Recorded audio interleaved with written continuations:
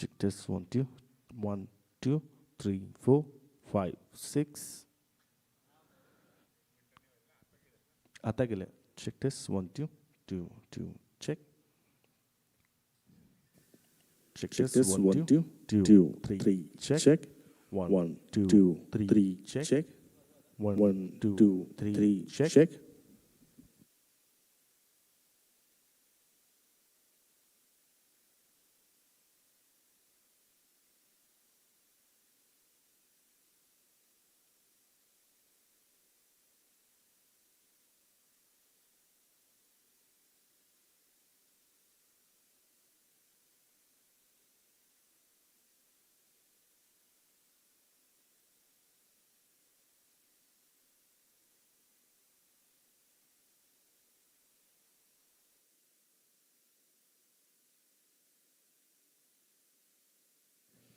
Check this one, 2. 1, 2, 3. Check.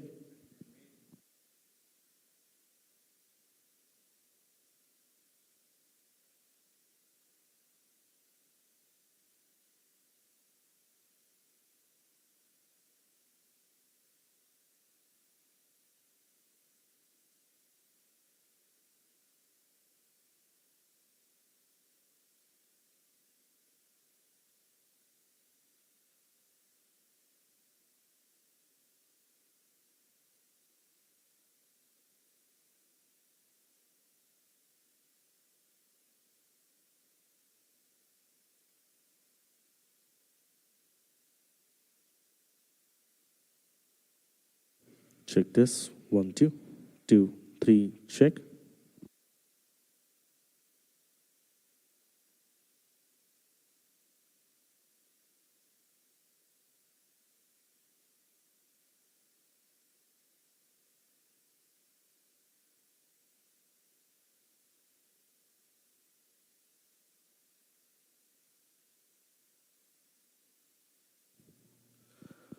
Hello, 1, 2, 3, 4, 5, 6.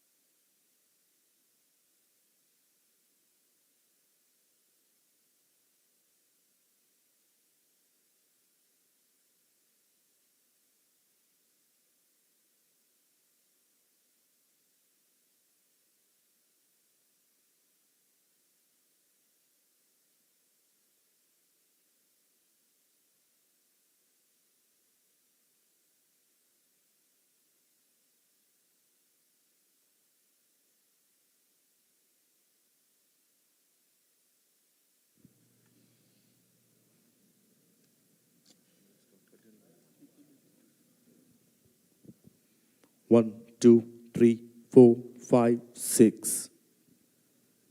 Check. Hey, 1, 2. Testing 1. Check this. 5 second असेल. 5 second पण 10 second पर्यंत जातो. 30 second थोडे.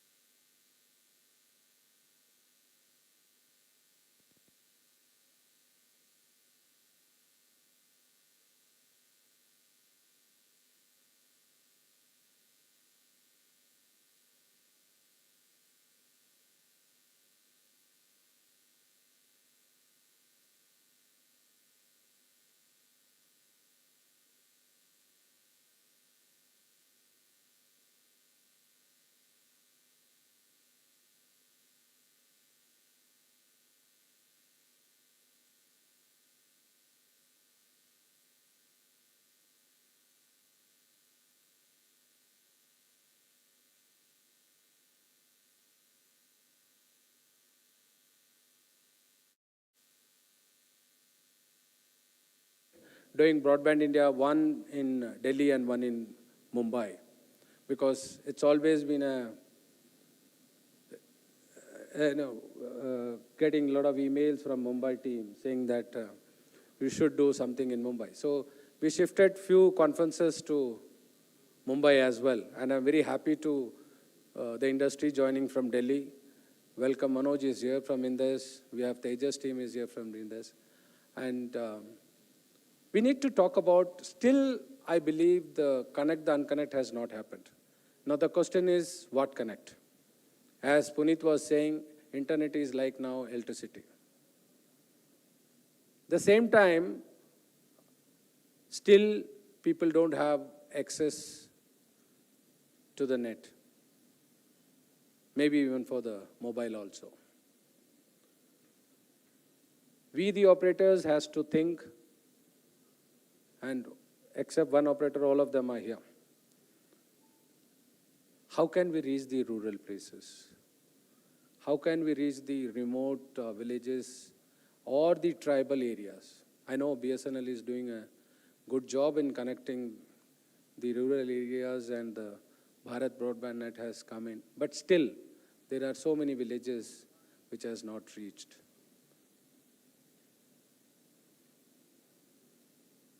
Having said that, we need to hear from the horse's mouth, those who are here. We have 1, 2, 3. Another operator is joining. 4 operators, 4 service providers are here. So there's a lot of, I'm sure, there's a lot of to discuss and things. Without taking much of a time, we'll have the lighting of lamp once the CGM has come. I request Puneet to deliver his operator keynote. So I don't know whether Puneet need an introduction, but still few lines about Puneet. Puneet Kumar Garg is in a telecom industry veteran with over 30 years of experience. So I know him for almost 29 years. As President and Group Chief Technology Officer, he leads the technology strategy and execution for wireline, home broadband, and enterprise business, with expertise spanning 5G, FTTH, UBR, IP and transport network, cloud infrastructure, OSS-BS transformation, AI/ML-driven automation, and enterprise connectivity solutions. So there's a big CV, so I'm not going to read out everything. So ladies and gentlemen, over to Puneet.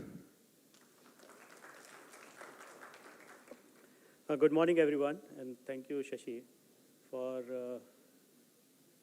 कृपा करने के लिए कि like you are organizing this event in Mumbai, and hope your one time here and one time in Delhi will bring more people to hear what we are trying to do from a connected to unconnected world. So first of all, this is a very interesting topic, which is connecting the unconnected, and it has very deep meaning. While we were taking coffee in the morning, Shashi said he has a very big problem last night. His boxes, which were supposed to come from Delhi, could not land in Mumbai, and they were spending sleepless nights to find where the packet is, so that we can get this lanyard and this badge. But when he was describing, I was thinking whether it is a connected to unconnected or unconnected to connected, because he was able to talk to someone who was able to find out where the packet was.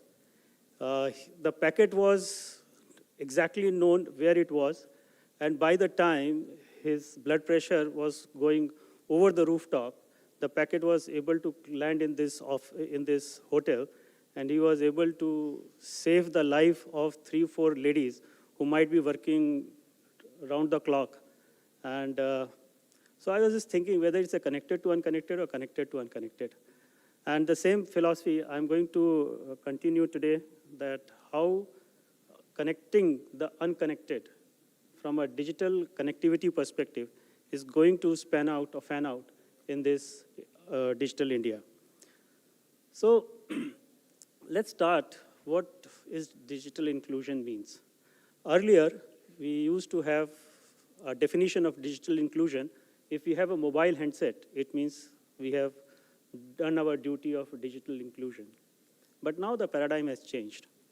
Now digital inclusion means whether we are able to provide broadband connectivity to the number of homes, to the number of universities, to the number of enterprises, to the number of schools, to the number of villages, which Shashi spoken in his inaugural speech. So think this way, when in India, the roads came, that brings the industrial revolution. The mobile came, we got socially connected with each other.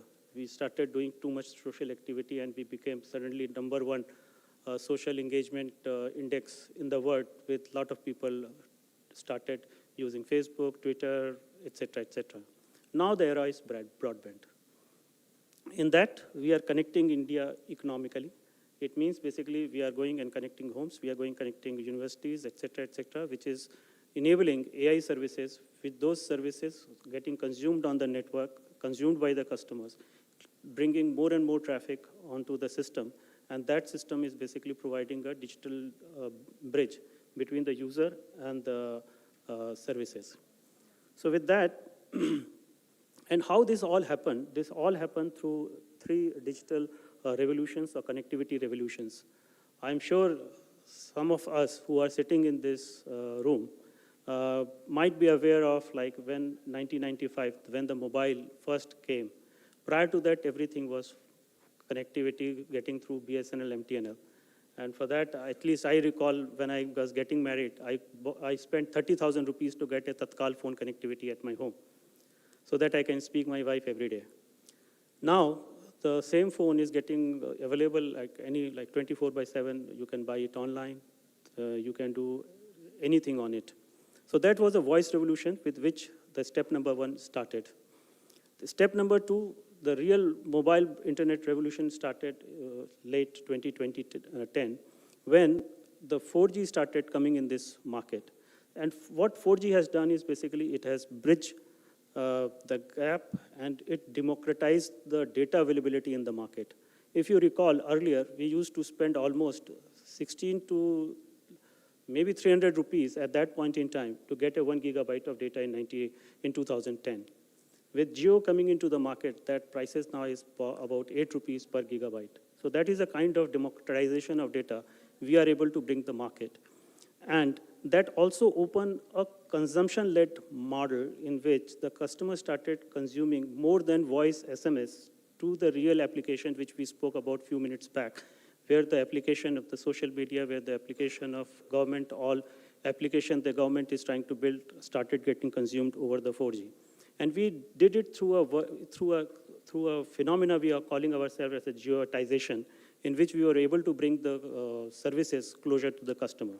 Now we are doing step number 3 as a connectivity revolution, in which it is not only FTTH or wireless or satellite. It is more than that. And what is happening more than that is basically the real applications which consumers are consuming are now getting available, all these technologies seamlessly to the customer without any speed variation. If you recall, when we started in 2010, when the fiber was coming in, then we used to talk about 2 Mbps line, 4 Mbps line, 16 Mbps line.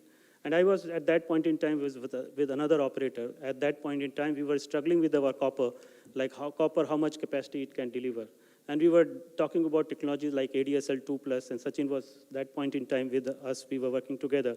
And we were talking about VDSL, and we're thinking, okay, up to 100 meters, we can go up to VDSL 32 Mbps. I'm just trying to remind you guys this thing. We have gone through this whole process.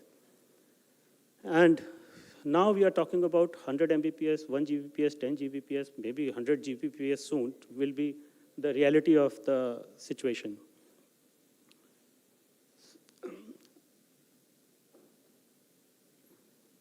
So there is some interruption, but let me continue. So Jio is very much there. We are the defining force behind the revolution, and we have done second step, and we are going to do third step very confidently. Now, what is the market of home broadband in India? If you see, like, we are very proudly now can say, like, we have over 1 billion connected broadband customers in the market.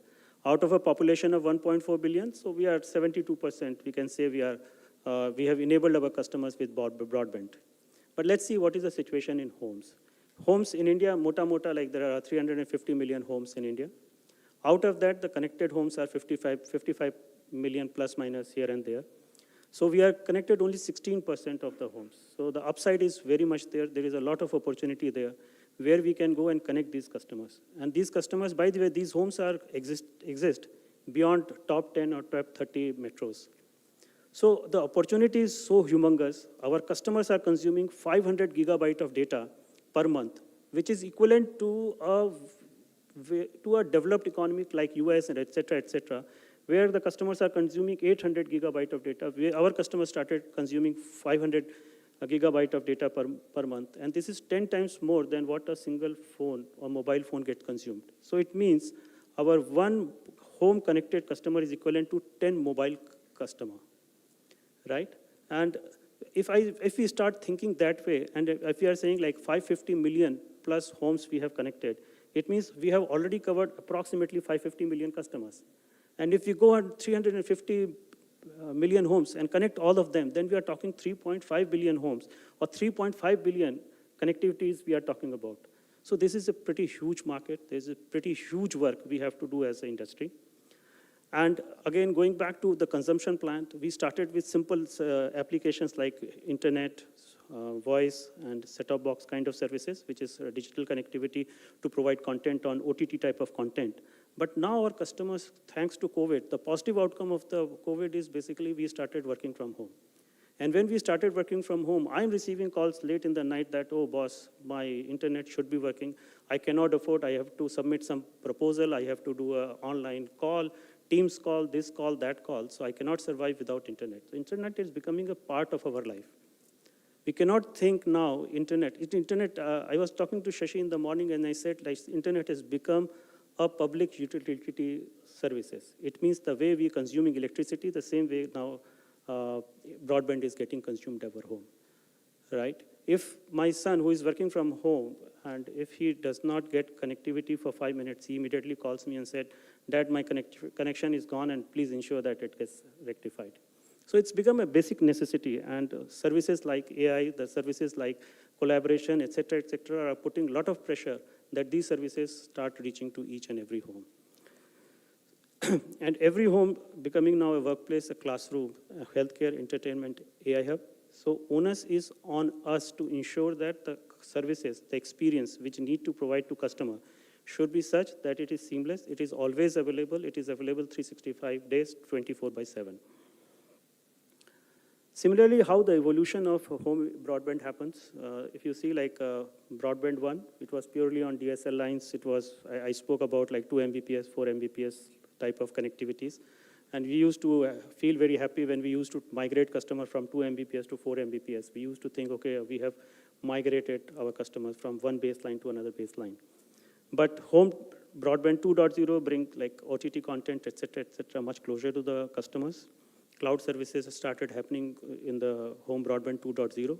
But the era where we are living in the era of broadband 3.0, where the digital inclusion is not limited only to FTTH, because please start thinking, connecting customer or connecting homes by fiber is given, but now because of alternate technologies are available, so connecting the unconnected become more easy.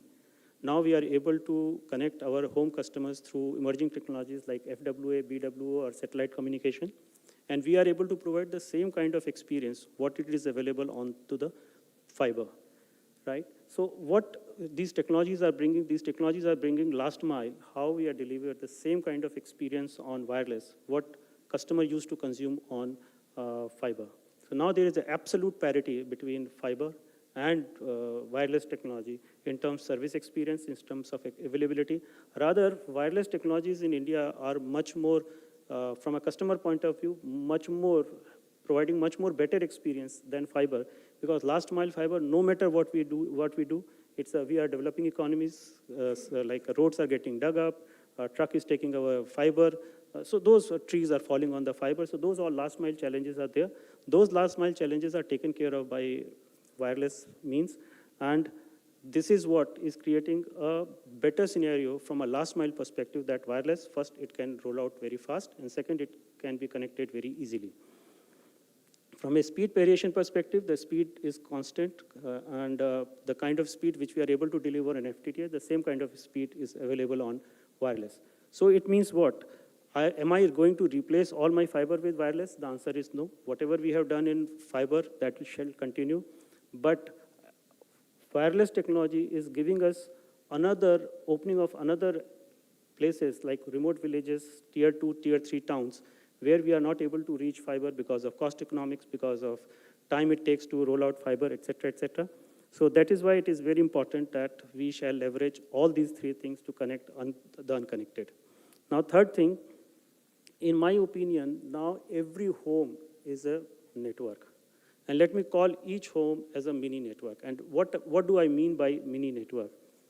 If you talk and see like all the people who are sitting in this room, on an average, I know for sure, like approximately 6 to 7 devices might be connected on your broadband, which is coming at home. Just think about it. And it's a reality.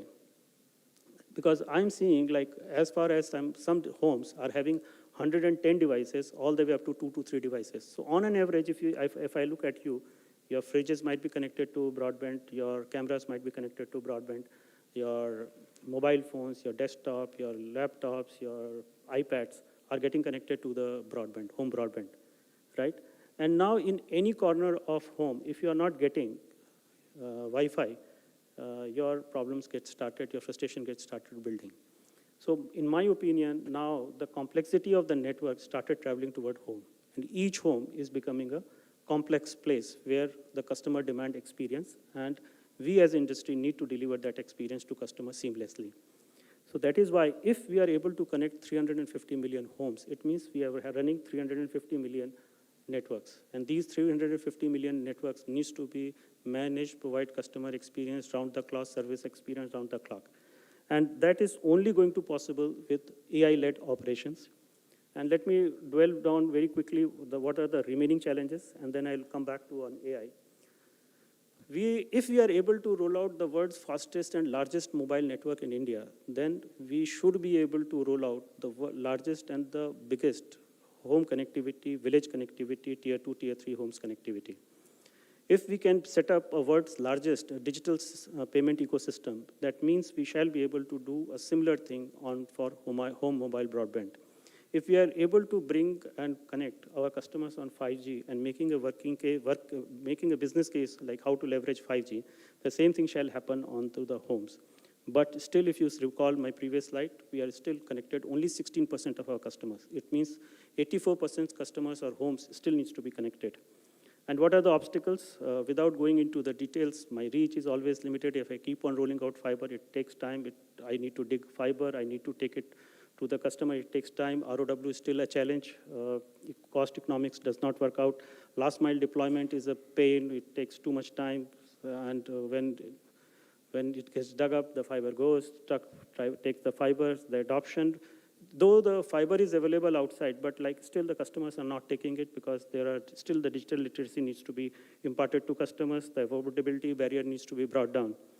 So the first 100 billion customers or homes, which may come from your tier 1 cities or from top 30 cities, but next shall be coming from the villages, from the tier 3, tier 4 places, where if I keep sending my engineers to those places, the cost economics not work out. So it needs to be based on AI. And what is happening, let's understand as we speak.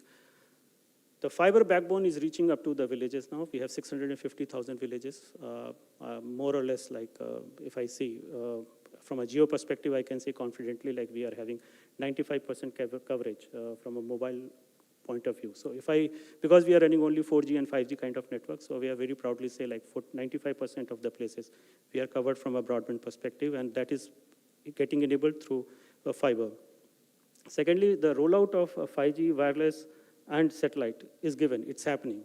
As I discussed a few minutes back, the wireless rollout dramatically reduces the time to connect customers, dramatically reduces time to build the last mile fiber. You just go put something onto the tower. The towers are existing. They have power. There is a space. You put the electronics, and boom, your 2,000 homes can get connectivity immediately. So this is good. AI revolution is a kind of thing which is going to bring the complexity down. There are every one of us, I'm assuming in this room, sitting here, started leveraging AI. I just give you an example. I was in US 2 weeks back, and I was supposed to attend a marriage, and my wife brought a kurta, and how to stitch was a challenge. And then, to my surprise, the darji ko kya bolte hain, sir? The tailor came to my home and said, like, madam, no need, if sir is not there, just give me his photograph, and I will stitch the kurta. Oh my God, this is very surprising. I was telling this story while I was speaking in US 2 weeks back, and these people were getting mesmerized, like how it is possible. But when I came back India, I tested and tried. It was a perfect match. I didn't do anything, like only a photograph of mine can stitch a kurta. So that is the kind of thing. And I asked him after landing back India, how you did that? He said, sir, mere paas AI hai na. So this is the kind of thing which AI is literally making happening in the world and in India. So from that perspective, good. From a geo perspective, we are definitely a #1 market leader in homes. We have more than 10,000 now towns covered. We have reached 220,000 villages with respect to home broadband connectivity. We are seamlessly providing up to 1 Gbps connectivity, and we have created a 1 billion plus digital ecosystem in the country. Because of us, the data rates fall very significantly. 4G expansion we have done extensively in the country, which I was talking about, almost 95% coverage. We are the one who did the fastest 5G rollout. And home broadband, we are going all full hog. We are doing FTTH, we are doing BWA, we are doing FWA, and you might have recently read in the paper, we are going satellite way also.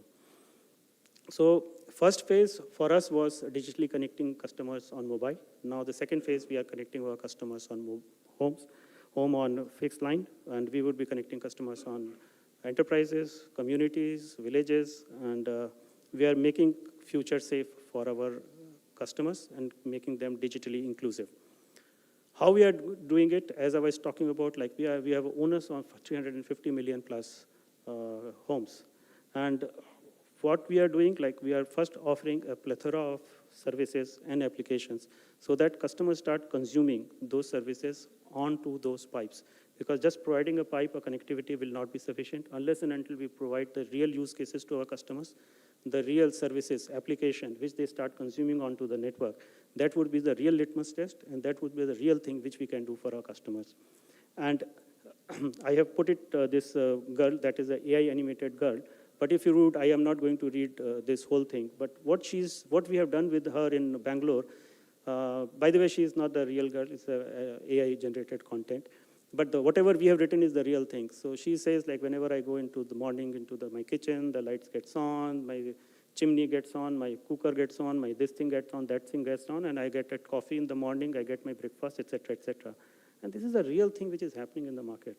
I told you about Darji, I am telling you about these kind of things, which are basically enabling these kind of services, seamless services across all the customers.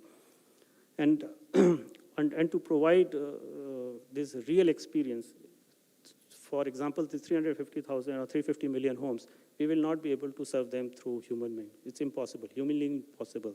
Because these 350 million homes are equivalent to 3.5 billion customer behind it, because each customer needs or going to have experience behind that broadband connectivity.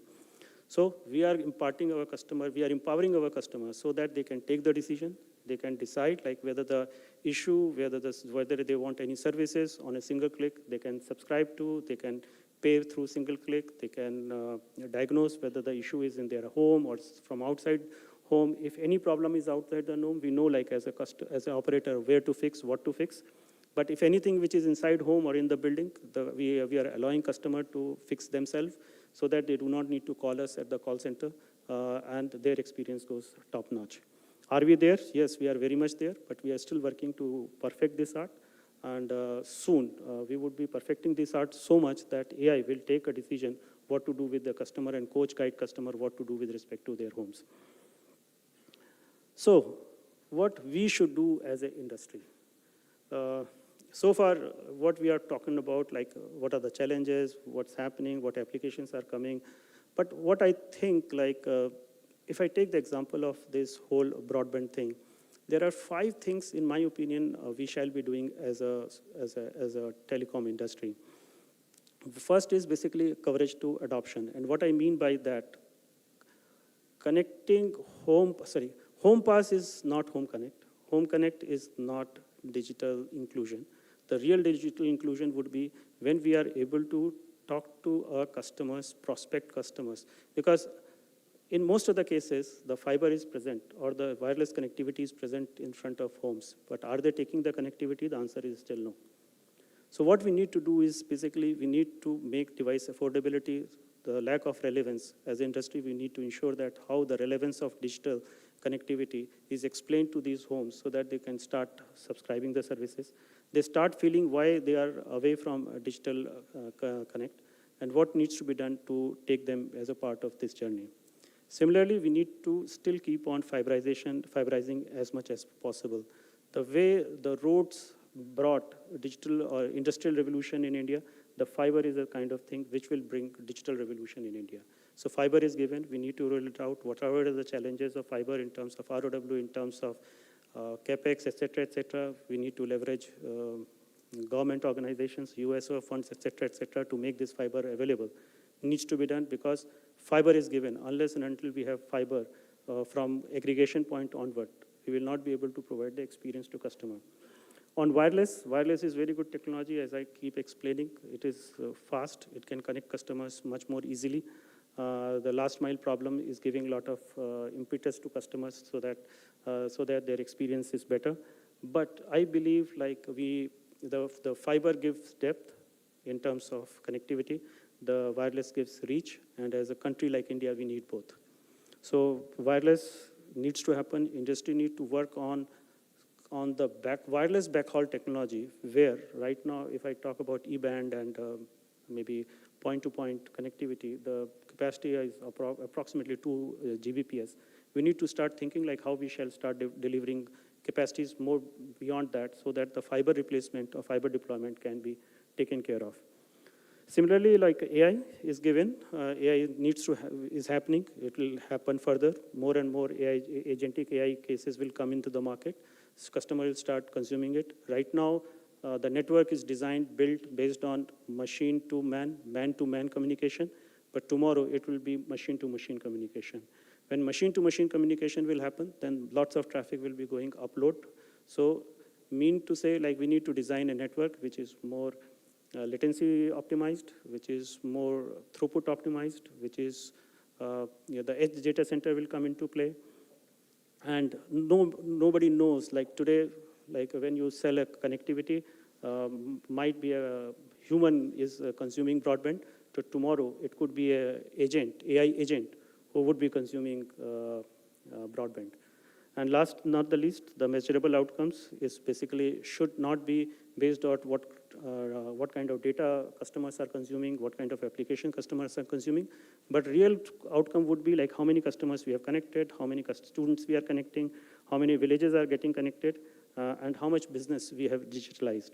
So with these 5 things, I'm pretty confident that we would be in a position where we together, we will take India to the next level. And the next journey, when we spoke about from an India context, it would be written by Broadband. So with this, I conclude my opening speech. This is air fiber UBR connectivity, which we have done in Leh Ladakh.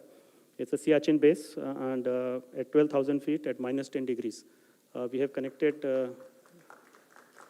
thank you. We have connected all the Jawans so that they can connect to their base camp as well as to their families. And they are always remain connected.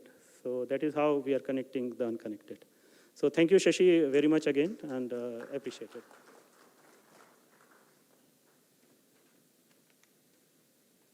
Thank you, Puneet, for the wonderful operator perspective and connecting our 4G in the border. That's very important, you know. Being coming from the army family, I know how difficult it was during those times. So thank you very much for that. Ladies and gentlemen, let's move to the other speaker. Who's going to talk is the DG of Broadband India Forum, which is the correct forum to be part of the Broadband India Conference.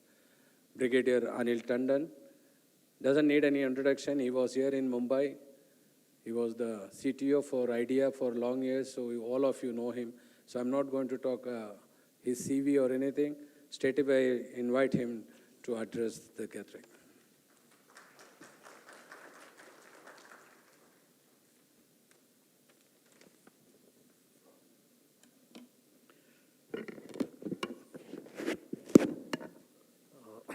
Good morning, everybody. Puneet and the other people on the dais, and the esteemed colleagues and other people who are here to listen to the very important Broadband India Summit, which is the fourth version of it. I represent Broadband India Forum, so being I think the name and the summit are synonymous to each other. It's my privilege and proud pleasure to welcome all of you today for this event, and it's my, Puneet, of course, has given a good industry keynote address. I'll just try and set the context for the theme of this conference, which is Connecting the Unconnected for Digital Bharat. I think the summit is a very timely platform. It arrives at a moment when India's digital journey is at the same time inspiring and urgent. Inspiring because we have made giant strides in mobile broadband, digital payments, public digital platforms, and are really the envy of the world. Urgent because 47% of India's population still does not enjoy the benefits of broadband, while on the other hand, the demands on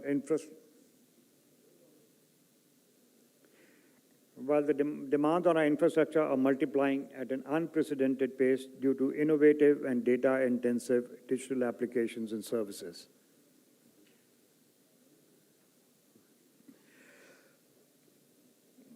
As AI, cloud computing, IoT, immersive media, and technologies, quantum, 6G evolve, the need for reliable, scalable, and sustainable digital infrastructure is no longer optional. It is the very backbone on which governance, commerce, education, healthcare, and citizen empowerment will rest. And the truth is, which has also been brought out by Puneet, that the backbone must be broad and deep. It should be inclusive, robust, and resilient. It must unite the fiber, the towers, the SATCOM, Wi-Fi, and data centers into one coherent, future-ready system. Because each of these is not a silo. Each is a link in the same chain. If one remains weak, the whole system fails or falters. Our vision, therefore, must be to grow all of them together in an equitably calibrated manner and in harmony, so that India's digital ecosystem rests on a strong, evenly built foundation. Let us begin with the fundamentals. Towers, fiber, backhaul, and satellite. These are the silent enablers, the unseen scaffolding of our digital economy. Towers must be densified and fiberized to carry the surge of 5G and prepare for 6G. Fiber must run deeper into our cities, towns, and villages, not just along highways and metros. Last mile backhaul needs to be scaled up through OFC with a mix of modern millimetric wave technologies and traditional microwave where OFC is not possible, so that our aggregations nodes do not get choked due to the data deluge. Equally important is a holistic and inclusive growth. We cannot afford a fragmented approach where one element races ahead while another lags behind. Our towers cannot be 5G or 6G ready if they are not fiberized. Our villages cannot be digitally empowered if they remain unconnected and poorly fiberized. Our cloud ambitions cannot take off without enabling provisions for direct connectivity between data centers, cable landing stations, besides sufficient proliferation and diversity of both cable landing stations and subsea cables. Holistic growth also means thinking beyond technology layers. It means aligning policy, regulation, financing, and sustainability with the infrastructure growth. Among all the enablers, fiber and Wi-Fi stand out as twin pillars of India's digital future. Fiber is the invisible superhighway. It carries the basic data and serves as the connectivity conduit between data centers as well as the towers. Content delivery networks and access services and cloud services. Without dense, resilient fiber infrastructure on the ground, networks will choke. Fiber is also energy efficient, cost efficient, and scalable in ways that wireless alone can match. It was very heartening to note that coming from Jio, they are also moving from a mobile first to a bit of a fiber first. This thing, which is what we in Broadband India Forum have been saying for a long time, that mobile first, yes, India has got it, but going forward, fiber is the backbone which must be focused upon. I also observed that this time there is a focus on the satellite part of it, so I would like to mention the opportunity and the role of satellite in the digital infrastructure ecosystem, and in particular to connect the unconnected. Satellite connectivity opens a unique horizon, especially for places beyond reach, our high mountain passes or island coasts, border zones, where laying cable or building towers is slow or fraught with difficulties. In those areas, satellites help deliver connectivity to where terrestrial infrastructure is not techno-economically feasible or will take some time to deploy. There are, of course, for satellites, there are some special considerations. The investment and launches, gateways, orbital coordination, and ensuring facilitating terms and conditions for spectrum to be made available, along with enabling service regulations. I see people from ISPA, from the satellite, General Bhatt, and I think there is some presentation also by Debashish, a colleague of mine. So despite a significant growth and achievements in digital infrastructure, the digital divide between urban and rural India continues to pose a challenge. The current tele-density gap between urban and rural areas is approximately 67%, which is significant. We cannot afford to leave rural India behind. To address this, the Government of India has allocated 1.39 lakh crore under the amended BharatNet Phase 3 project. This phase will ensure ring connectivity to all the 6 lakh odd gram panchayats, including the 2.5 lakh which have already been connected but were on a linear model. The shift will provide redundancy, reliability, and scalability to the network, ensuring no village is left in the digital dark. It is well known that one of the reasons for lack of success of the earlier BharatNet projects has been the low availability, so people are reluctant to use it, but this ring model will help it overcome that. However, connectivity alone is no longer sufficient. Just as roads without vehicles don't ensure mobility, telecom networks without foundational digital capabilities do not guarantee innovation or transformation. It is time to move from basic access to meaningful empowerment. This is where foundational digital infrastructure becomes critical. Another aspect that I would like to highlight is that the basic connectivity without trust and security in the digital ecosystems will not serve the purpose. If I was to share with you one example, in the month of March 2026 alone, UPI recorded 30 billion UPI transactions amounting to 24 lakh crores. These transactions accounted for over 85% of all digital payments in India. Now, this reflects the trust of the common citizen in our telecom and digital infrastructure. Each tap, each click, each transfer is backed by confidence that the network is secure, reliable, and trustworthy. This trust is hard-earned and must be preserved at all costs. Therefore, trust in the system needs to be maintained. For this, we have to ensure that there is no security breach on the telecom network. Mobile broadband has served us well so far and will continue to be important. Wireless solutions like fixed wireless are an area in which I slightly differ with Puneet, will at best be interim stopgaps. They cannot replace the stability, performance, and efficiency of fiber.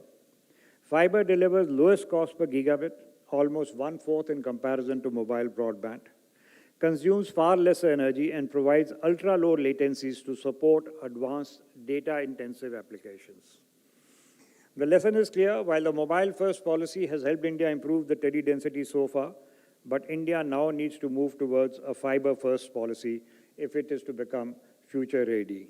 This was included in the NDCP 2018 policy, but somewhere along the way, we've not paid sufficient heed to it.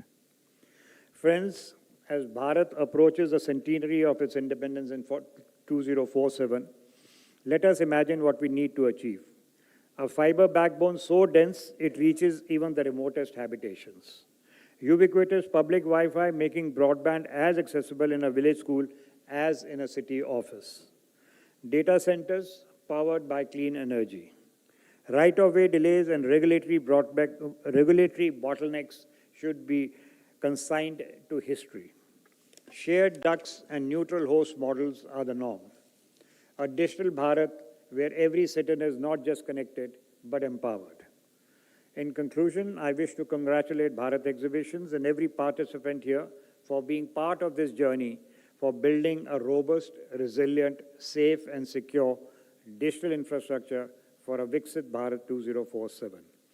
I'm confident that today's discussions, enriched by the collective wisdom of this gathering, will chart a roadmap that is inclusive, future-focused, and deeply rooted in India's needs and responsibilities as a global digital leader. Thank you. Jai Hind. Thank you so much, Brigadier Tender. Now we have the guest of honor for today's function, Sri Harinder Kumarji, who is the ITS and CGM of Maharashtra BSNL. Before he moving to Secretary TRAI, I would like to request you to light the lamp of the inaugural session. Please, I request all the dignitaries also to join us.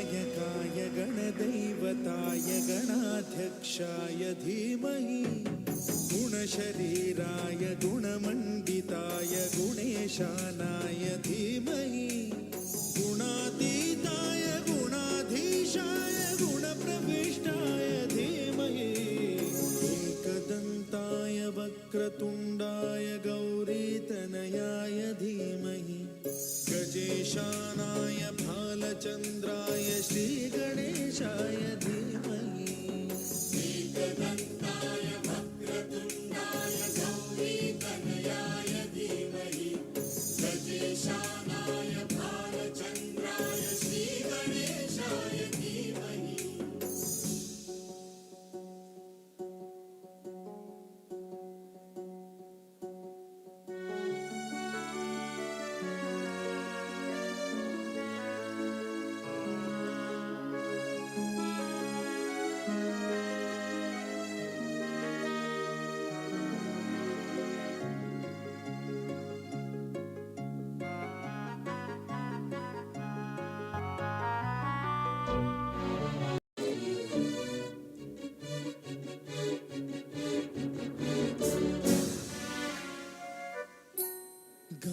चतुराय गानप्राणाय गानान्तरात्मने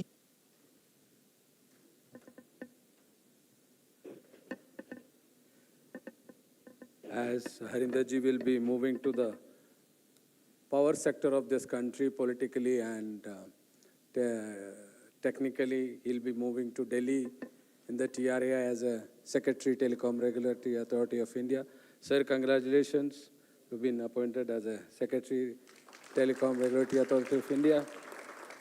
I request Brigadier Tandon and Manoj Mishra from Indus Tower to please join, and General Saab also, to give him a bouquet and welcoming to the Secretary as a TRAI. Please, three of you join together. Come. So these are the industry who are going to be meeting in Delhi regularly, sir. तो मैंने कहा मैं इधर ही मिला देता हूँ सबसे पहले आपको. Come, sir.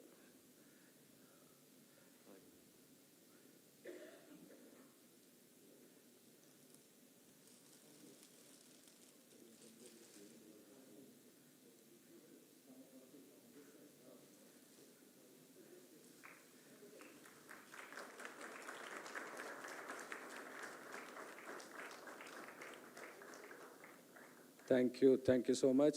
Now I request all the service providers headed by Puneet to give him a shawl.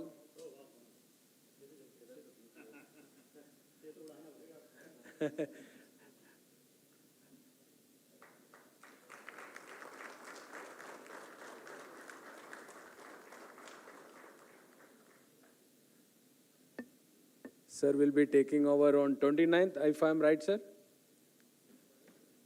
Harinderji, you will be taking over on 29th? Maybe.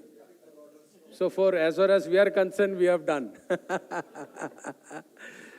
So thank you very much for joining us today. I now request the next speaker to join. Winsley Fernandez, whole-time director, Hinduja Global, doesn't need any introduction. Winsley, over to you.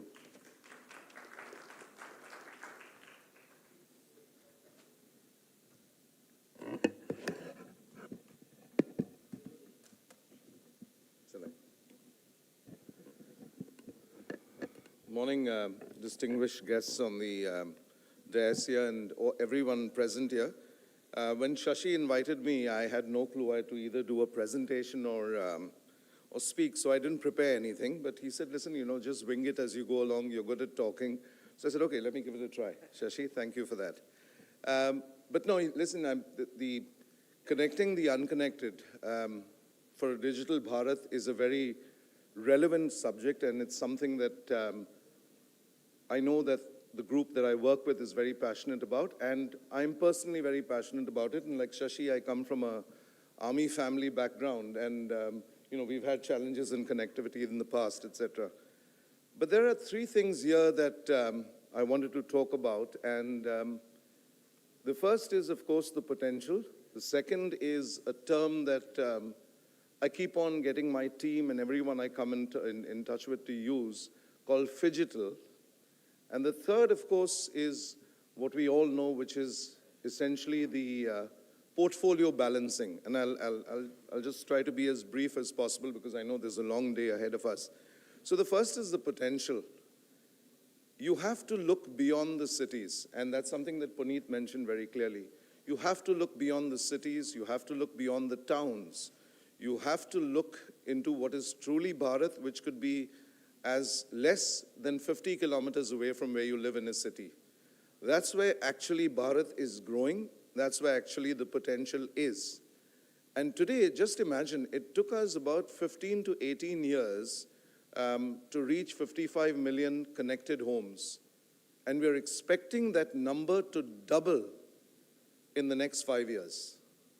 That is the scale, not just of the potential, but that is the scale of the opportunity that everyone in this room and all of us have in this country to be able to take connectivity to over 100 million homes. And mind you, even at the 100 million homes, as Puneet pointed out, we're still only scratching the surface. There are 350 million homes, and you're going to have 100 million wired connected homes in this country. That is the actual potential. And as data bandwidths, as data-hungry apps continue to grow, as digital continues to pervade our lives, the way we work, our homes, etc., you're going to see the growth happening across multiple platforms, whether it be in urban tiers or in rural conglomerates. So that is the potential. But the second thing is very important, and we term it as phygital. Digital cannot happen unless there is a physical presence reaching out in those villages. This is a very important factor that I want to bring out to everyone. And, you know, I'm old and ugly in the business, 36, 37 years, and I've seen it is so important to have the physical presence. Digital is great, it's wonderful, but you need to take fiber down to the last mile. And there is one important factor, and I'll give you an example of it. We always talk and say, okay, listen, there have been projects by the government to, you know, reach out and, Brigadier mentioned about challenges that BBNL has faced in terms of rolling out connectivity to villages or rolling out connectivity across the rest of Bharat. And I'll tell you, the challenge is not terrain, the challenge is not quality of connectivity, the challenge is not technology. The challenge is that we have forgotten the most important thing. Not the last mile, but the last link. The last link is that individual in that village or in that Gram Panchayat or in that Taluka or in that Mandal who can take the responsibility and accountability for managing that last mile all the way to the consumer, to the customer's home. And ladies and gentlemen, and I'm so glad I'm here today because I've just come out 9th of June. We had the Honorable Chief Minister of Uttar Pradesh, Yogi Adityanath ji, sign, kick off a project called Project Ganga, which is government-assisted network for growth and advancement. And here is the incredible vision of the Chief Minister and the state, and which actually completely reflects our Honorable Prime Minister's vision of digital inclusion. He does not say digital inclusion only means that connect the unconnected. He says connect the unconnected and also create opportunities that surround it, that envelope it.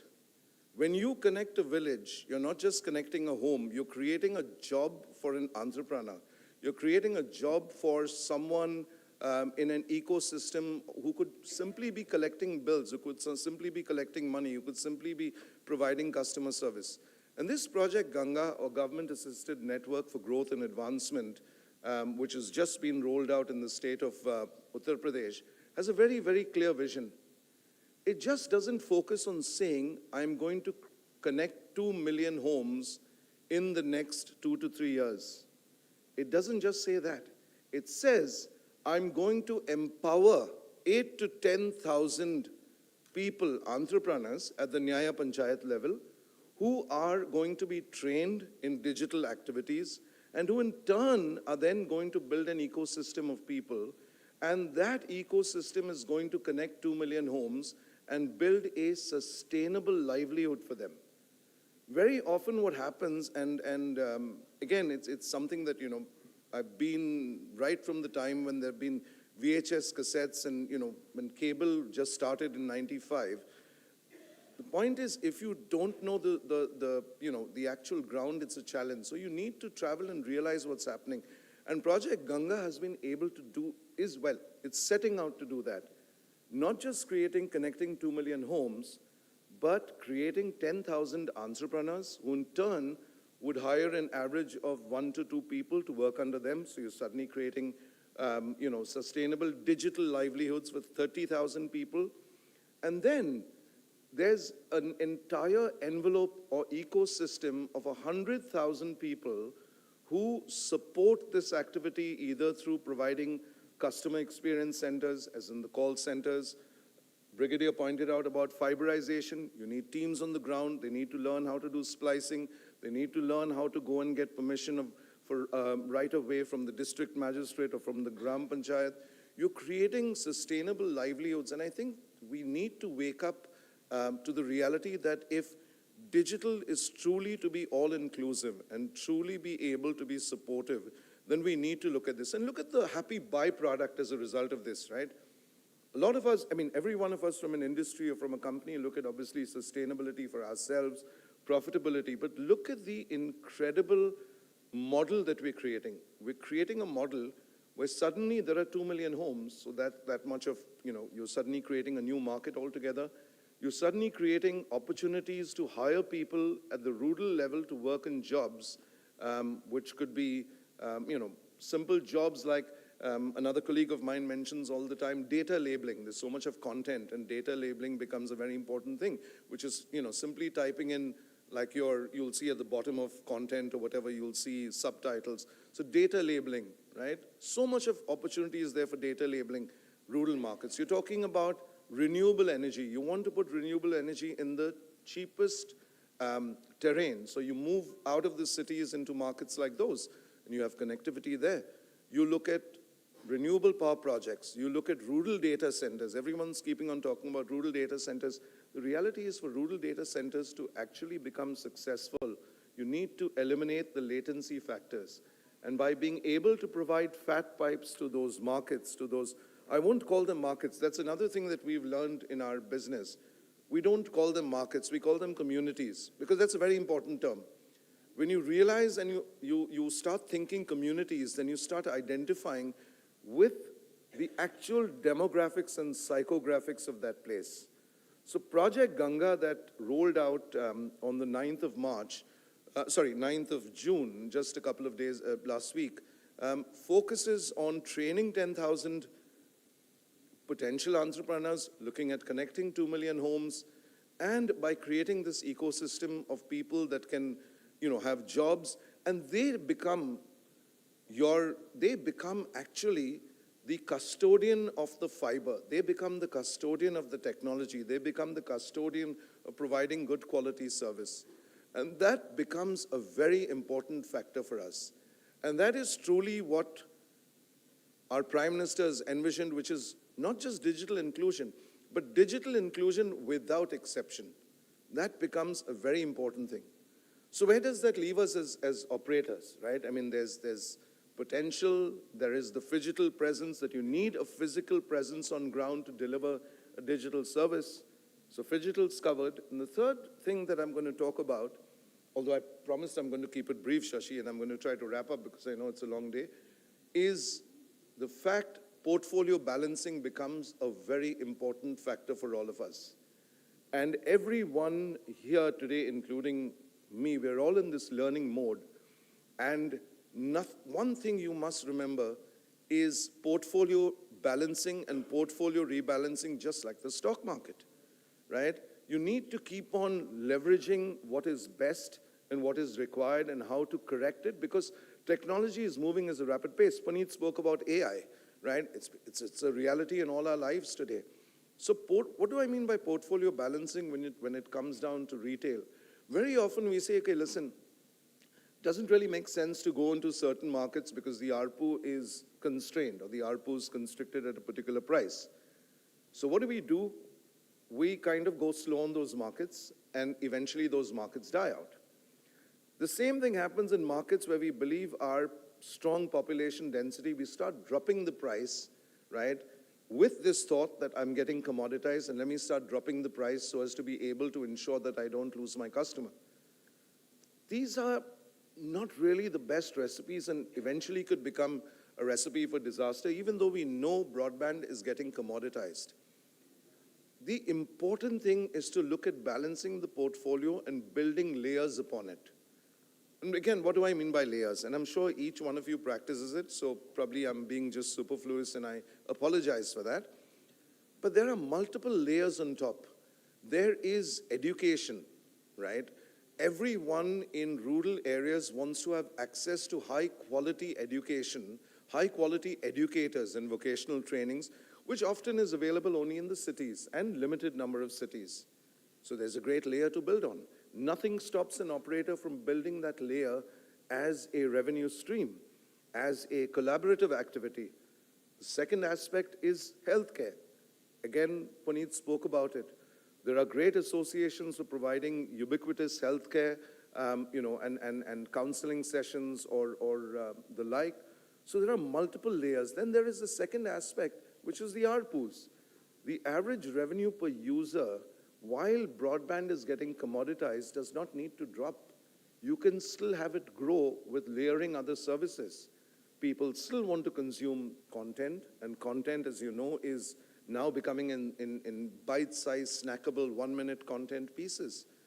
There is still access to content, whether it be the OTT aggregation, whether it be IPTV, and then homes, as we go along, we have the need for good quality security. CCTV is now becoming an apparent factor. Nothing stops operators from bundling in CCTV solutions with their partners or with their operators down the line.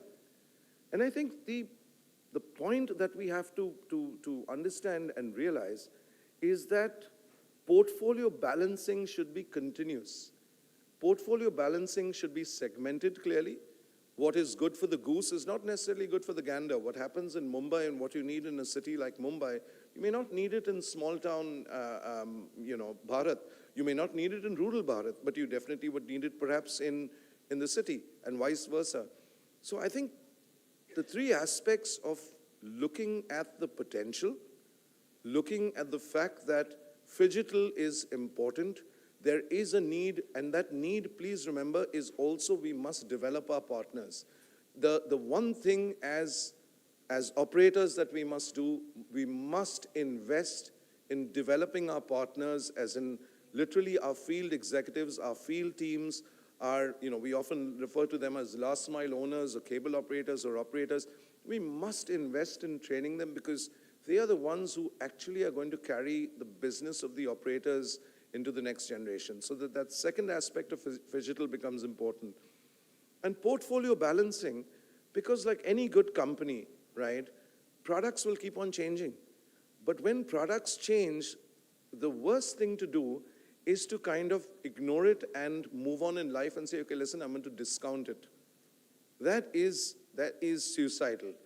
The best way for portfolio rebalancing or portfolio balancing is to look at what new products are coming in, and can you leverage the same infrastructure? Brigadier spoke about fiberization, and I'm completely in sync with that. Those pipes can generate so much of potential. Those pipes can generate so much of opportunity. Puneet spoke about AI, he spoke about homes getting connected, schools getting connected, hospitals that require connectivity, right? And everywhere, I mean, it's all pervasive. So I think portfolio balancing becomes a very important factor, right? And one of the things I always tell my team, and I'll end with that, I promise, Shashi, is we always have these great ideas, and we always say, listen, and what do we do going forward? And I always have a chat with the teams, and the one line is something that I've stolen out of a playbook of the CEO of JP Morgan, where he said very clearly, he said the best time ever to fix the roof is when it's not raining. And if you can do that right, if you can fix the roof today for the future rather than wait for it to rain, then I think you've got the model straight. With that, I'm not going to talk too much, as I said. Thank you, Shashi, for having me on the panel. Thank you, ladies and gentlemen, for listening to me. So thank you very much. Thank you. Thanks, Shashi. Thank you so much. As you say that, when there is no rain, we need to fix the roof. But by the time the government starts thinking of putting the project, the rain comes. Then again it gets starts. So this is nothing to do with the secretary elected TRAI. This is not for you, sir. Having said that, move to the next speaker. My good old friend, Sachin Deshpande from Delhi is now in Mumbai. He's the Senior Vice President, Technology, Field Service Delivery and Business Services, Tata Play Broadband Private Limited. Sachin is a broadband industry veteran with more than 3 decades of telecom industry experience. He has worked in prestigious organizations, including Airtel, where Puneet and Sachin was together, Siemens and Tata Play, now the Tata Play Fiber. Sachin is credited with many firsts in the broadband industry, like first FTTH network, first IPTV network, first to introduce Wi-Fi 6 commercial, among others. Over to Sachin. Good morning. Thank you, Shashi, for this A little too generous introduction. Good morning, ladies and gentlemen. I really take this moment to first congratulate Harendra Kumarji for this, fantastic development, taking up an important responsibility at the TRAI. As an industry, so this is a fantastic news for us. Thank you. The other dignitaries on the dais, and really I see that a spectrum of the telecom industry is here today.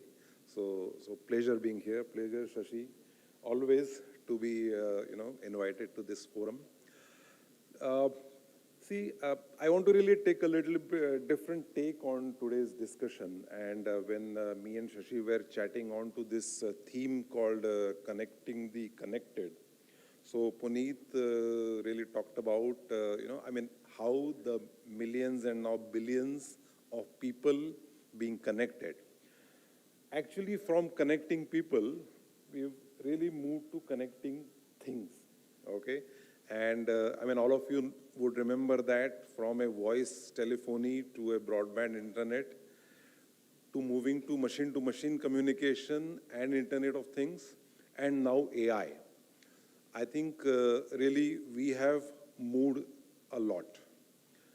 I was really reflecting on what happens to the broadband customer's experience in this moment, okay? And this is where, that's why the theme broadband experience in the internet or the AI era, okay?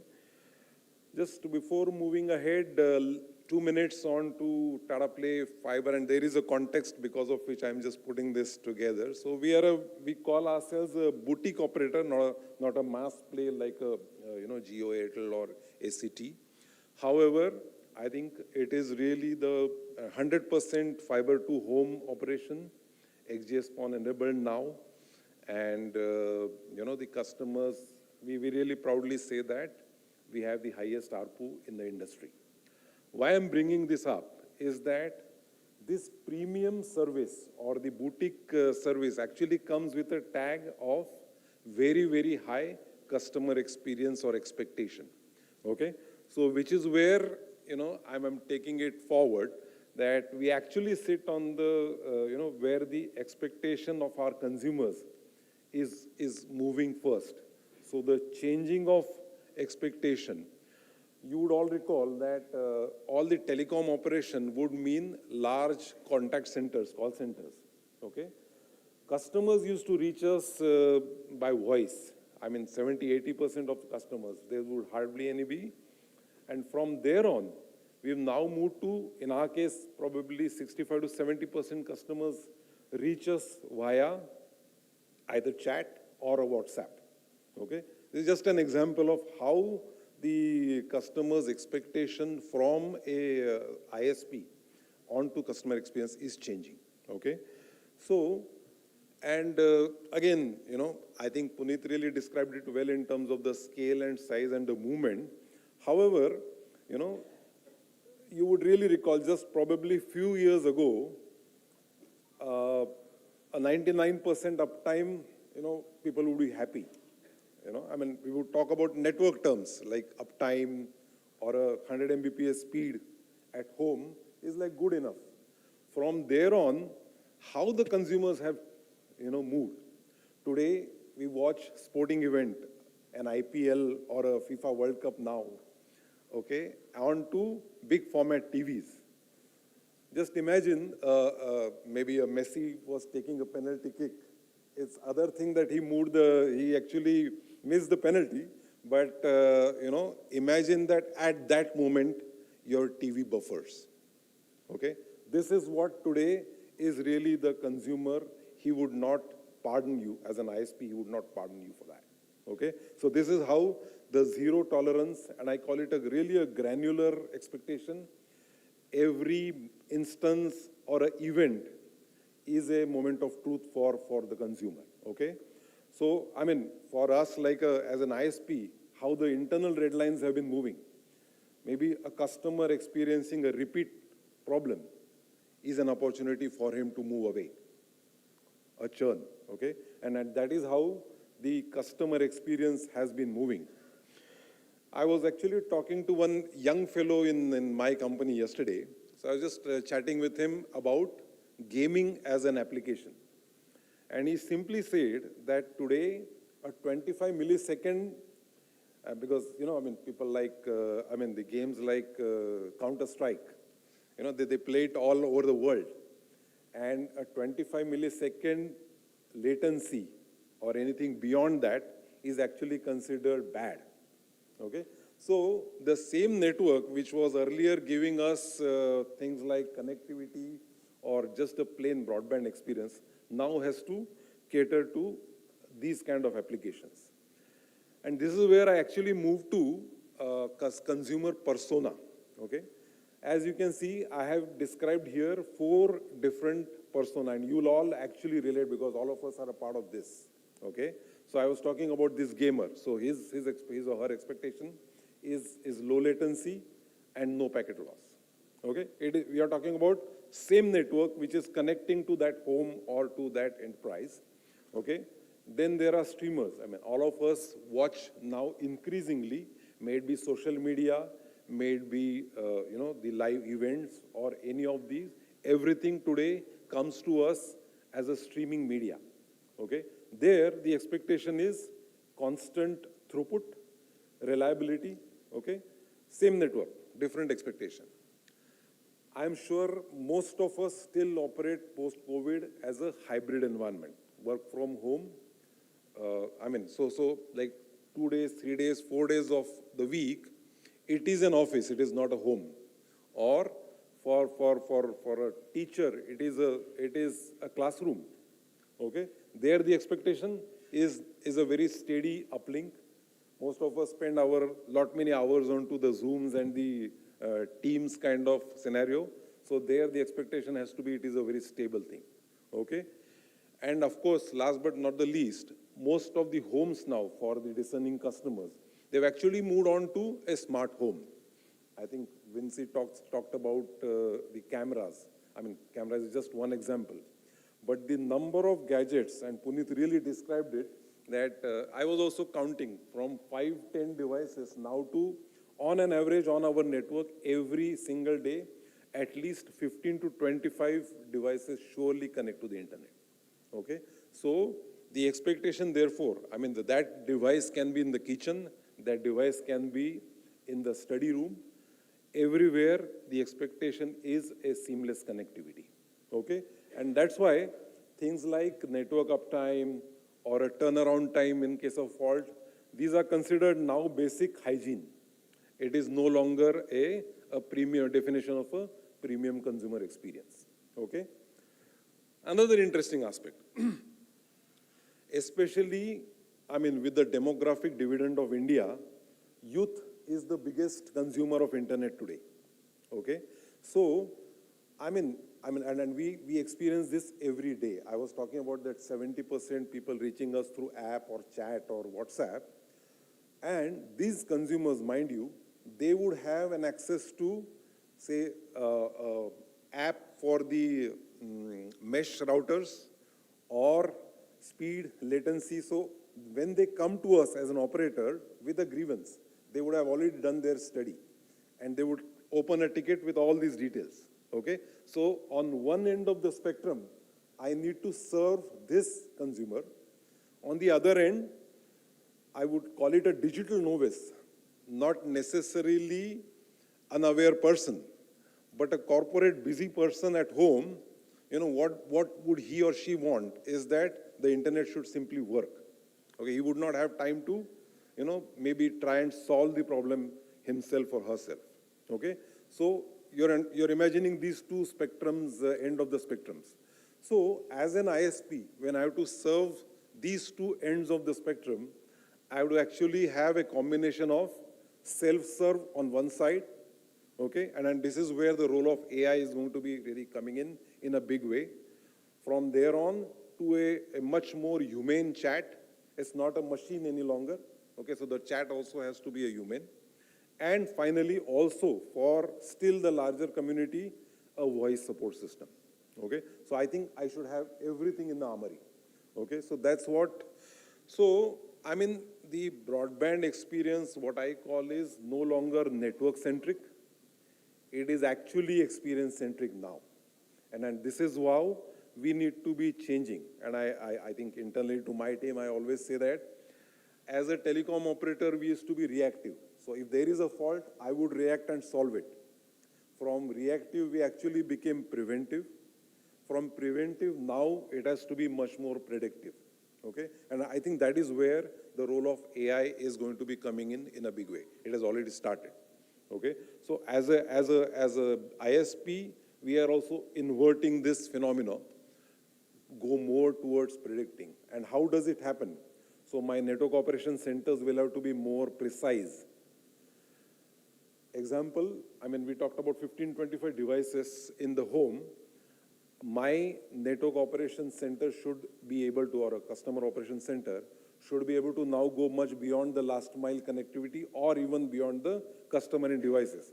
It should actually be able to visualize the gadgets which are connected to internet and is able to take care of them from the remote.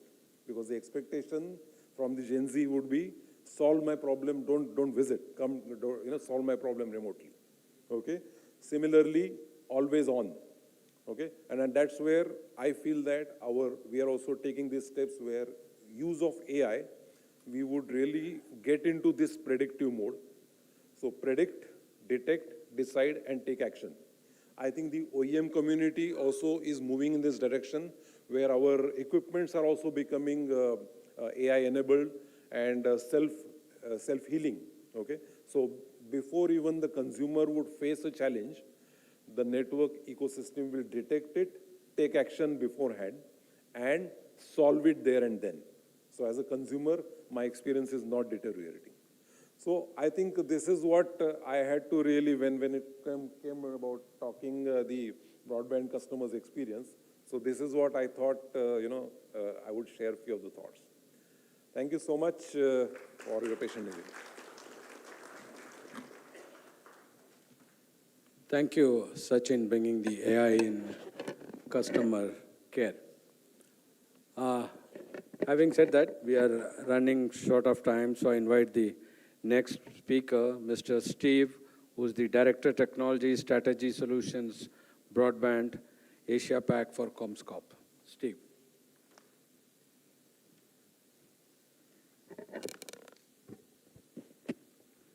Yes, thank you. And it's great to be here today. I'm very pleased to come to this 4th Broadband India Summit. Now, my role is a regional role. That gives me the opportunity to see what trends are happening within the wider APAC region. And in addition to that, Comscope is a global company. They're part of the Amphenol family now, so we also get a good view of what happens more globally. So I am speaking in the second session, so I'm going to keep this quite short and just a short introduction of, what is the global perspective of the optical network infrastructure? Now, I think that's got a lot of relevance to India, especially hearing the previous speakers. In the global sense, there is significant growth that is still to be had within the industry, and we're all part of that growth. Now, it's driven by fibre to the premises. Now, we heard India has 16% of the population connected to fibre to the prem. It's driven by the data centre growth. From our perspective, there's huge data centre interconnect requirements and opportunities out there that is going to be driven by the data centre growth, which is just booming. There's also significant growth in metro networks, long-haul networks, and other industry verticals. So there's a lot of growth to have, but at the same time, there are quite a few challenges that we need to be aware of and deal with. There's a fibre shortage. It's been quite extreme in the last 6 months. There's also raw material shortages to go hand in hand with that. There's also wars that are occurring, and there are trade war disputes that are happening globally that affect us here in India as well. And there's also labour shortages in many markets. We've got lots to build, And when we have labour shortages, that makes it even more challenging. So I think there's a lot to build, and when we build these networks, whether it's for FTTP, data centre interconnect or otherwise, we need to be aware that we're building these networks for the long haul. The network needs to be built and last for years and years. And when we're building these networks, we invest capex at the start, but then there's OPEX that occurs year after year after year. So we need to be aware when we're building these networks that they're resilient, they're going to last the life of the network, they have to last many years, like I said, and we need to use robust products to build the networks, and also different technologies that make it quicker and simpler to build the network.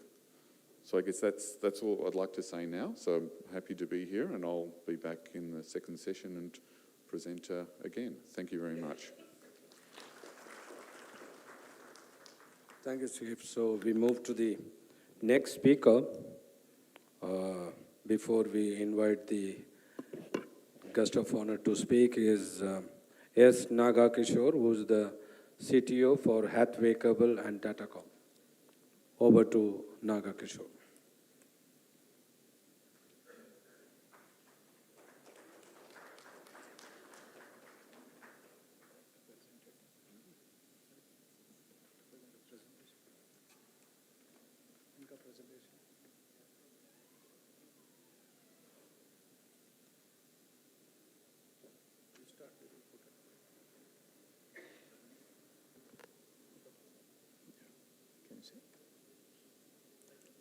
Hi, good morning all, and welcome to you all. And I take the honor for the distinguished guest and other on the colleagues on the dais. The concept of this one is connected the unconnected is the theme of the BBI. What I think is, yes, connect the unconnected and ensure that the connected one is maintained effectively with a robustness, thereby the services are 100% delivered to the consumer in terms of the uptime, and in order to, the upcoming technologies are definitely require uptimes of 100%, and also it requires a lowest latency, and so in order to do that,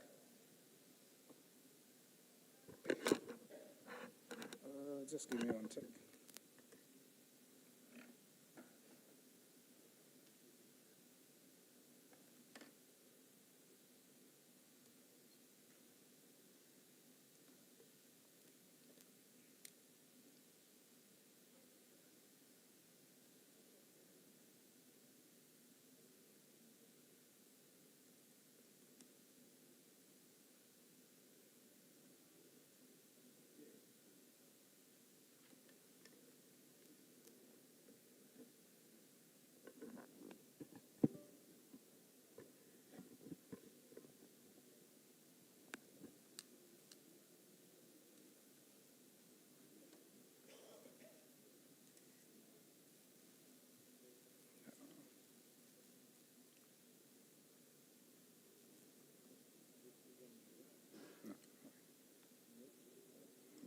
Go back. Yeah.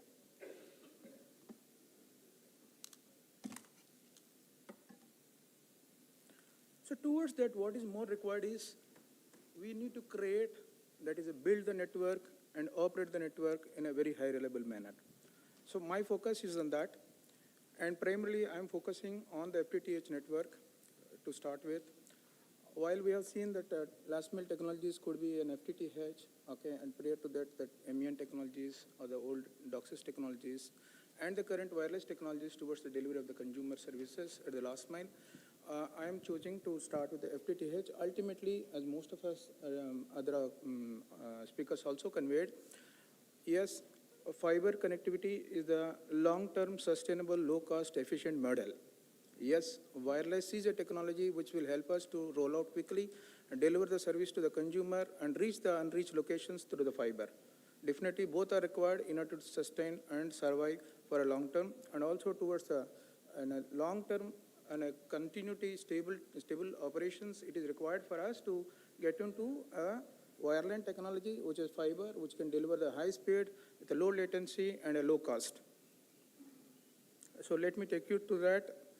Actually, I built a basic one. So most of us, we talk, whenever all advertisement we see today is 100 Mbps, 50 Mbps, generally started with 50 Mbps, now 100 Mbps, 200 Mbps, 400 Mbps. Somebody, I read it recently only an advertisement, mark us some 400 Mbps at 400 rupees, right? So these kind of things, speed is talked so much. And very rarely or any of the advertisement is generally carrying the uptime of the network or reliability of the networks. While that is also another key requirement for us to continue with the services.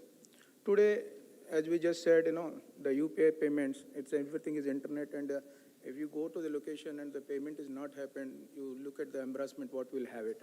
So it is important that connectivity is 100% available. Be it would be that trading somebody is doing, if something, good trade is trying to do, it is not happened, you can understand the pain of him. Or tomorrow education or the online exams, if somebody is not able to write an online exam due to internet connectivity. So these are all the key things where the reliability of the service is absolutely important. That is where I'm trying to talk about it.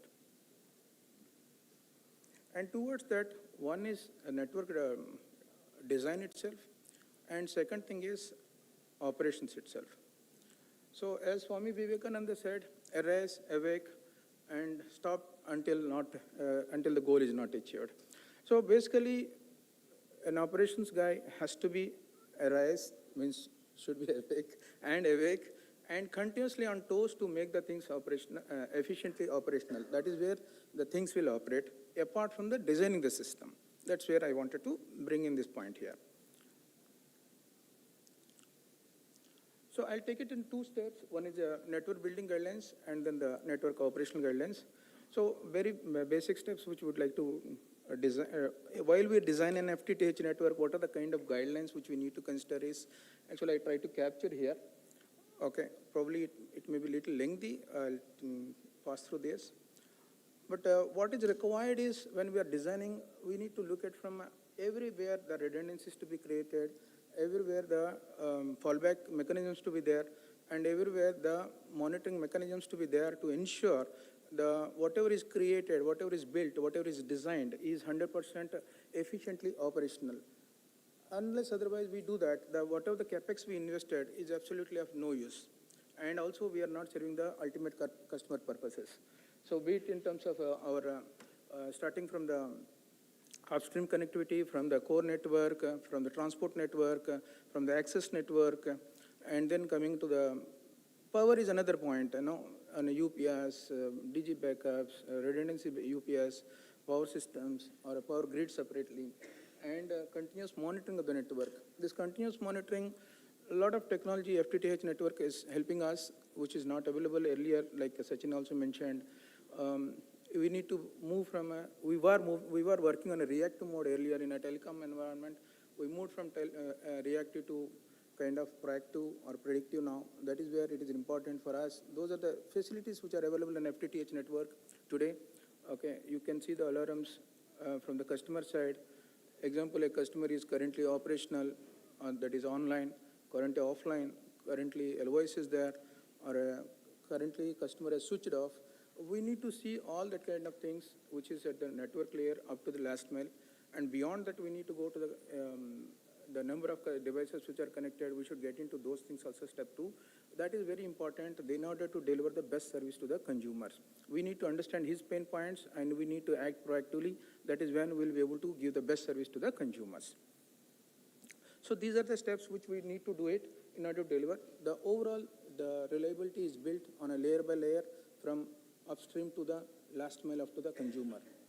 This is what actually I wanted to bring into the clear understanding to everyone. And a lot of facilities and technology is available to understand alarm systems which are enabled now, which will enable us to understand remotely instantaneously, and thereby we can act upon, and that is where we can deliver the proactive services or the proactive services and predictive service to the consumer, which is a critical need for the masses to do, because the kind of applications which are going to run are much more demanding in terms of service availability, much more demanding in terms of lowest latency. And tomorrow, example, if you are talking about say a driverless car, tell me what kind of sharpness is required in terms of the decision making.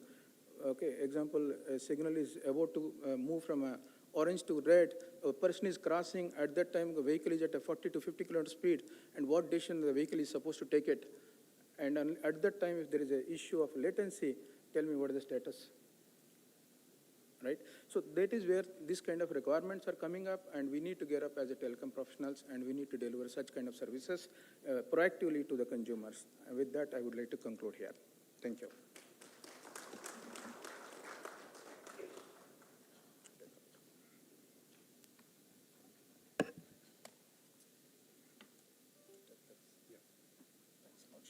Thanks a lot, Shashi. Thank you. Thank you. Now we move and we hear from the guest of honor, Sri Arindra Kumarji, who is the at present CGM Maharashtra BSNL, moving to Secretary TRI. Sir, over to you.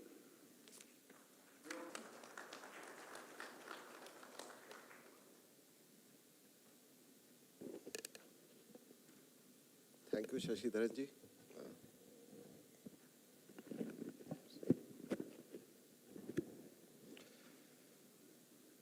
Respected all distinguished dignitaries on the dais, all the audience from the industry, and all the members of this Broadband Summit. First of all, I thank all of you for inviting me to this summit and welcoming me and facilitating me for becoming the Secretary of TRAI. Ladies and gentlemen, we all need to look upon what we have achieved during last 3 decades. In the industry, in the government, we are all very proud of what we have achieved. As on date, we all understand broadband connectivity is the lifeline of the nation. It connects communities, it connects members of the same family, it connects families, it connects the whole country. And broadband connectivity is the basis on which citizens are connected to the government, citizens are connected to the services, students are connected to the knowledge, and it is the base on which all our financial institutes are running.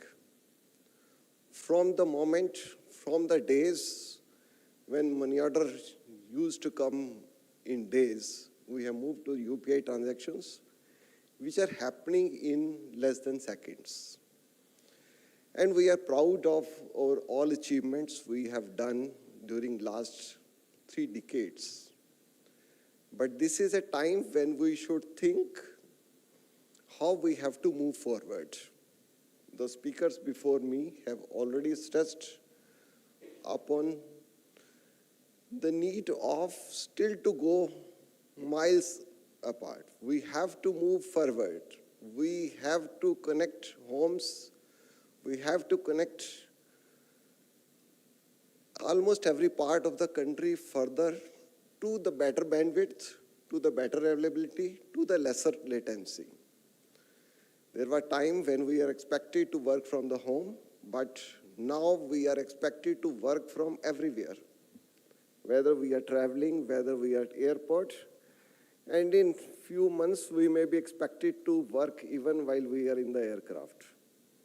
So it's not working from home only, it's working from everywhere and connecting everywhere, wherever somebody is situated. And this needs investment. This needs capex.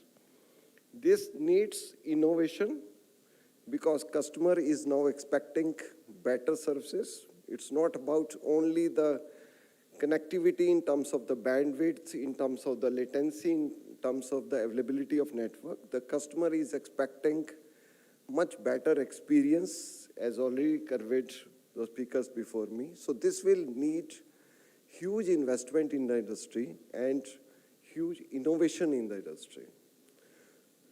The growth of the industry in last decades have been mainly managed through a competitive investment. We all have been competing with each other. That's why there have been good investment. There have been affordability and best possible affordability of the services in our country. But the future growth needs to rethink how we are going to manage the investment in the sector. We have to move away from competitive investment to the collaborative investment. There has to be smart investment in the country only when we'll be able to reach the scale and the quality of service which we are thinking of. If we are dreaming of a very high quality of service and the reach of our services, we have to come up with a new model where investment is the smart investment, which means let us collaborate below the network layer and have a collaborative investment in the basic infrastructure. We are creating the broadband fiber networks and everybody is creating its own road.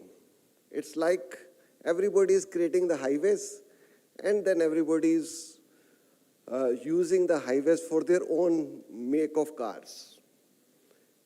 There is little collaborative examples in our country. Tower sharing is a good example where there was collaborative investment. There are a number of examples, but still, we have to think of models where the basic infrastructure, at least the passive infrastructures, and are shared, and the competition is for the customer experience. Competition is for the innovation in improving the quality of experience of the customers. Competition is to the reaching to the customer. We have to build up more high-speed broadband corridors in our country. We have to create fiber networks, further reach out to every village. We have already rolling out a huge project in the name of amended BharatNet. How we are going to collaboratively use the same network for all the competitors so that the industry compete in providing the services. That model we have to come out, and I will request all the industry leaders to think how they can have the strategy to work on these models. We cannot afford to lay two fibers on the same road running thousands of kilometers. Our country is not a small country. Our country is a huge, which needs huge investment. Secondly, when AI is going to come, there has to be three things. First, the data. Second, the compute power. And third is the connectivity. And when these three things will come together, only then AI will come. And when there is a talk of connecting the systems which support AI or connecting the supercomputers, people will talk of connecting 400 Gbps or even 1000 Gbps connectivities between the supercomputers. So it means there will be huge requirement of bandwidth beyond whatever we are thinking as on date. And another thing is when we are always talking about fiber first, mobile first, or whatever first, these are all technologies, these are all services, which are all complementary to each other. No technology can substitute entirely the another technology. This mobile, the fiber to the home, and satellite. These are the things which are going to supplement and ultimately converge into the same connectivity to everyone. So when we are at the stage when satellite services are going to be launched in our country, do we think we are going to build up teleports, 25 to 30 teleports in throughout country, and every operator is going to build up the teleports, or satellite earth stations, you call them satellite earth stations also. Or we are going to have a model where the earth stations are going to be common and everybody is going to have another layers of the network being lost by different competitors. Another important thing is these telecom assets, the physical telecom assets, whether they are earth stations or cable landing stations or they are important hub stations, these are important national security concerns. These are to be protected by the country, and if they are collaborative build-up, that can be easily protected, and they can be, there can be different models where how this collaboration will work. I think industries to start thinking how the financial and operational models will come, where collaboration can come for the investment, coming together of the existing operators, or some new mechanisms can be built up on these platforms. We should start thinking.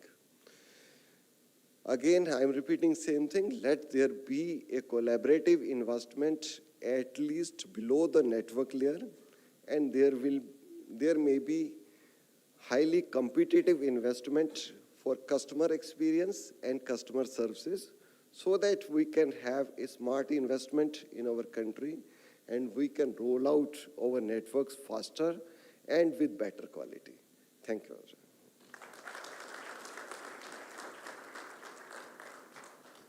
Thank you, Harendraji. So it was a starting speech of the Secretary TRAI. Looks like he has already said and he has already left BSNL, and he has put on a beautiful words to the industry that, you know, we have to work on a PPP model. Having said that, thank you very much, sir. Sir, government order aa jayega, no problem. That is not a problem. So thank you so much for joining all of you. So we'll have a memento present. I request Shri Arindam Mukherjee to please present the memento first to Puneet ji.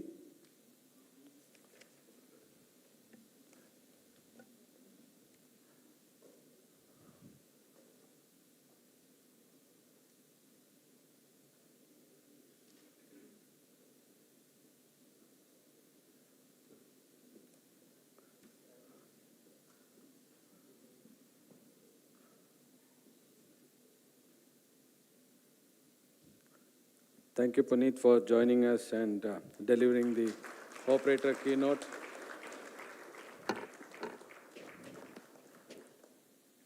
Then to Winsley Fernandez.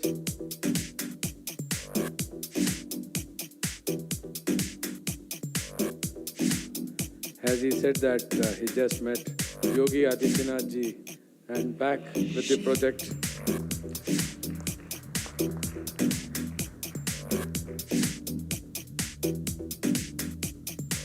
Then to Sachin.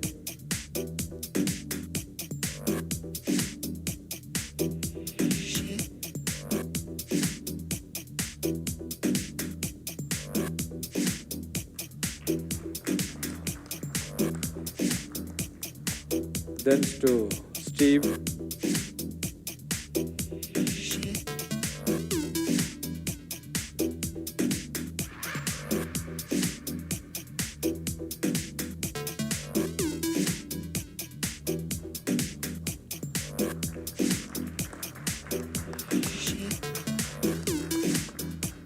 Then to Naga Kishore.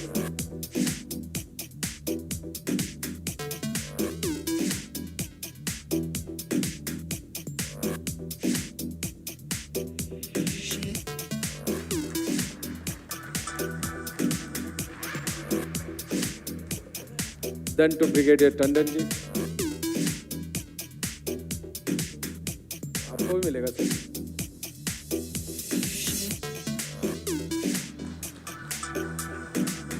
Then, ladies and gentlemen, on behalf of the entire telecom fraternity, I present this memento to Shri Harendra.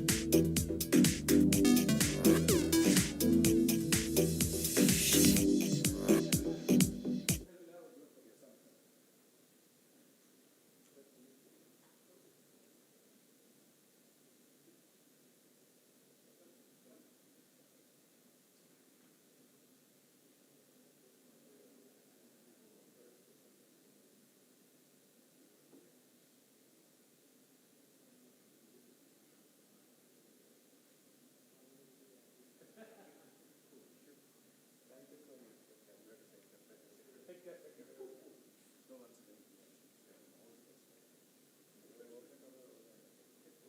have a 15 minutes to tea break and join us back.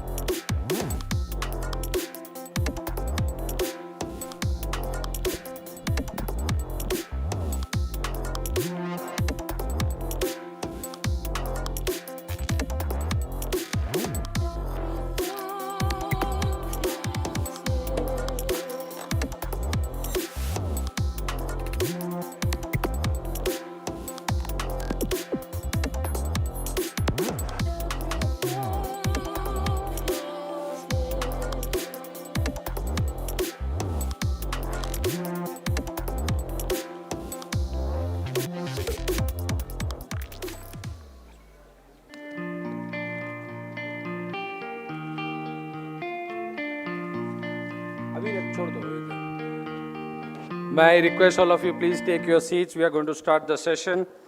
May I request Brigadier Anil Tandon to come on the stage as he is going to chair the session.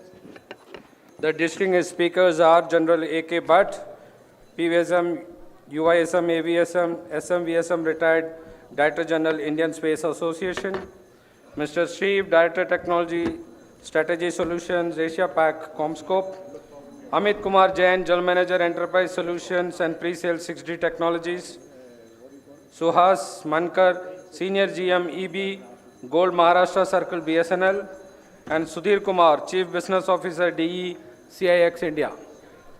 I request all of you to please join. Where is General Sir?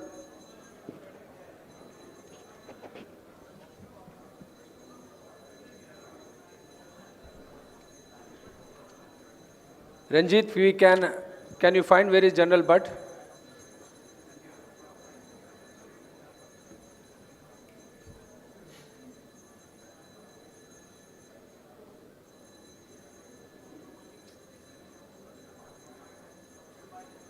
May I request General Bhatt to come inside?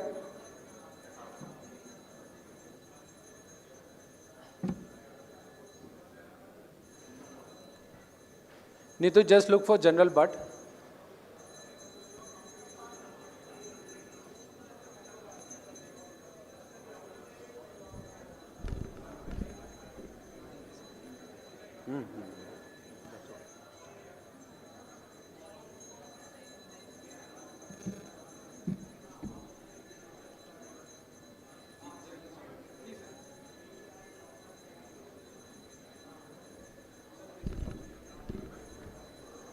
So over to the chairman. Thank you.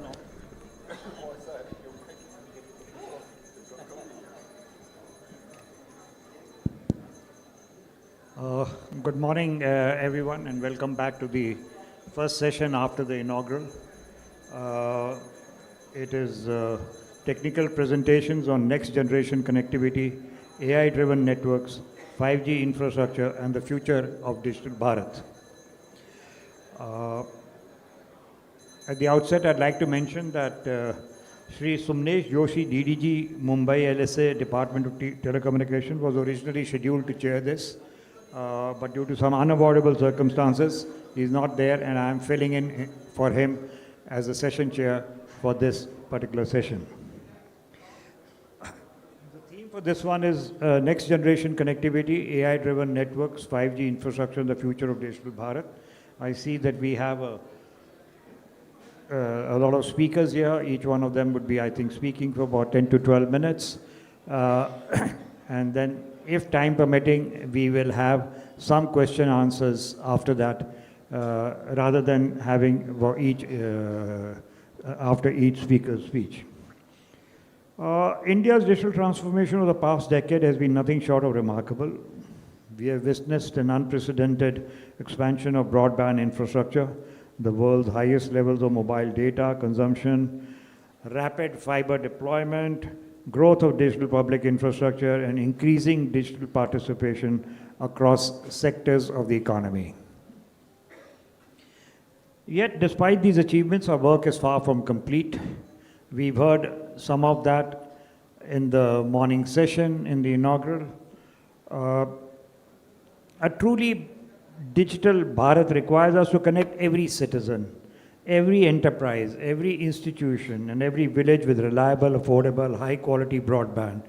The challenge before us is not merely one of connectivity, it is one of meaningful connectivity, something I said in the morning in my talk also. Connectivity that empowers education, healthcare, agriculture, commerce, governance, and innovation.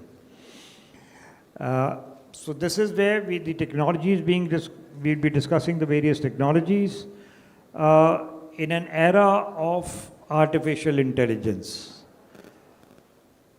which is beginning to transform the way networks are designed, managed, optimized, secured, and monetized. Their networks are no longer passive infrastructure. They are evolving into dynamic self-learning platforms capable of predicting demand, improving user experience, enhancing security, and enabling new digital services.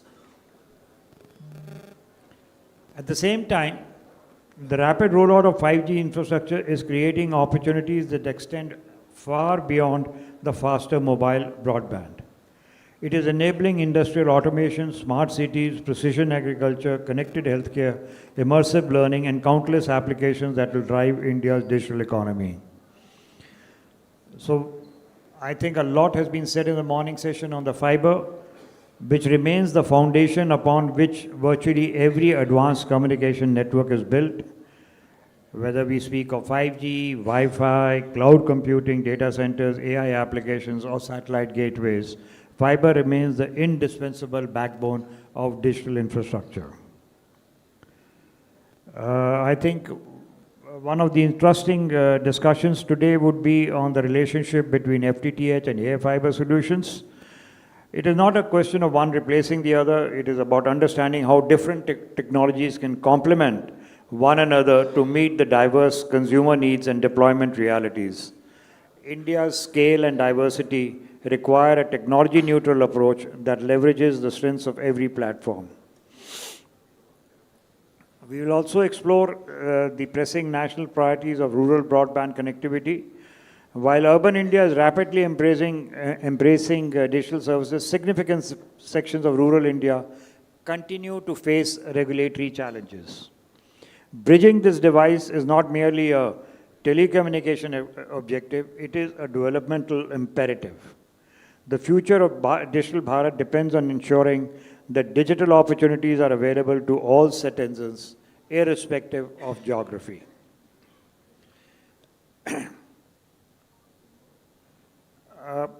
And of course, no discussion about the future of connectivity would be complete without addressing cybersecurity. As our dependence on digital networks increases, so does the importance of securing them. Cybersecurity can no longer be treated as an afterthought. It must be embedded into the network design, operations, and governance from the very beginning. We also need to consider the growing role of the satellite communications, especially in connecting the unconnected. And for that, we have General Bhatt from the satellite ISPA to be able to talk on it. So it will not only being viewed, satellite is now becoming more than just a solution for the unconnected or the rural areas. It is also becoming an integral part of the converged connectivity architecture that complements the terrestrial networks. With advances in LEOs, constellations, improvement in satellite technology, and in supportive policy environment, satellite broadband has the potential to extend reliable connectivity to underserved areas, support disaster resilience, enable critical communications, and contribute to the national objectives of digital inclusion. A lot is happening on the regulatory front. If you've been reading the news on the allocation of spectrum on an administrative basis, and you've all been reading how the various SATCOM operators have been given the, while they've been given the license, but as yet the operations have not started because of various other reasons like security, etc. I'm sure General Bhatt will throw some light on that.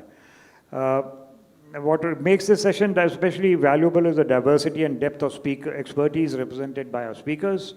We have leaders from the telecom, broadband, enterprise solutions, satellite communications, and internet infrastructure sectors. Their collective experience spans technology development, network deployment, business transformation, and policy implementation.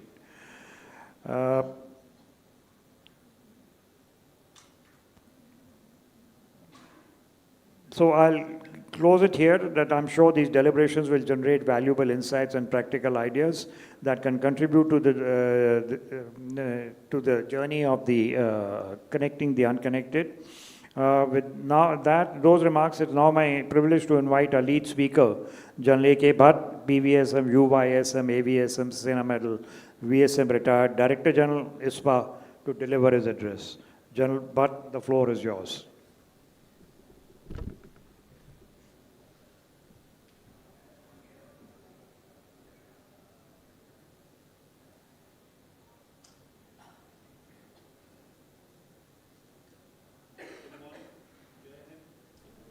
What a privilege to be here with all technical experts. And I should tell you about my journey, which was a little short of 40 years in the Indian Army, and which ended in June 2020. And in August, I got a call from the PMO that there's something happening in satellites, can you do it? And I thought they've asked the wrong man.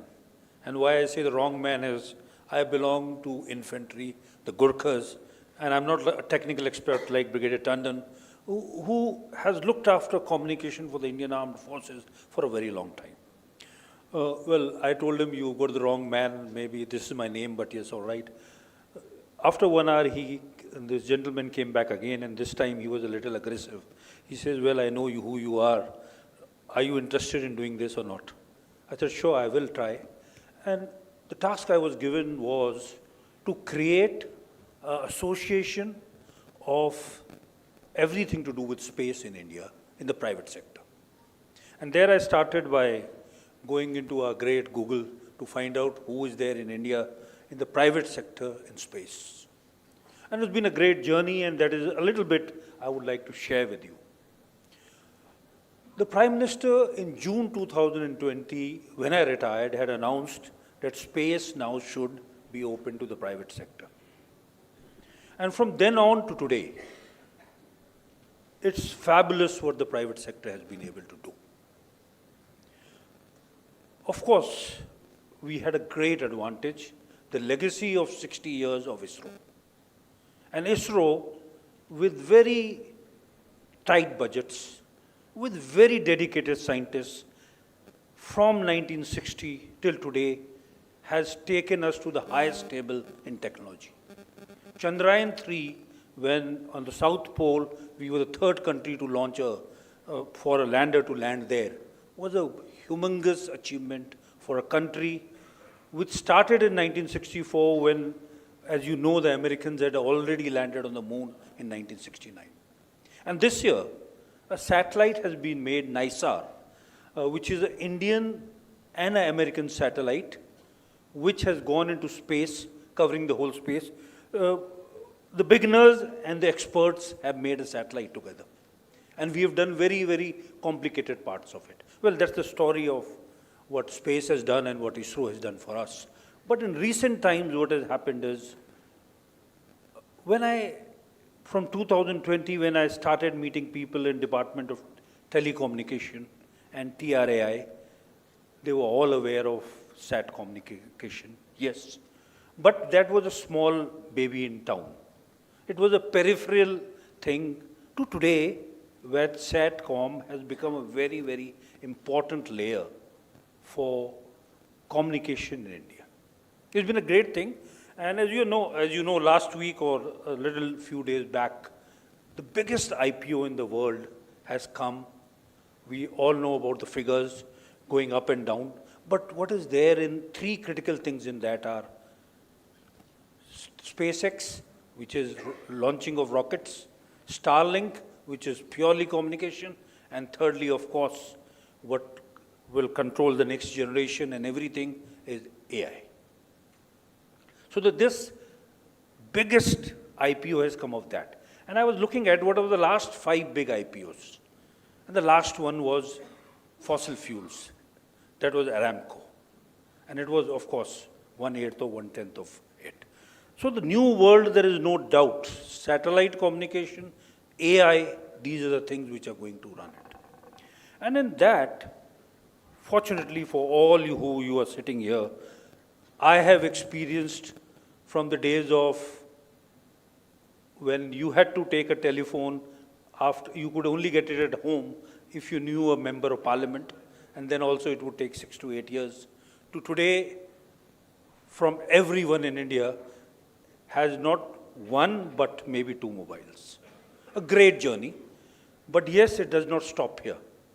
We have to connect the unconnected, and in the unconnected is one part where I have been for 40 years. I have experienced places where only snail mail was the answer to communicate with my loved ones for many years. Way back in '92, when I cleared my staff college, one of the very competitive exams in India, It came in Hindustan Times in mainland India. My family knew about it. I came to know about it after 12 days because I was in Kashmir where no newspapers or no mail could come. To today, that before it happens, every man, the last soldier, is communicating with people in the mainland, with his folks, with everyone. My thanks to all of you for that. And then now today, where broadband, and it is not one connectivity, but multiple connectivities in home, where does satellite communication stand? Before I do that, I'll just show you what has happened in space in the latest.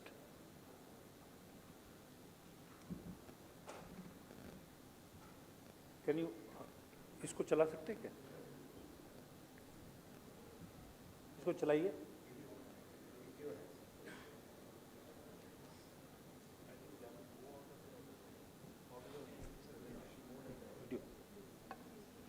This is a video. Okay, okay, leave it if it is not coming. This thing is called the chopsticks. This is one of the biggest rockets of Elon Musk, and it is perfectly coming down and was held by two hands. The two hands were called chopsticks. It's a building as big as the Empire State Building, landing perfectly. For many years in space, we were struggling of sending a rocket up. But what Elon Musk has achieved is getting the rocket back perfectly to the point from where it started. This was done last year, and he's not looked back. And as you are aware, what his company aspires is that human beings will not only be on Earth, but will be on the Moon and Mars.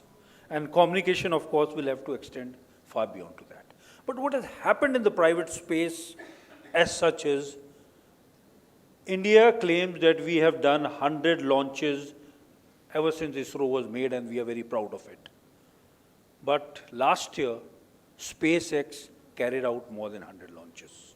That is the kind of, and with reusable rockets, he has brought down the cost by 10x, which means in the future, as you are hearing, even data centers will be made up there in space.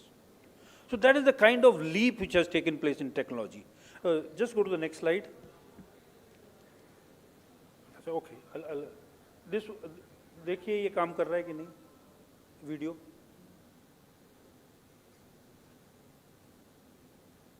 Not working? Okay.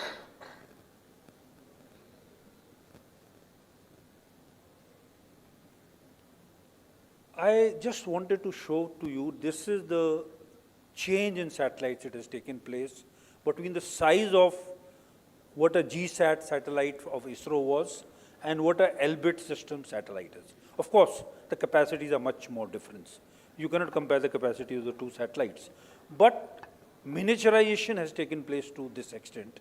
And what this miniaturization has led to is low costs and multifold satellites for communication in space. Even in ISR satellites, the size variation has taken place from this satellite, which is bigger than a room, to a satellite which can be held by human beings. So a humongous change has taken place because of technology in space. And the resultant thing for satellite communication, for communication has been the low Earth orbit satellites. 5 years back, the number of satellites which were launched in a year were 200 to 400. Today, the average goes between 3,500 to 4,000 satellites. And in that, of course, the lead constellation in low Earth orbit is Starlink, which you are all aware of.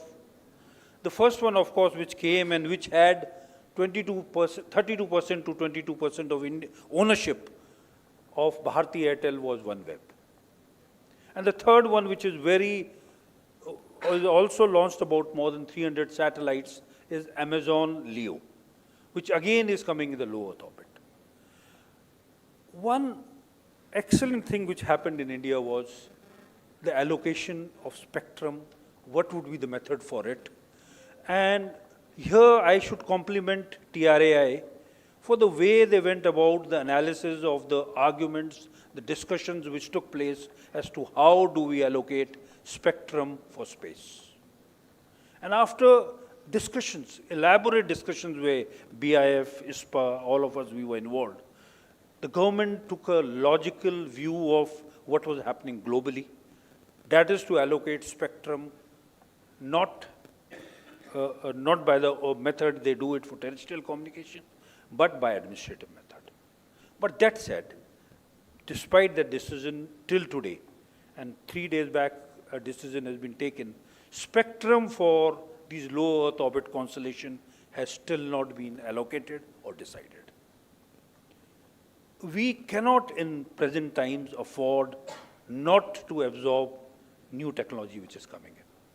And these 2.5 years is, as I say, is an opportunity cost.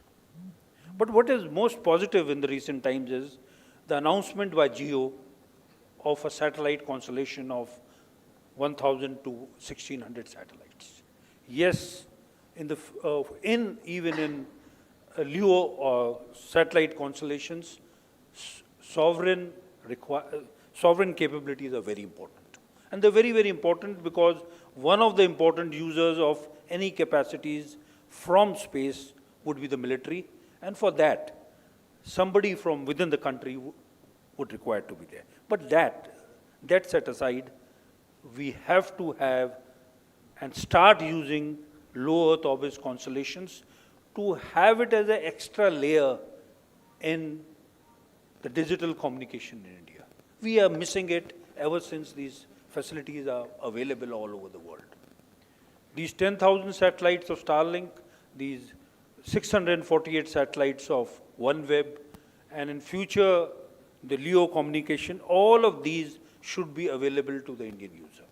They in no way can replace terrestrial communication, means mobile will, along with broadband, will stay as the mainstay in India.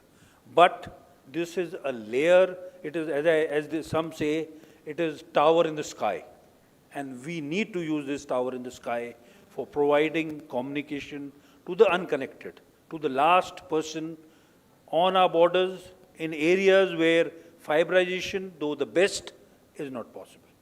I'll stop here, and rest I will take later in the questions and discussions ahead. Thank you. Jai Hind, Jai Bharat. Thank you very much, General Bhatt. 2-3 points that he brought out, very interesting. Number one, the need for a sovereign satellite system, which Geo has announced recently at the AGM. The second is the need for, while the rules for the satellite spectrum allocation by administrative means has come out, but somehow it does not include satellites for commercial use, which is the SpaceX or OneWeb. So these are and of course it's very, he's shown you how the miniaturization has taken place and how the technology on the satellites has improved. Generally in the broadband infrastructure, there has been focus more on the mobility, more on the fiber, maybe on this thing, but this time onwards, Bharat Exhibition and BIF together have tried to put across a little bit on the satellite because that's an upcoming thing and which needs the support. Thank you very much, General Bhatt, sir. I now invite Mr. Stephen Dick, Director Technology, Strategy and Solutions, Broadband APAC of CommSpoke, to please give his address. Over to you, Steve. Thank you very much. Right, now, CommScope's been a world leader in the connectivity industry for more than 50 years. And what I'd like to do today is share some insights on 3 topics. The first is to give you our global perspective on the optical infrastructure market as it is today. The second will consider architectural choices for fibre to the home. And the third will introduce the importance of providing quality data centre connect solutions that are needed to support the huge growth in the global data centre market.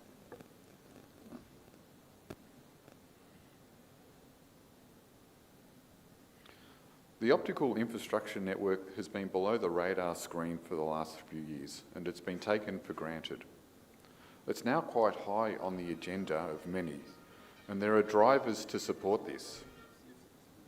The first driver is fibre to the home or fibre to the X construction, and it's still ongoing everywhere in the world because the job of bringing fibre to the home or the antenna or business, it's not done globally. So in India, we heard earlier, 16% is connected, but globally, it's still a lot to do, as you can see on this chart. So this chart represents the penetration of fibre to the home in the 25 most populated countries in the world. So you can see there's a very significant part of the world that's far from covered, so that's a very important driver for our industry. The second one, this makes the news every day in the press. So it's the data centre construction that's growing in a very exponential way. So, and a large driver of this is AI. So the thing to keep in mind is that there's no AI without a network to connect it, and there is no AI without a quality network. So this is where our passive systems support all of that data centre build. Also, from the passive hardware perspective, the last driver is quite important. So this relates to long-range metro fibre networks, and they need to be enhanced very often. So this is to support the large increase of traffic that we see that's happening across the world. So, and there are many industries that are going to accelerate their digitisation, and they require more fibre too.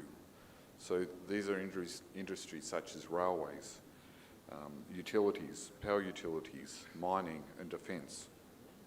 So there's a nice runway in front of us, and there's a lot to come, and there's a lot to do in building these networks. So that's where we are today. So look at our industry in views of this chart. So you may not be familiar with this. So it's the volume of individual optical fibre that was sold and installed in the world every year over the last 30 years. Deployment started in the early 90s, and in 2026 we will reach something close to 600 million kilometres. So that's 600 million kilometres of individual raw fibre that will be installed this year. So what's important to consider is the colours on the graph. So the red part is China. The blue one is North America, and then the other three colours represent Europe in green, yellow is the non-China Asia, and grey is the so-called rest of the world.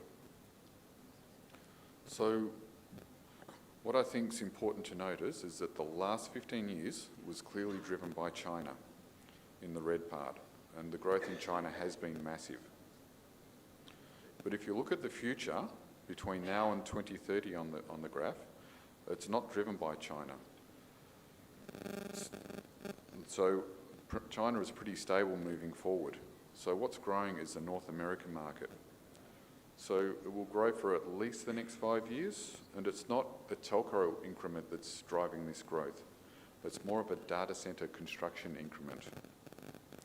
So we're talking about a market that's very US driven, and it's very much data centre driven in the future.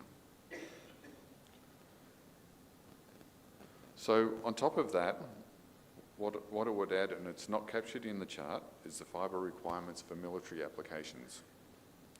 Drones are now playing a large part in the conflicts that are occurring in the world. And drone technology now uses more and more fibre as part of their guidance systems.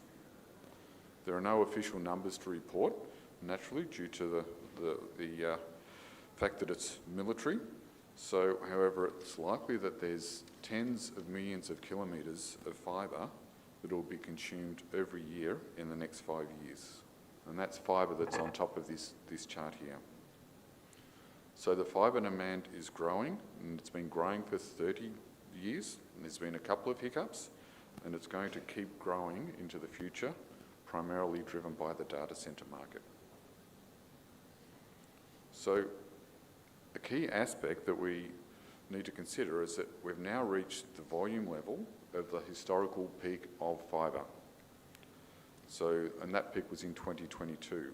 So what that means is that the capacity to make fibre today is full. We're currently having a shortage of optical fibre. So I think we all know this, and everybody that's been following the market knows that the pricing of fibre is following the demand, and that happens like any massively used commodity. So in the last 6 months, the price of an individual kilometre of fibre, of raw fibre, has increased by 100 and 200%. And that's because there's no capacity available. However, this will not last forever. So the industry knows that, and the industry is investing in capacity, but it takes time for that capacity to come online, 18 months to 24 months. So there will be a rebalance point at some point, but at the moment we're at quite an extreme point.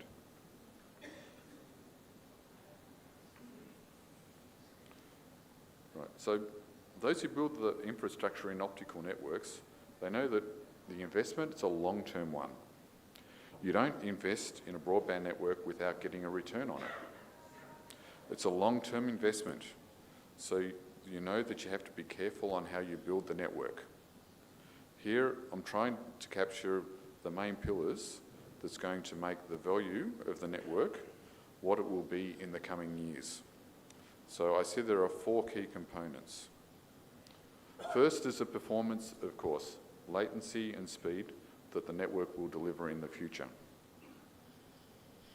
The second is the density. So what I mean is that the density is an enabler for reaching customers and for having some redundancy available, which is very important when you have to run your network. Then the third and fourth are also significant. The third one is how much this network will cost you to run, because you should never forget that after the CapEx, there is an OpEx, and the OpEx never stops. It's there every year, and it really depends on how the network was built. So actually, in terms of robustness of components, in terms of homogeneity of components, you have a high or low OpEx depending on the way you build your network at the starting point. So you're investing for decades, and you have to make the right choices when you invest. Then scalability and the ability of the network to adapt to the future needs that are always changing is another element that's important. So what I want to highlight here is that companies like mine, we make the connectivity solutions, the physical connectivity solutions, and they have an impact on all of these 4 pillars. So there are challenges, and I think we know all of these. There's wars and there's trade wars, trade disruptions, and there's a lot of that happening today. There's scarcity of certain raw materials. For instance, helium or germanium, which are 2 key raw materials to make optical fibre, they're quite scarce today. Copper and aluminium, they're at very high price levels compared to their historical levels. And in certain places or countries, there are labour shortages, and that prevents the installation from being done as fast as it could be done. And I mentioned earlier the optical fibre shortage. So there's a lot to do in our business, there's a lot to build, but it's not necessarily going to be a flawless journey. So we're now getting used to temporary disruptions that come unexpected and that we have to cope with.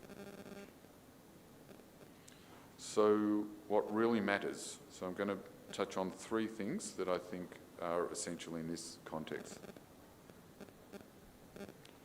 So the first one is that the life of the fibre network it's tough.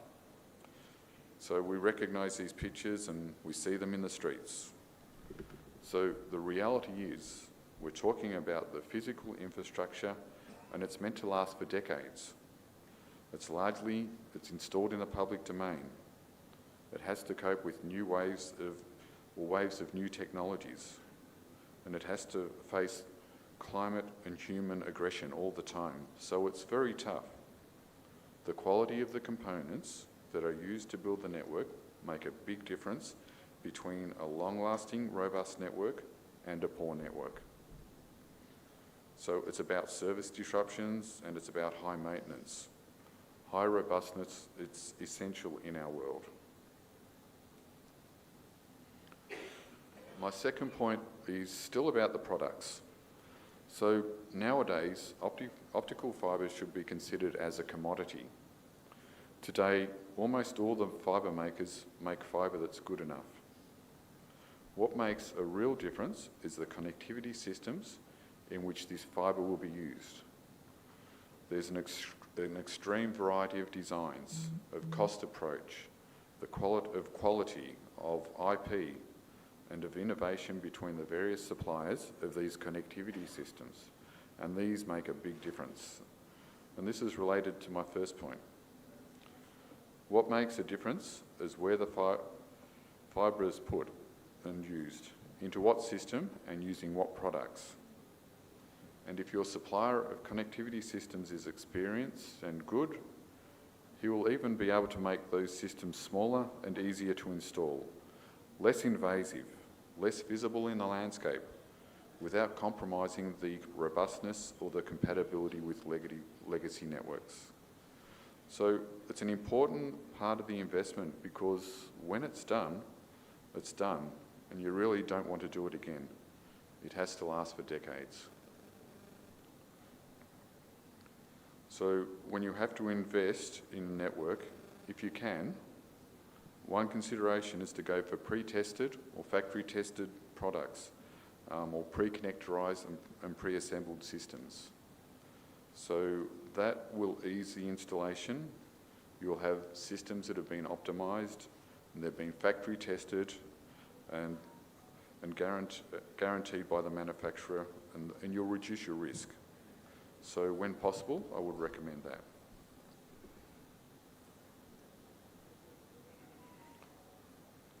My last point is about partnerships. So I think in a world that's always less predictable and it's always more complex, the way to protect your activity is to be in a kind of a global ecosystem of partnerships that would be stable and efficient. It's difficult to resist when you're in a business like data center, for instance, or an enabler of those data centers. You want to be part of the buzz, but you want to show that you're part of it. But what really matters, it's what you really deliver, and it's what you say to the market. And I believe the creation of those ecosystems and the partnerships is the key, and important to manage geopolitical changes and whatever can happen in the world. So it has to be loyal partnerships. No one can be opportunistic in this. We all need to share the pain and the good times. The partnership has to last during the good market conditions and the bad ones. And when it comes to network construction, it has to work during the construction phase and also during the maintenance phase later on. So it has to last for years and years, and it has to be stable. And for that, you'd better pick up someone or a partner that will be still there in 20 years' time, having the right scale and the right innovation and the capability to follow your developments. So in summary of this section, like raw fibre, it's a commodity, but the connectivity systems are not. And the best way to protect those long-term investments, like a network, is to make it happen with a stable, loyal ecosystem of partners. So I'd just like to spend a few minutes on each of two other technology areas now. So first one's about fibre to the home. So here I'm showing a number of different topologies for deploying fibre to the home. The first one, it's centralised split, and it's not used in India. It's really not used in any part of Asia. And that's really because of the large fibre counts which result in high civil and installation costs.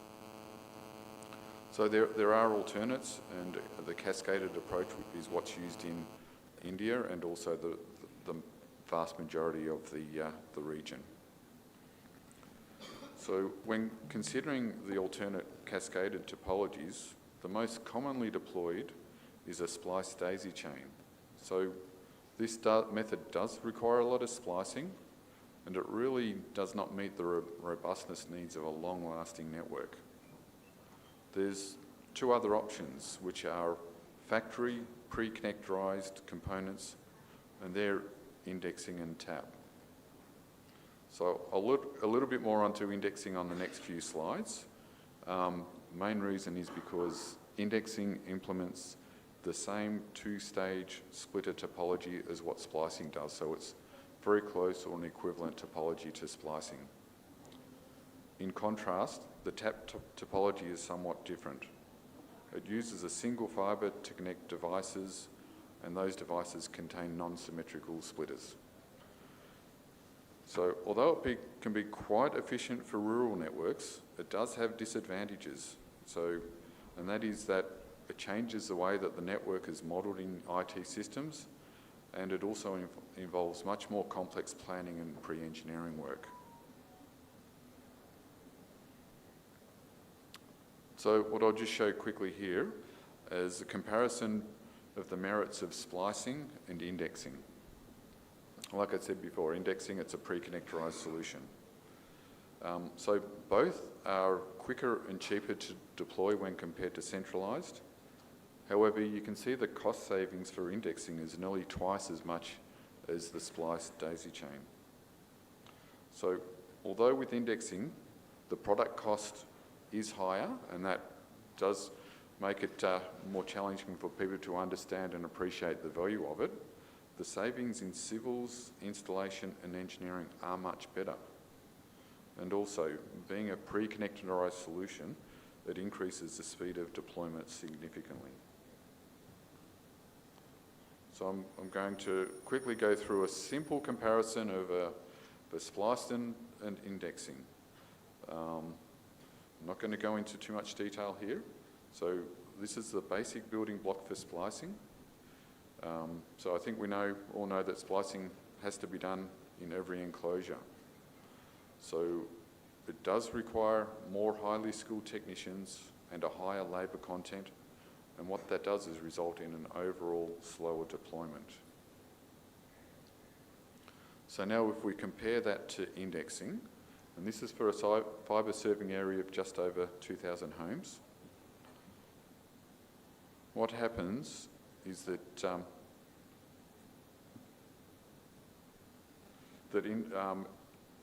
with the indexing, we've just got a single splice at the input splitter of the FDC, and everything else is pre-connectorized, it's factory built and it's factory tested.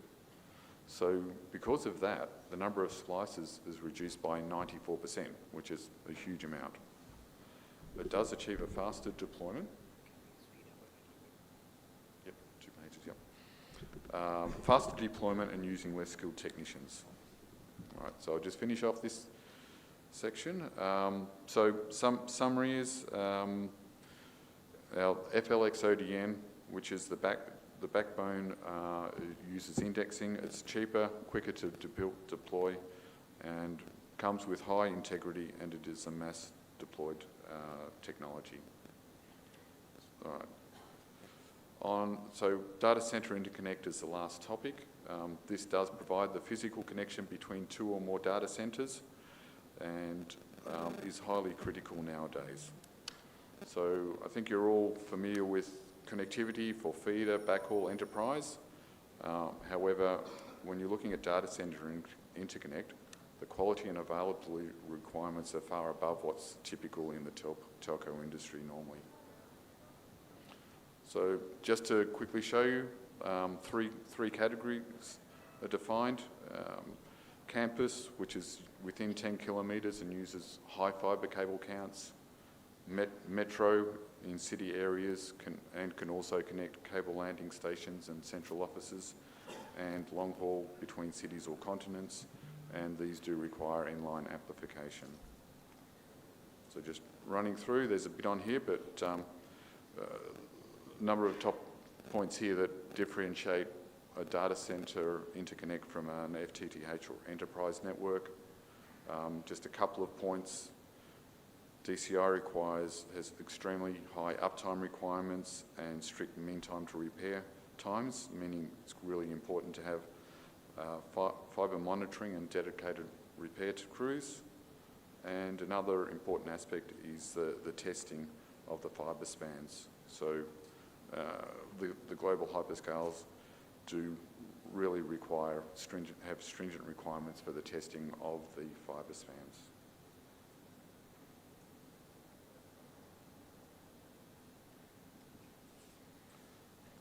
And here, I'm just showing a simple diagram of interconnection for a data center. So data center interconnect. So this is really just to point out that the products that you see here, they're ones that you're familiar with. Panels, cables, splice closures, and this is where the point from my first topic is important, in that you need to consider the long-term investment in these networks, using robust products and selecting a partner that has scale and innovation. And finally, this is where we help you. We do have the products. We're a global company. We've got local presence in India. We do have manufacturing in India and support. Have the product ranges to support DCI, fibre to the prem, enterprise, industry verticals, and also professional services that allow you to test DCI networks to meet the requirements of the global hyperscalers. Thank you. That was the last one. Thank you for your time. Thank you very much, Steve. You covered all aspects of the OFC part of it, from a global perspective to the products to the various architectures, and thank you very much for a very detailed presentation. The next, I'm requesting Mr. Amit Kumar Jain, General Manager, Enterprise Solutions and Pre-Sales 6G Technologies. The theme of his presentation is Beyond Connectivity, Monetizing India's Broadband Future with AI. We are running a little behind schedule. I'd request all the speakers to kindly limit their presentations to about 10 minutes. Thank you. Good afternoon, everyone.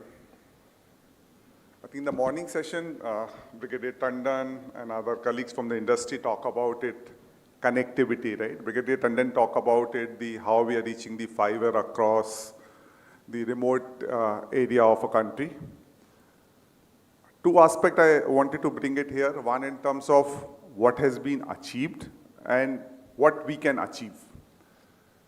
First, in terms of connectivity, right? So we talked about fiber, which is reaches, right? But are we really connecting the customer, right? So theme of like connecting the unconnected, right?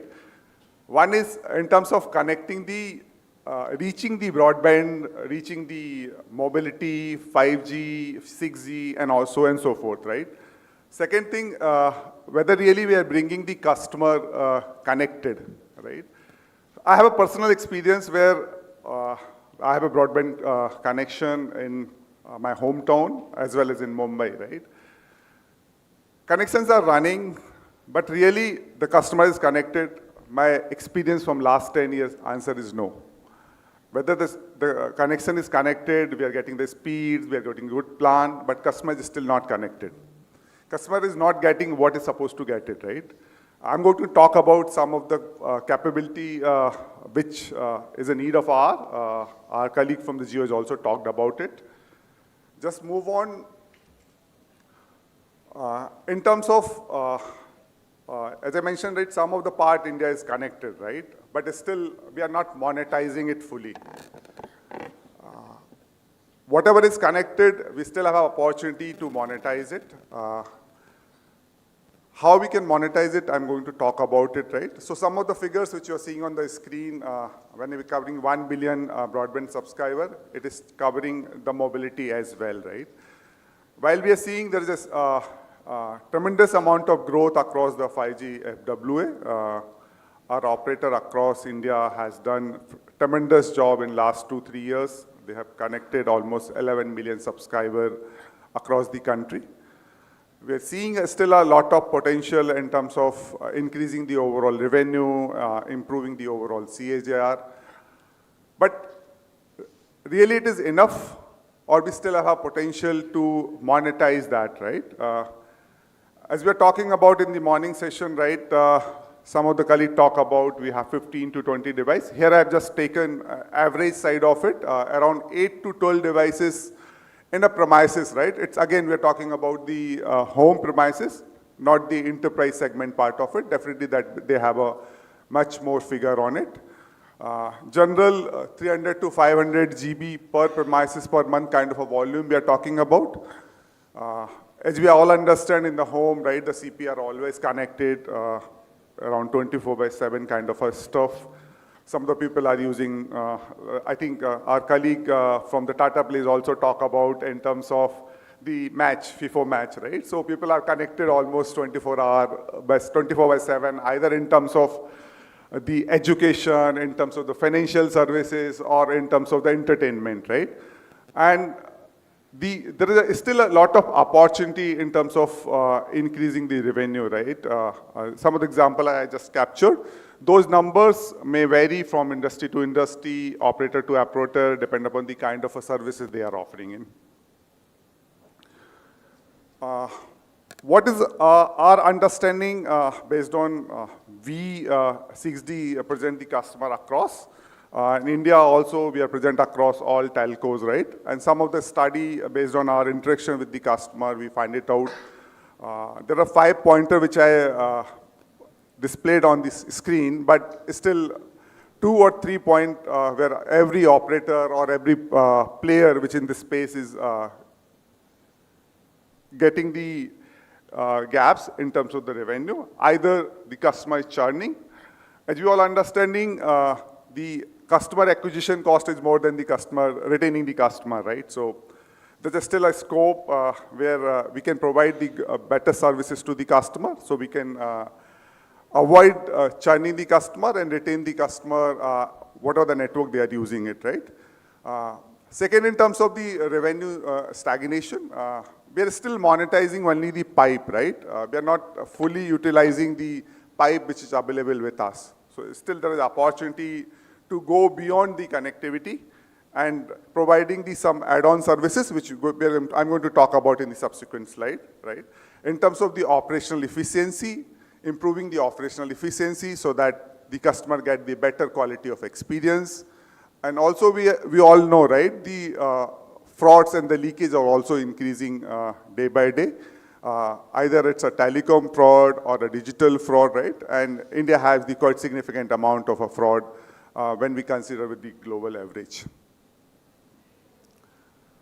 So what's the journey we are referring here, right? Some of colleague from Jio has also talked about it, AI transformation, right? So how we are going to convert our data, which we are collecting to a network, into the revenue streams, right? Some of the figures which you're talking about, if we are using the AI across, we are going to improve the overall churn efficiency. By using the AI model, right, based on our deployment experience, we are able to achieve 85 to 90% accuracy, right? And we are able to get around 30 to 90 days advanced accuracy. Based on that, we can estimate the customer, whether the customer is going to churn, and then how we are going to retain or going to build up the retention plan for the customer. Either upselling or cross-selling or multiple options can be tried it out, right? One of the example which I was referring to in terms of when we know the customer is about to churn, by one of colleague talked about the predicting, right? I think colleague from the Tata Place talking about, right? We predict, right, what is going to happen, right? If we know that, we can take the faster decision using the AI models, and then we can offer a best offer to the customer, right? So such kind of models are available in the market. Obviously, those models are getting trained over the period of time as we are getting the more and more data, right? It will also help us in OpEx optimization or OpEx reduction in terms of lot of automation, either is considered for CP maintenance purpose or either a provisioning, zero-touch provisioning model, right? So those models help us in obviously reduction in the overall OpEx. And last is the personalization of the offer, right? In terms of how is the pattern of the customer. Instead of like, for example, I'm using a static plan from our broadband provider, right? But some personalization offer can be offered to the end customer, and the additional revenue can be get from those customers. The overall AI decision engine, which is displayed over here, is already talked about it, one of our colleague, right? The point which I am going to bring it here, right, in terms of the 6D technology, we are going to bring that AI agentic layer. In our overall product portfolio, we have our homegrown ARIA engine, right, which we call the AI engine, which is inbuilt, in-house developed, right, which we are going to bring the various agentic layer over there. Either it is a customer agent or a network agent or the revenue agent or in terms of the support agent, right? And based on the action based on the detection by the agent, the appropriate action can be taken, right? Either offering them some loyalty bonus, right? Offering some kind of a gamification, depending upon the kind of a customer it is, right? Some free game can be offered, right? Or some kind of a upsell bundling can also be initiated. So those kind of different action, those action can be converted into the revenue model, right? Which can help us in increasing the overall ARPU, reduction in the churn, obviously reduction in the OpEx as well. Moving on, right, this is the sum of the opportunity which can be encased on the top of our connectivity, right, which help us in giving the additional revenue. Home as a platform, that George already talked about it. They already launched into the market, but a similar opportunity exists for the other player as well. Premises IoT anchor, where we can anchor 50 to 100 or multiple devices through a single connectivity. Those devices can be managed centrally, can be configured centrally. Even the troubleshooting of those devices can be automatically initiated. And based on the AI engine, if any particular issue, even some of the corrective action can also be taken. And before even the customer know the problem, our team who is managing in the back end, the customer care team or the NOC team can also be intimated, right? Some of the colleagues also talked about in terms of the work from home, right? We have mixed operations nowadays, right? So at least 30 to 40% of people are working from home, right? But we face the challenge. Some of the people talked about the connectivity in terms of buffering as well, right? The similar issue we are observing while we are working from work from home as well, right? Because there is no guaranteed SLA are available. So there is still a lot of opportunity under the broadband segment to provide the guaranteed SA for the work from home kind of people, and the different package can be assigned around it. Edge compute is also one of the initiative which help us in family, right? It will basically one of the upcoming opportunity, right? Which can be encased very easily, right? Last will be the household data inside, right? Again, this is in compliance with the privacy policy, not to declare or share the customer-specific information, but customer insights in terms of their pattern can be initiated, and those patterns can be used for the customization or the offering the customized offering to them. Last slide from my side. I'm just going to cover what 6D, at the 6D we are offering it, right? We are playing in a different space in terms of first talking about the digital BSS journey, where we are offering the unified offering to the customer in terms of either they are considering the mobility services, FTTH, FWA, as a single solution which can manage the all kind of connectivity, right? Even the dynamic bundling can be offered to the customers. The same mobility customer and the broadband customer can get the same plan assigned with the digital BSS system. Personalized offered based on the customer usage behavior. The personalized offered can be triggered to the customer using our agentic layer. And the last not the least is the support in terms of the billing aspect of it, whether it's usage-based billing or the outcome-based billing or even the partner-based billing. So different kind of a billing and the invoicing can also be generated. Second product line which we have in terms of building up the customer intelligence, understand the customer behavior and based on that suggesting what is the best plan for him, right? Recommending the best plan, understanding the customer need, profiling the customer, and preventing the customer from the churn, right? So those kind of a model also we have. Third one is the experience enhancement for the broadband customers. We have a real-time engine, be a rating and the charging engine or a policy enforcement engine, which is homegrown tool, which help us in offering the right QS and the SLA management.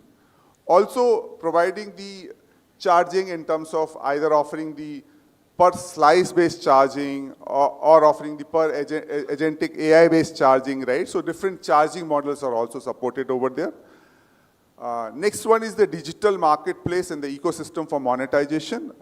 We are using the Open API-based interface where we can onboard the multiple partner. Some of the colleagues were talking about the education, gamification, right? Healthcare or the smart homes. Those kind of a partner can be onboarded through our digital API gateway.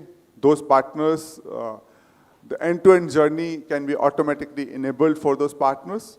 Partner settlement, all the process can also be automatically taken care, right? And obviously at the last when we onboard the partner, there's to the settlement mechanism between the partner and the operator that also need to be enabled over there. So that can be enabled as a part of a digital marketplace layer. Next layer is the AI-powered customer care and the engagement, right? So one of the capability which I talked about, right? I'm connected with the broadband customer, but there is no customer engagement with us. So my broadband provider never engaged with me. I have taken a 1,000 rupees plan. I pay every month 1,000 plan. He's least bothered about that unless and until I decided to move from one broadband provider to another provider, right? So we have to build up a layer, right, which really understand the customer behavior. Some of the recommendation can be provided through the AI engine. And once the AI engine detect, recommend, and the customer opt for it, or if the customer wanted to connect back to the customer care team, those kind of initiation can be done through that. Last will be the, obviously, when we are doing all those offering to the customer, end of the day, the overall operation has to be also automated, right?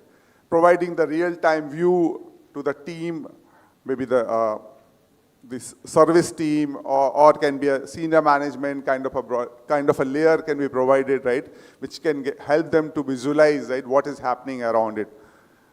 Maybe at the top layer, or what is happening actually at the ground layer at the customer, right? So we're talking about the taluka or the remote village, right? But really we do have a complete visibility, right? I have a personal experience with FWA kind of a customer where my broadband was not working for 5 days. I complained whatever the way I can do it, right? But end of the day, when I escalated through a governance channel, the team came to us and asked us to replace the connection. So they came, their local person came over there and he just set up a new connection to me instead of repairing that old connection. So that's the way we are living in. That's why we have to improve our overall ecosystem. We have to do a lot of automation and really need to understand what actually the feel of the customer and how we can help the customer. That's all from my end. Thank you. Thank you very much, Amit. Amit has provided you from a connectivity to the usage experience and how to use AI to convert data to revenue. And he's actually talked of the, while the other infra things, we've talked of the hardcore infrastructure, he's talked of the back-end software and the engines that are there. Thank you very much. I wish more people, more ISPs take up your solution so that the experience of the customers improves. Thank you once again.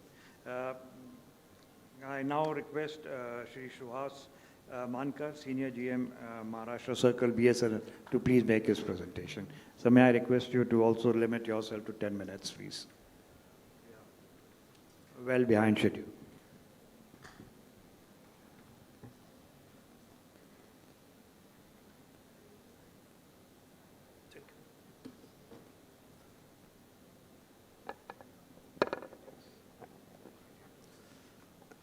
Good afternoon. First of all, I thank organizer for providing me the wonderful audience of entrepreneurs and professionals. So basically, mine is the #1 unit of EV unit of BSNL. And I would like to have some of you become my partners, so that I can cement my position as a #1 unit in BSNL. Today, I would like to share the process and benefits of becoming BSNL partners as a system integrator and channel partners of various BSNL services. BSNL provides wide range of opportunities for businesses and professionals who want to collaborate with BSNL, the #1 telecom brand. Why BSNL? It empowers you to grow. It is a 100% government-owned PSU, present every nook and corner of India. Vast network of around 8 lakhs route kilometer of OFC, preferred telecom partner of central and state government, serving more than 65,000 EB customers. And as you know, so we have already launched indigenous 4G. We are present in more than 1 lakh sites across India. And we have done a massive investment in BharatNet. We are providing end-to-end solution and end-to-end provisioning and routing managed at scale, which is the basic requirement of EB customers. We are also providing 100G equipped next generation MPLS network. We are also providing 400G connectivity for one of the prestigious project of Government of India. Then how to become a BSNL partner? So for becoming a BSNL partner, you have to impanel as a system integrator, or you have to register as a channel partner. What is system integrator? As most of you knows, system integrator are the specialist partner who bundle the telecom services with hardware and or software to build customized end-to-end solution for our EB customers. Channel partners are our existing partners. For example, TEEP. TEEP means telecom infrastructure provider. They are our FTTH partner. We call them TEEP. Then ASPs, application service providers. Then SD-WAN vendors, system integrators, mobile franchises that markets and sell the services to the enterprise customers.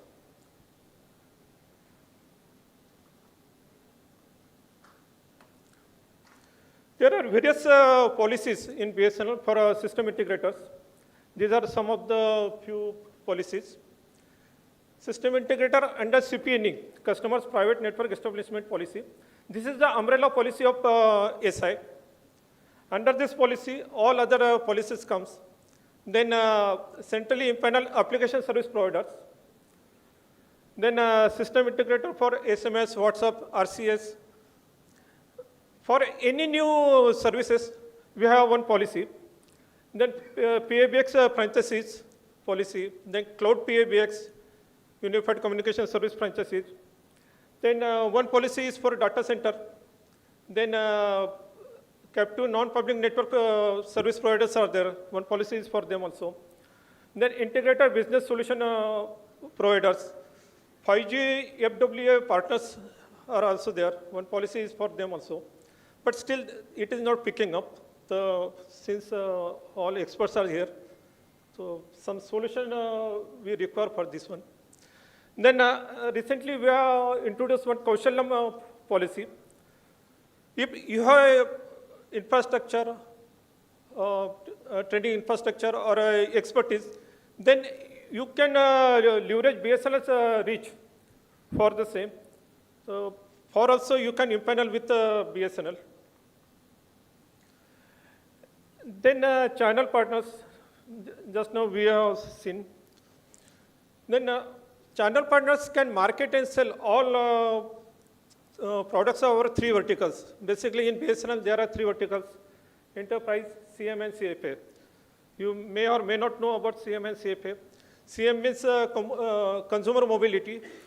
It basically works for wireless products.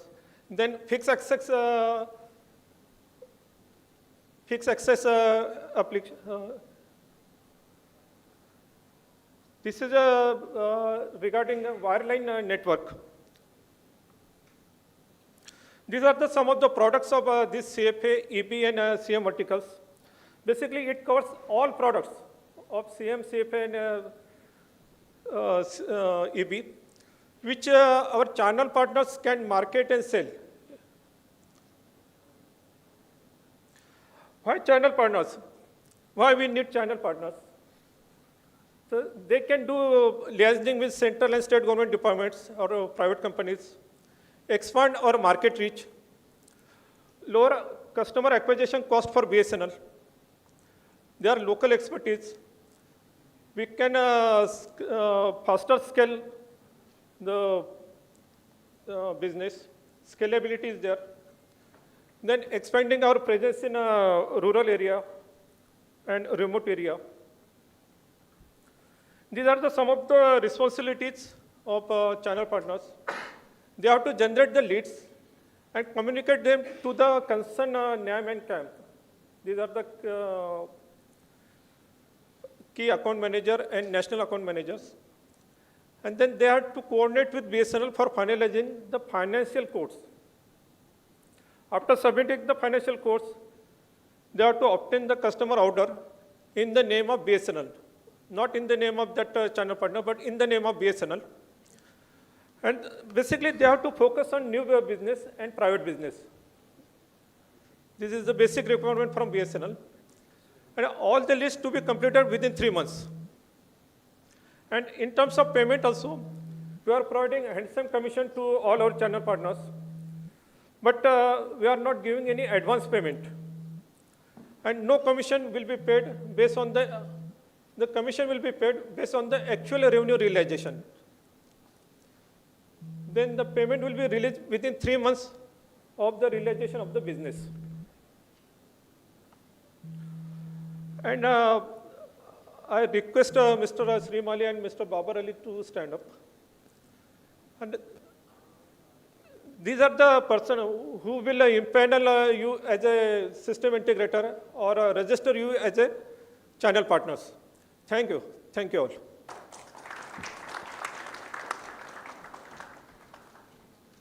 Thank you very much, Mr. Mankar. Thank you for keeping also to the time, but now people here know how to become registered as a partner with the BSNL. Everybody knows the reach as being the incumbent earlier, so I think it's a good opportunity for those who want to get into association with the BSNL, at least having laid down the methodology for doing it. We now come to the last speaker, Mr. Sudhir Kunde, Chief Business Officer, DECIX India. Over to you, sir.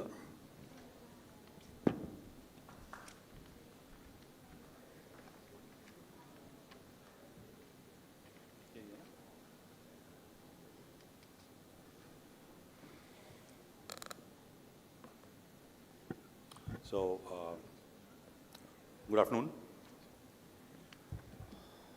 Very difficult thing to do.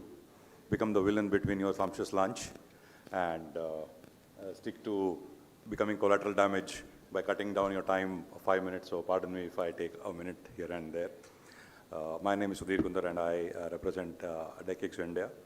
What we are going to talk about, and I hope I make it worth your while, and thank you in anticipation of your undivided attention, is building an AI-ready network infrastructure for Digital Bharat. Now, India's digital leap today has been spoken about throughout. So what is more important is, what does it need today? Intelligent, low latency, and a highly interconnected setup. So a little bit about ourselves so that you know what is the context for us to have this conversation going. DKIC stands for Deutsche Commercial Internet Exchange. We got formed 31 years back out of a small room in a German post office.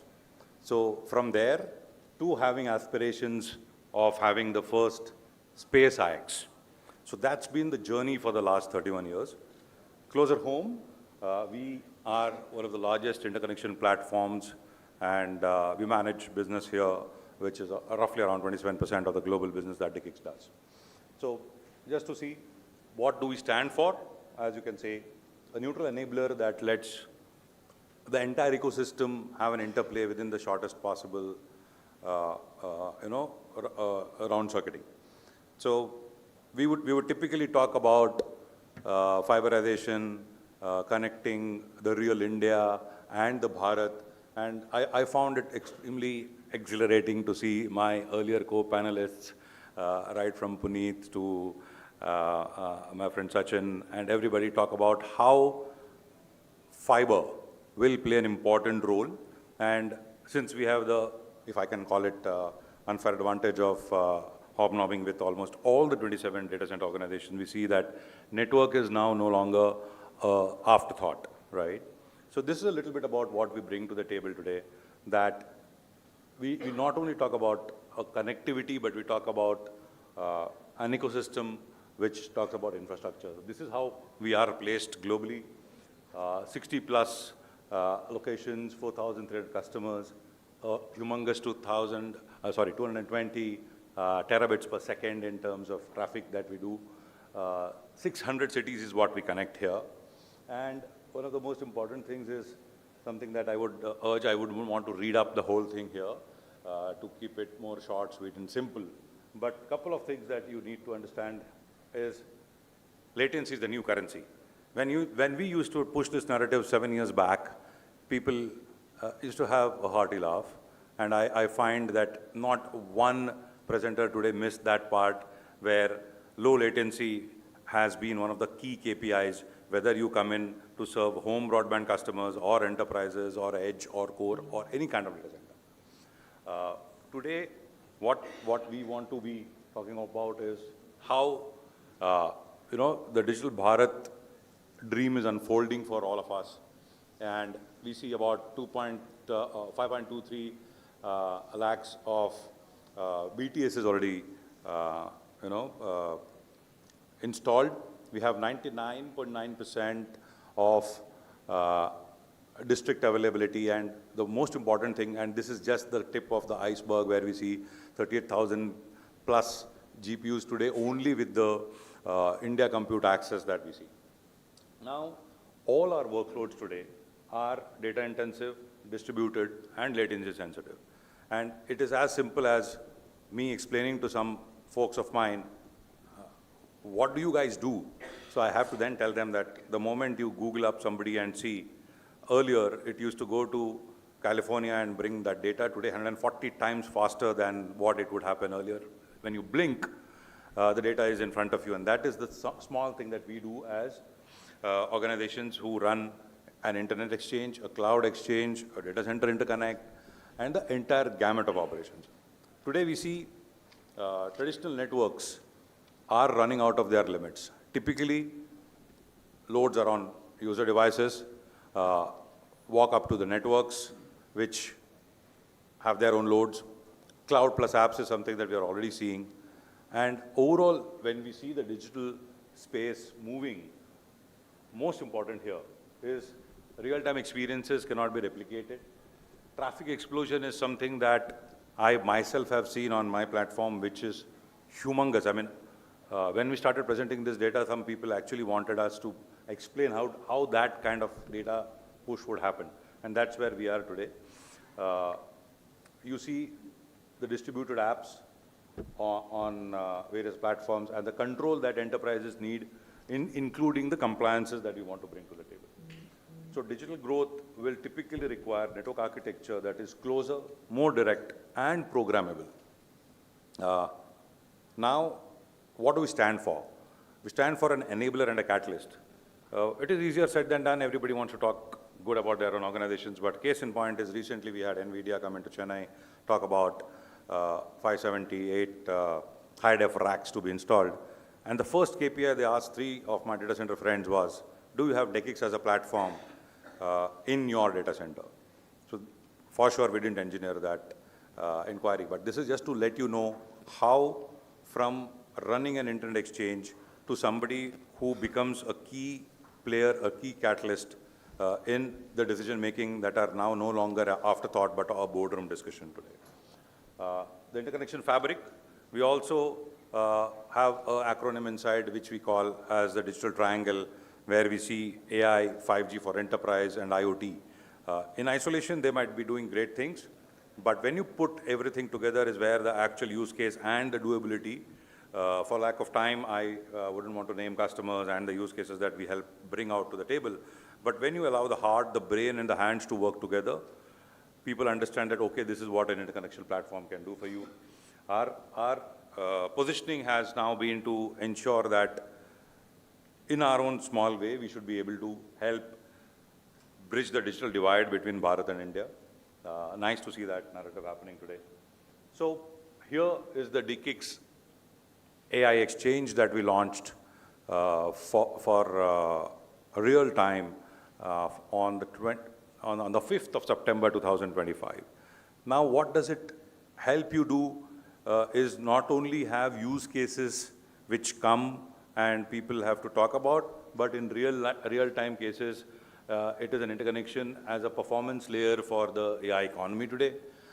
You have minimum congestion, you have hops. There's no point having a great 5-star data center if you don't have low-level compute and inferencing happening at your disposal. Most important is this slide.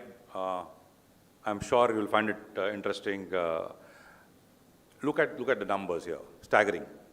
This is where 5 years back, if somebody would have showed this slide, it would have been a dream. But today, you see 16,000 plus active satellites globally, 15,000 LEOs.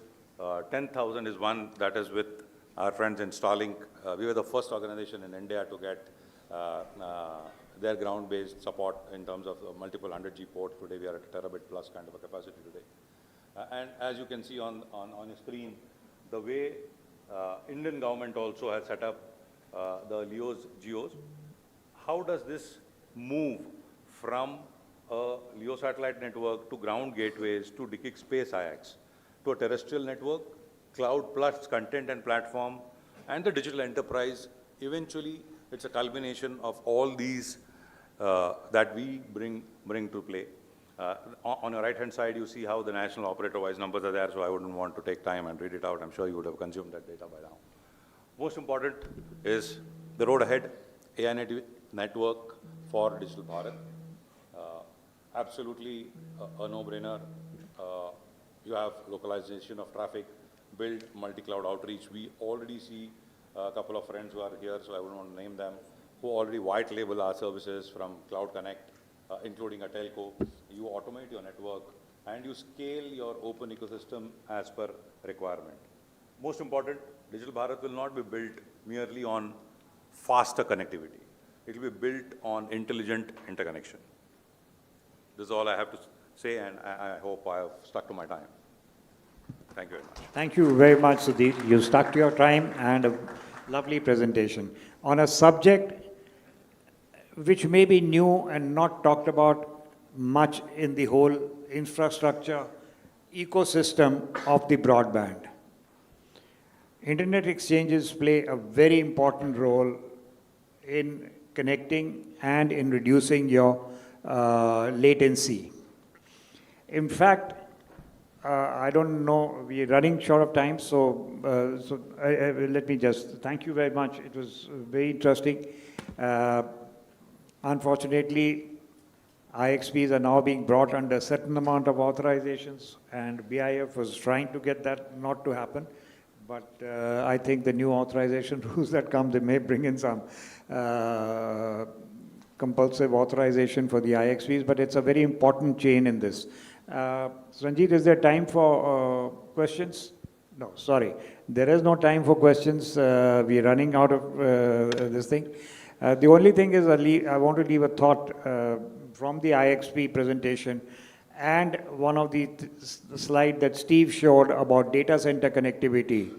There is and I think if the next sessions can look at it, there is a thought that the fiber that has been laid in India today has basically been laid for keeping the mobile operators or a little bit of the fixed operators in mind. It may not be suitable for data center connectivity, inter-data center connectivity or data center connectivity, because they want a fiber with no tapping, no connectivity anywhere around. So are we ready for that data center connectivity, which is the next part of it? We're talking here more, generally the talk has been more on the FTTX, how to reach the homes and things like that, for which the current fiber may be okay. But in the next session or the other sessions, if there is any speaker, would love to hear what their views are on data center connectivity. With that, thank you very much to all the panelists. Thank you very much to all the people who are here listening to this, a packed house, and I'm keeping you away from lunch. Thank you very much. Thank you, sir. Thank you so much. I request the chairman to present the mementos to the distinguished speakers. To General Bhatt.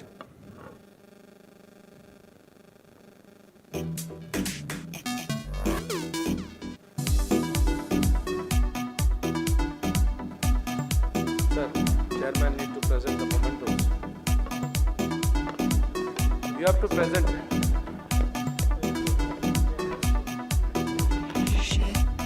Sir हमेशा receiving के mode में रहता है.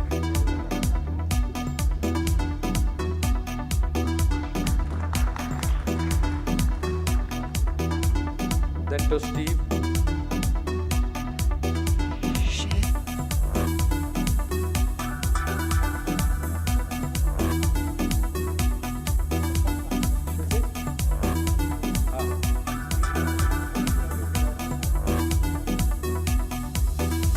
Steve has already received in the morning. Oh, okay. Then to Amit Kumar Jain. Amit Kumar Jain.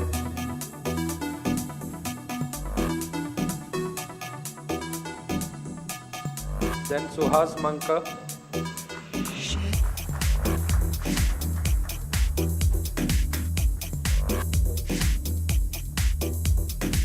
Then to Suhas.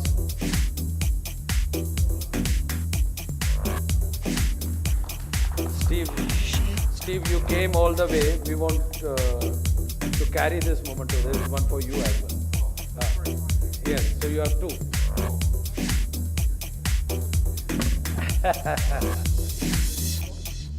Yeah.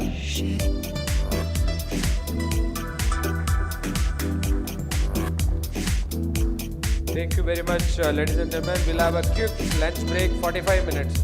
Otherwise, this will be a long session, a long day. Who? You got it, no? This is for Steve.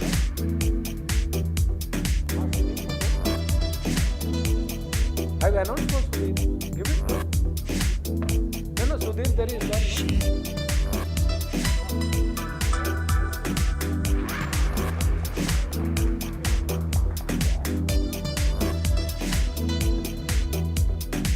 So we'll have a quick 45 minutes break and we'll join back.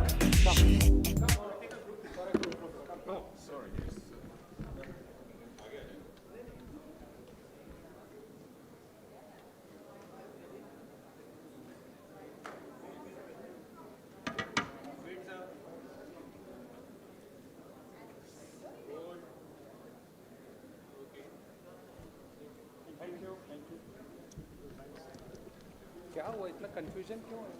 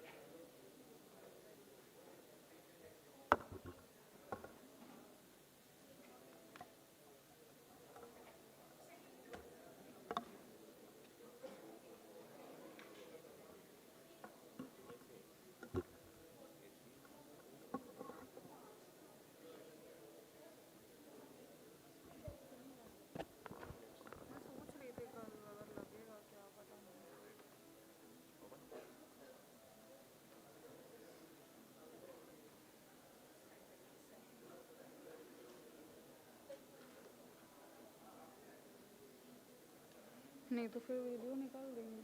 Video कुछ है? हाँ video है। Video है? हाँ video है।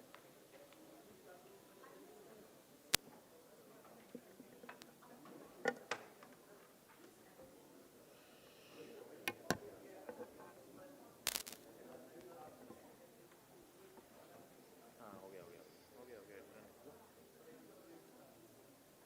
तुम वो PPT open करके चेक कर लो एक बार। चार्जर मैं लगाती हूँ।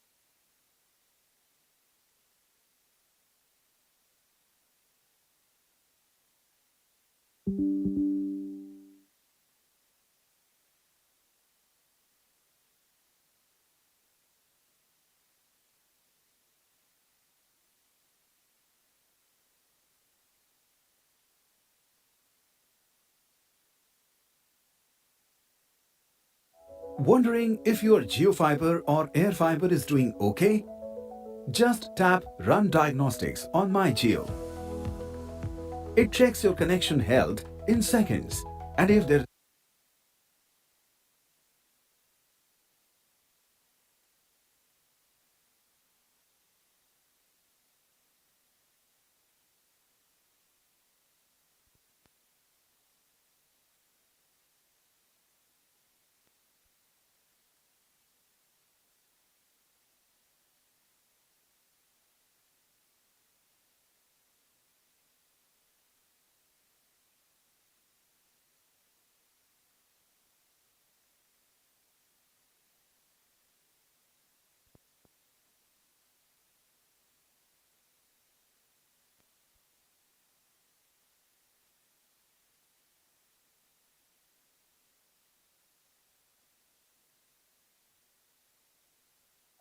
Wondering if your GeoFiber or AirFiber is doing okay?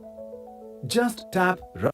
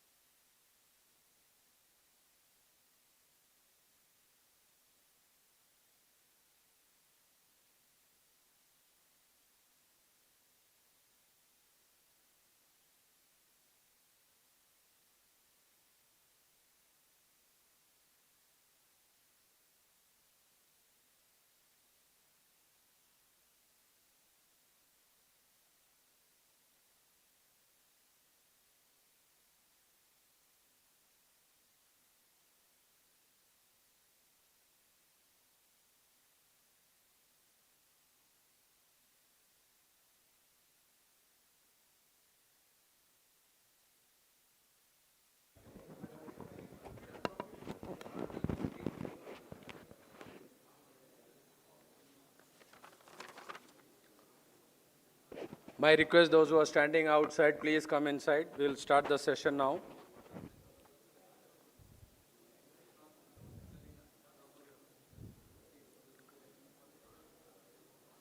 Neetu, can you ask all of them, all the delegates to please come inside?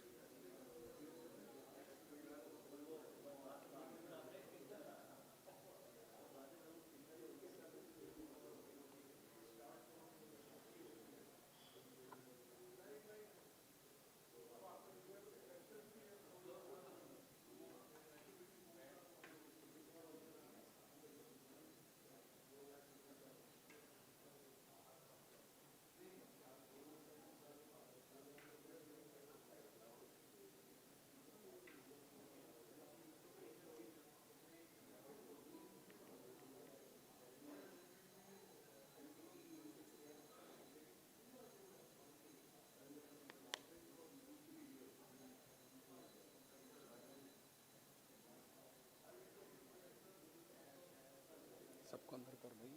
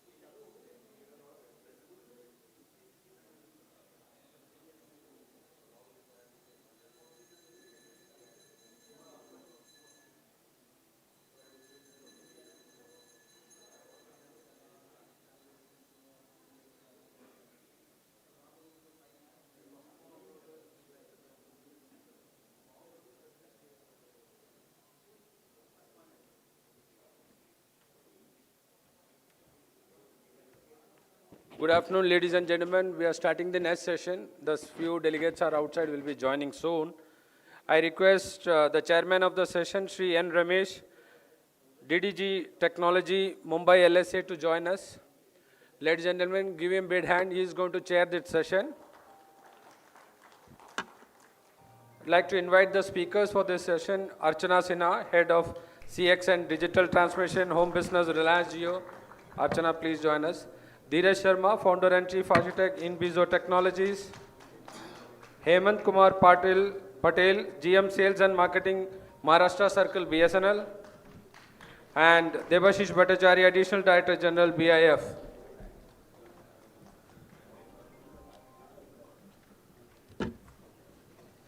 Over to the chairman.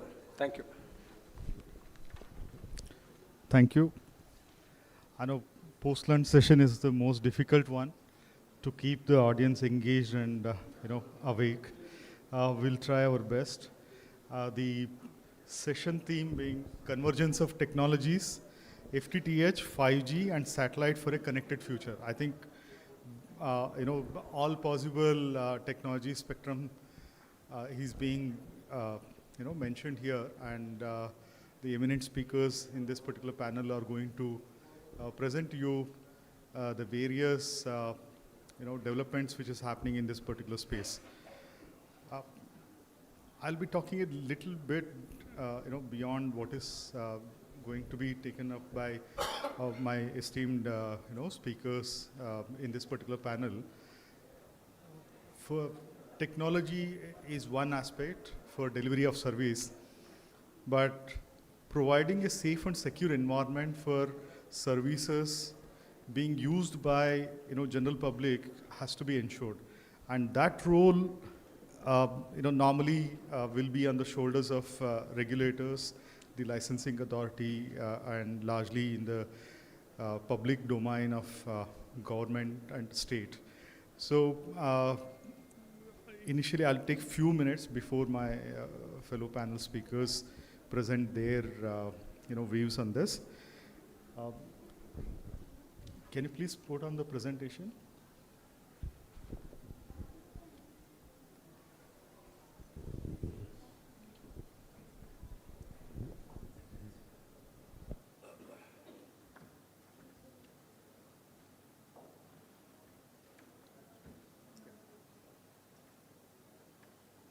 So as I mentioned, the financial frauds and cyber safety are really becoming a huge point of concern for general public.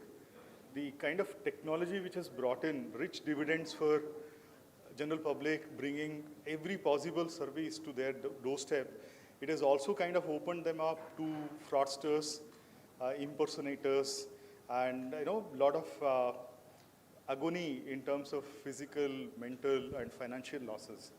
So the effort from the government and the regulators is to see how best we insulate and provide a safer space for people to work and enjoy the fruits of the technology.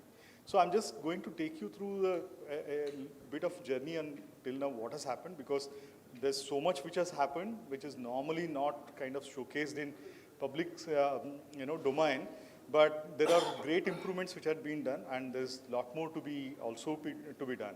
So the kind of players around here are really quite huge. Although I've mentioned around 800 organizations, I think that number has gone up to 1,400 organizations at this point of time. We are working closely in, with broad spectrum of players here.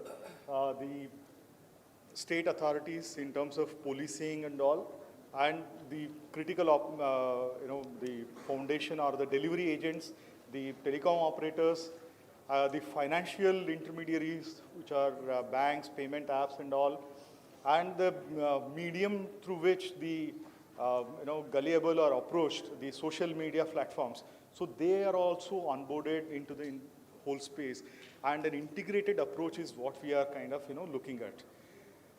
Before this didn't happen overnight. I think the scale of fraud also has kind of tremendously improved. In past 2 years, it's kind of more than 50,000 crores is what the estimation of financial frauds which has happened.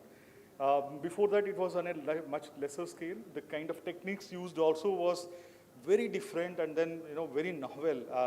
I think we are making a catching up game here and trying to close all the loopholes and then bringing in systemic changes, which is not leaving any further scope for any kind of an exploitation. So we started with some, before the AI word became mainstream with ChatGPT, the government authorities, particularly in Department of Telecommunications, started working on deploying AI machine learning tools by extracting all the information which we had from all the major 4 operators, bringing in the complete, KYC details into one forum, trying, to remove all sorts of duplications, fraud KYCs, multiple connections and all. So with that, we could direct the telecom operators to remove close to 9 million connections. It's a huge hit on the telecom operators, but we could convince them the need for this, and then 9 million SIMs were deactivated. We went a step behind and then saw who actually had provided this. There were a few clandestine, point of sale or the final distribution companies which are the agents which were involved. So we kind of identified them, and 70,000 plus such point of sale, last mile, people were blacklisted, FIRs were registered, and then we brought in a system to register all these G9 point of sale operators, and if they are found to be doing any mischief, if they had done mischief with one operators, they are barred out of the system from all the other operators. So that's kind of one, first initial step what we had done. Then we used to accept only, not only, the large part of it was paper-based KYC. Since Aadhaar was already in place, we integrated Aadhaar systems and then brought in largely digital KYC part of it. Now close to 95, 98% maybe in the Aadhaar-based digital KYC system. So then the awareness towards customers also need to be kind of flagged in terms of like where the call is coming from. They cannot impersonate an G9 institution. So then Troy came up with certain numbering schemes. Okay, if there is some service call, transactional call, you use this particular numbering series, then it can, the customer or the general public can safely assume this is coming from a proper source. And then the SMSs also were a good phishing tool. The SMS headers were registered, they were standardized, templates and all, were all done. And then there was an increasing trend of international players coming in play. Our very good neighbors are there who are kind of facilitating such actions. And there was huge number of SIMs which were going out of India and then getting operated from the neighboring countries, getting into 24/7 call center operations, offering certain things or threatening digital arrest, all those things were happening. So we kind of studied the pattern and then stopped caller line identification spoofing, like the international call being presented as a local call. So believe me, in a matter of, once we started implementing this, one particular, during that initial phase of implementation, the call volumes got reduced by close to 1.35 crore calls in a particular day. So that's the kind of scale with which we are today, seeing these operations. I'm sorry. Yeah. Okay. So then we started off with what we call mobile number revocation lists. There were numbers which were going to be revoked or deleted because we found them, they're not being genuinely obtained. So we started sharing those numbers with the key players, the banks, the PhonePe or GPay, the social media platforms like WhatsApp and other people. So they started referring to this particular number list and then started deactivating or debarring or disallowing those set of numbers from their transaction list. This kind of acted a preventive mechanism. Then the larger theme of grading the risk parameter associated with a number was brought in, called fraud risk indicator. So thanks to RBI, first they issued an order, suggesting banks and FIs to adopt mobile number revocation list, and they had advised financial risk indicator also to be adopted by all the banks, FIs, payment aggregators and all. Now each number is classified with what is the probability of a risk associated with that number, which is very dynamic depending on lots of inputs flowing from different set of players in this ecosystem. So if there is very high risk indicator, then there is a proactive action which is taken by this, respective players, depending on credit transaction bar or the account freeze. So it can go to any extent. Now, yeah, this is on that, like whether that particular transaction is declined or not. You would have seen this, when you are making a merchant payment, initially it will alert, don't make this payment to this person. There is a red flag about him, or it may, have a cooling off period and all. So such kind of things have been implemented, and the result is. Wondering if your JioFiber or AirFiber is doing okay? Just tap Run Diagnostics. So this is a little dated information, a month before data. So 2,300 crores has been saved because of these measures. 2.7 crore transactions has been declined. Think of the attempts made by this system. Now, this is kind of got into this practice of this. These numbers are gradually coming down. Means we are going to be living in much more safer and secure space, and we can do our financial transactions easily.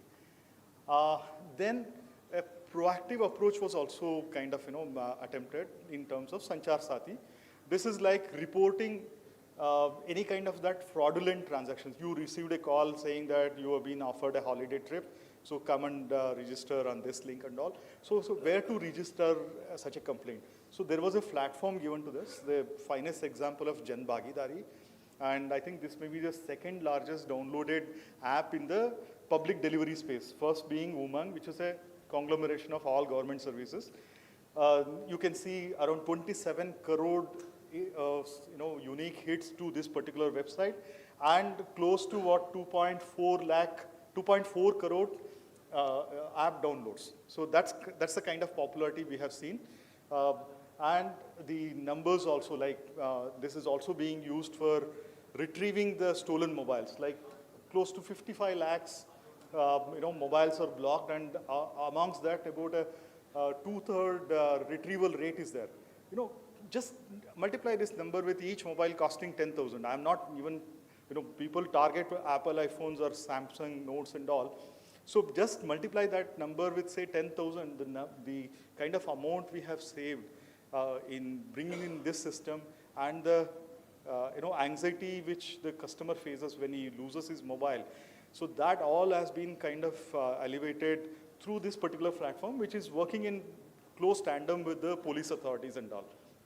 Now, there are multiple of instances where people do, use your identification and then take SIMs, multiple SIMs, and then give it to somebody else. So you can yourself know whether, more than one connection is there in your name.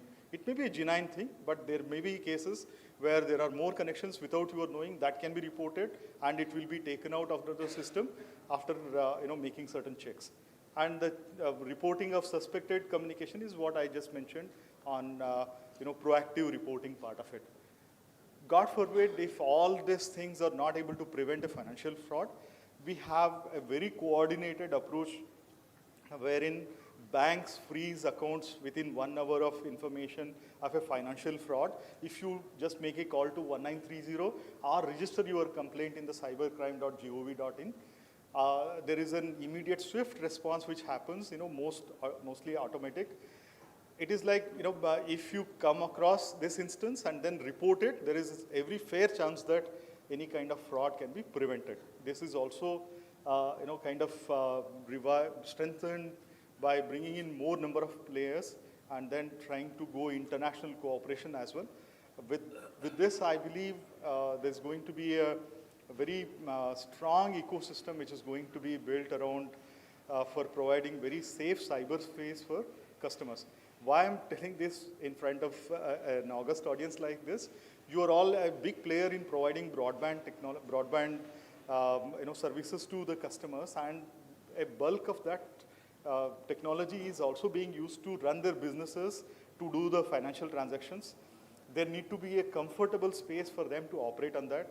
And as Government of India and different state governments and the government authorities are combinedly putting a lot of efforts to make this whole ecosystem very safe and secure.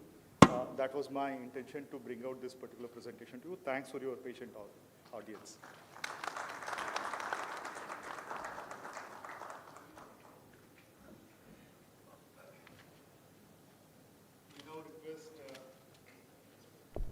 Ms. Archana Sinha to deliver the session.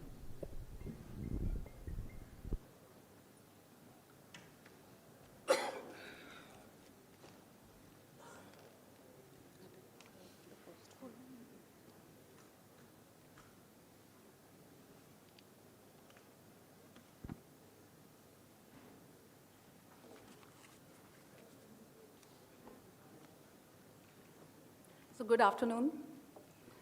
Let me be very honest, completely honest with you all. Mr. Shashidharan and Mr. Ranjit Singh both have done us an ultimate honor by giving us a graveyard slot. So for people who don't know, graveyard slot is a slot just after the lunch when your blood is leaving the brain to digest your food, and your internal routers are operating at 1 Mbps speed. Okay, so with that, let me promise, so at least for this session, we'll ensure that you don't sleep, not even nap, okay?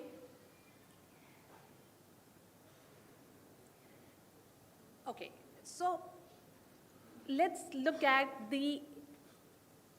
so what was a good day for a internet customer 10 years ago? 10 years ago, if a customer speed test hits 30 Mbps or more, they would take a screenshot, post it online, thinking they are living in the future. And today, if we look at, for a family of 4, a good day for an internet user, a family would be 4 members put together simultaneously and seamlessly. One is actually streaming a 4K movie. Another one is looking at the fintech app doing trade. Third one is attending a class, which is VR, immersive class. And the fourth one is enjoying AI health monitor right on their lap, right at the same time. And nobody is bothered about the word bandwidth. So that's the state of, and that's a major shift. That's a shift from selling speed, which is megabit per second, to actually engineering human experience. So since morning, we have been discussing about the incredible convergence of fiber to the home, 5G satellite infrastructure. But let's ask ourselves an uncomfortable truth. And if you look at it, it's a cold hardware, right? So what gives it a heartbeat? So at Jio, we look at our massive infrastructure not as beams, towers, or in fact, or anything of like that. We are not looking at it just like infrastructure. We consider it our nervous system. And if our network is the nervous system, then I would say AI is the consciousness.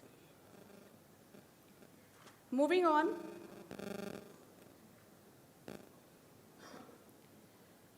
So the fundamental design principle of Jio is to ensure we deliver preemptive experience. Now, what does that mean? It means that fixing things before even customer realizes it. So our Run Diagnostic app, what it is doing is, it is actually constantly, the AI engine is constantly analyzing the live telemetry data. And it detects the fault even before the customer knows it. It tries to resolve it ASAP. And that's the first pillar which we are working on. So we should look at, see, all this while the telecom playbook has a fundamentally flawed premise. And that premise is that waiting for customer to complain. The entire onus is on customer. And the customer has to first feel the glitch, then they have to undergo the downtime when the services are not working. They call up the call center, again wait on the IVR, and then finally book a technician for something which they have already paid for. We are completely, scrapping that playbook and redefining a playbook where everything is proactive. So if we look at this, the second thing which we have developed is the device diagnostics. And what does it do? So it has a self-healing protocol. It works on that self-healing protocol on the background. So if your device has a problem and the system knows it, so everything which we can know through the telemetry, we try and resolve it for the customer.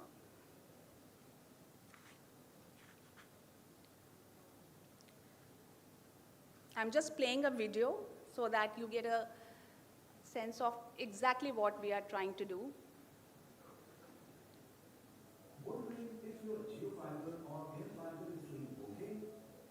Just tap Run Diagnostics on My Jio. It checks your connection health in seconds. And if there is a problem, well, it tells you how to fix it instantly. Run Diagnostics is India's first self-healing tool for JioFiber and AirFiber. It checks all service parameters transparently. Get instant alerts, diagnose issues, and resolve them yourself, or book an engineer in just a tap. Dad's internet isn't working? No calls needed.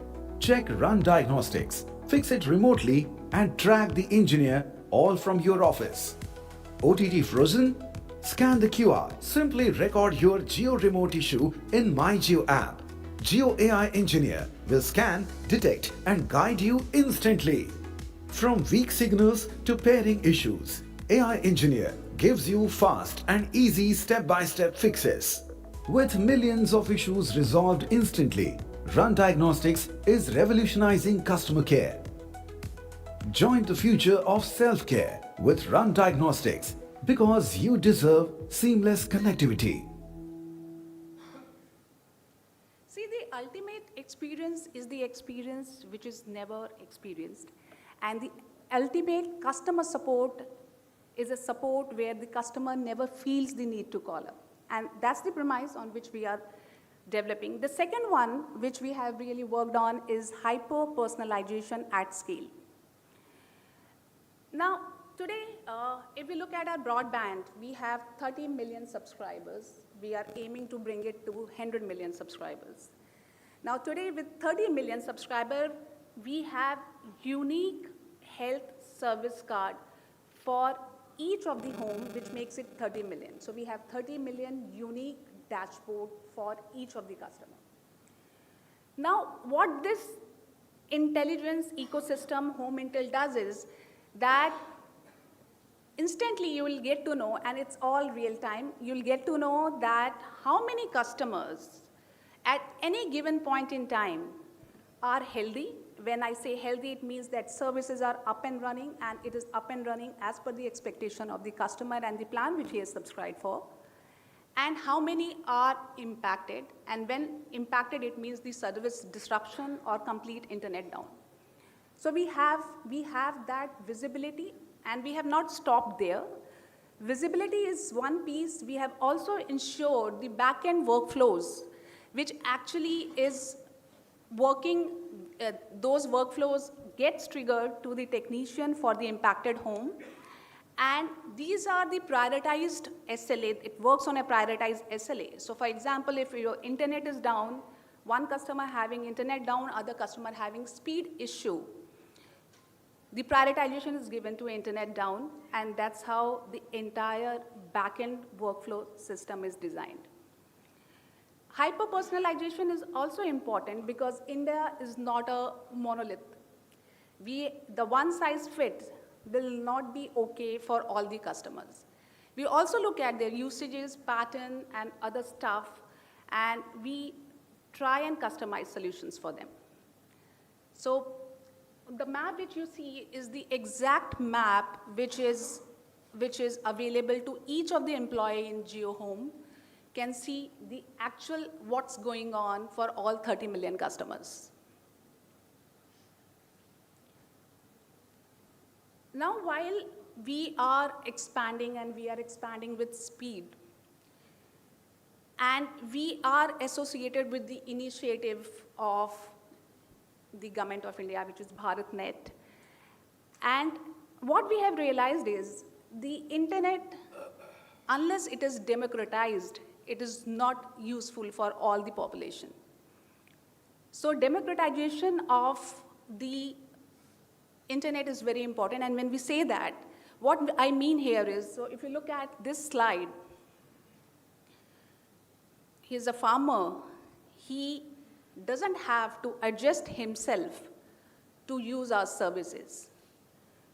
The business will adjust. The business will make technology so seamless that this farmer is speaking in the language which he feels comfortable. He's speaking in the language of his soil. And the AI understands it. AI translates, so AI understands it. It runs a very quick run diagnostic in the background, understands the problem, fixes it for the customer, and confirm back to the customer in the language which he understands. See, at the end of the day, we understand that technology is intimidation. It is intimidating also for the senior citizens. A lot of people who are digitally literate, but they don't understand the language of the app. So they don't have to also. They don't have to look at the complex UI. They don't have to look at the language which we are using. They don't have to understand the technology jargons to just troubleshoot the problem. So with that, this is how, so what we are doing is we are bringing it in a regional language. So our conversational AI, Gen AI team is doing a very profound job there. They are trying to look at the maximum language which we can cover, and all the agents which we are developing, they can talk in their own, in the language of customer. Okay, so that's the place which we are moving on. Messina. Now, if you look at, while there are a lot of efforts which we are doing, and we are also trying to bring in a revolution from the customer perspective. See, all this while, all the networks are all good, but unless it is simplified in a way it is used by the consumers, it will not make any sense. So what we are trying to do here is that while if you look at the future of India and future of the broadband, those will not call them the winner who would lay the maximum number of or maximum miles of fiber, or who are going to actually deploy the G Node Bs, the fastest G Node B. The winner of the future would be those who understand how to simplify the technology for the end customer, so simplified that we will make it invisible for the end users. So what Jio is trying to do is, Jio is trying to create, not only trying to create a digital highway for the consumers, they are creating the mind which can guide all of them. Yeah. That's some of the awards which the team has got. So I would just request Sagar and Binsi to just stand up. These guys have been working endlessly to get us the laurels and the accolades which you see here. So these are the projects which these people have got. And with this, I end my session. Thank you so much. Thank you, Ms. Sinha. That was quite an insight into how Jio is delivering, latest technology in providing, best possible services to its customer, and also bring in the best use case possibility of AI in improving the customer satisfaction. Now, may I request Mr. Dheeraj Sharma to deliver his address.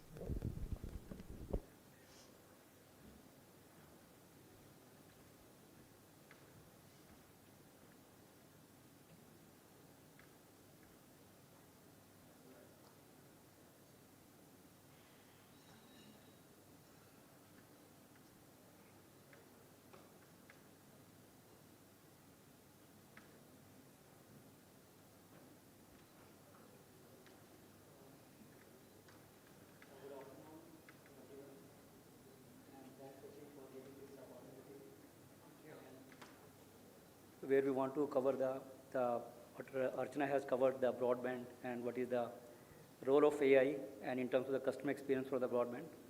I'm trying to take to the next level and this audience, what is the next generation of broadband where we want to be there in next 3 to 4 years time, and how this broadband is going to change the definition from the connectivity to the service-aware AI fabric.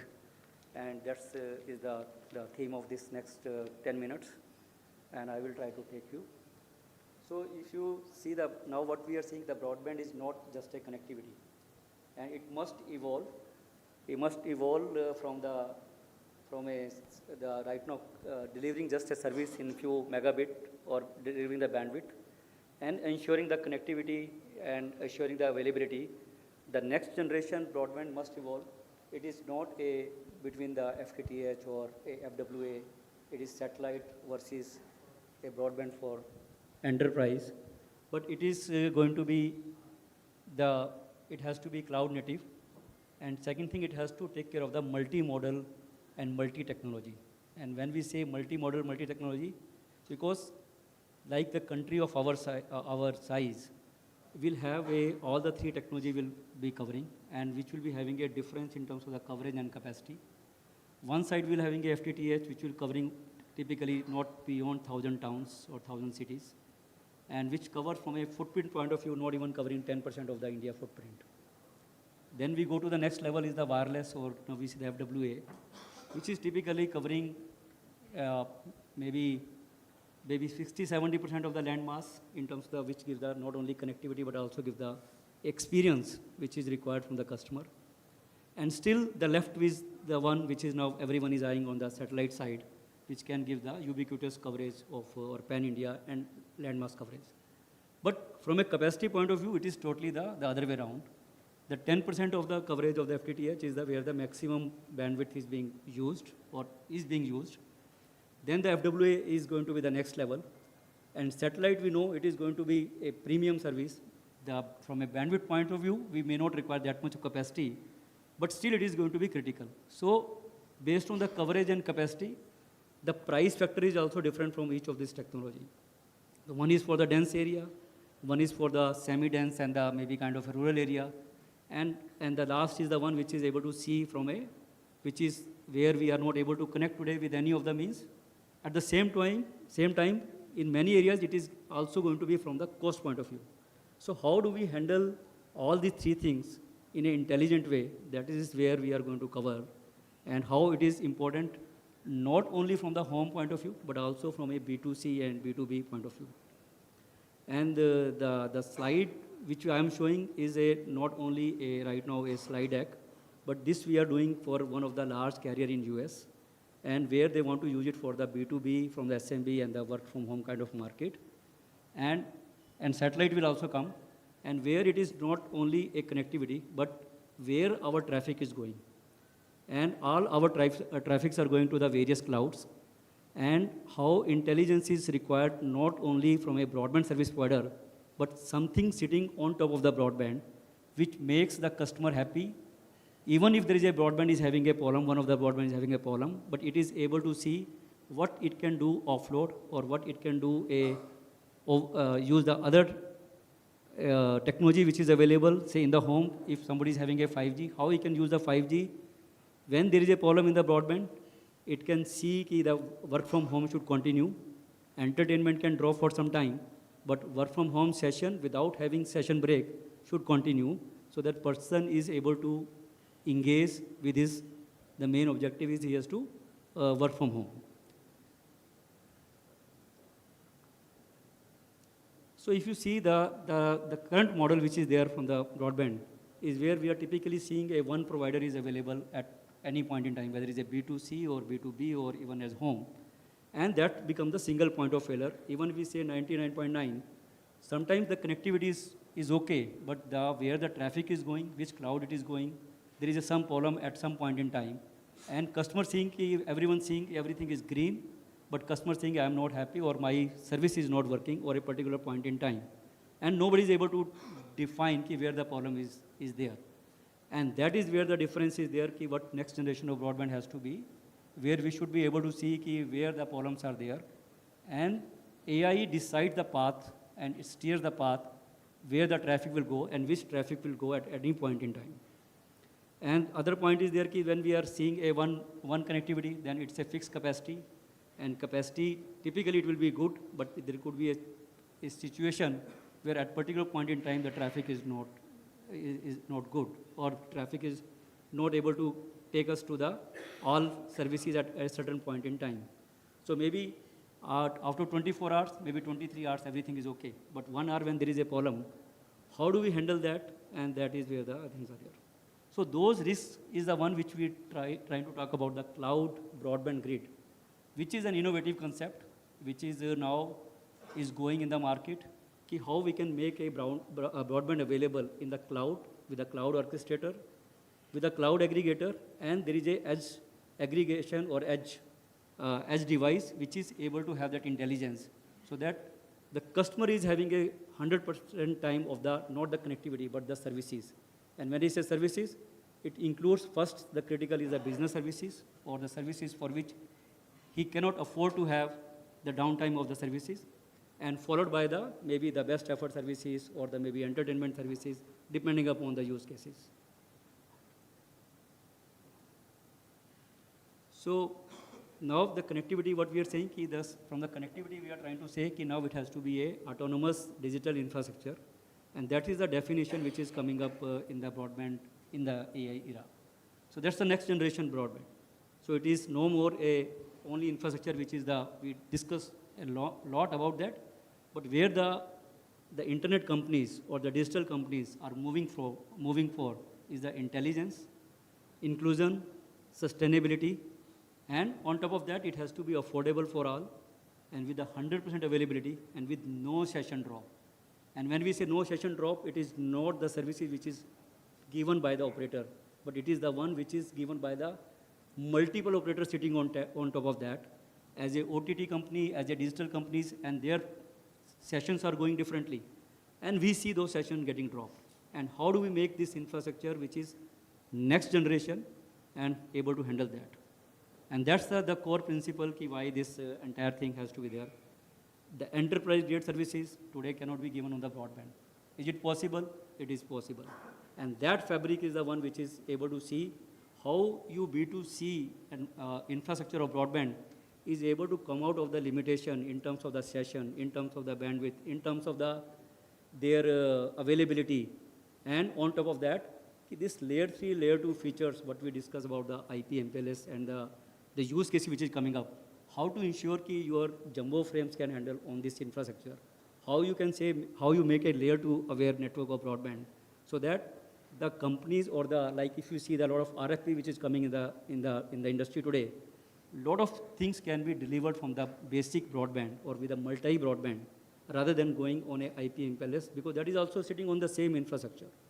So, and why it is not possible? Because so far the broadband was being focused at the home and more from the maybe some MSME layer, but not from the SMB or the B2B layer.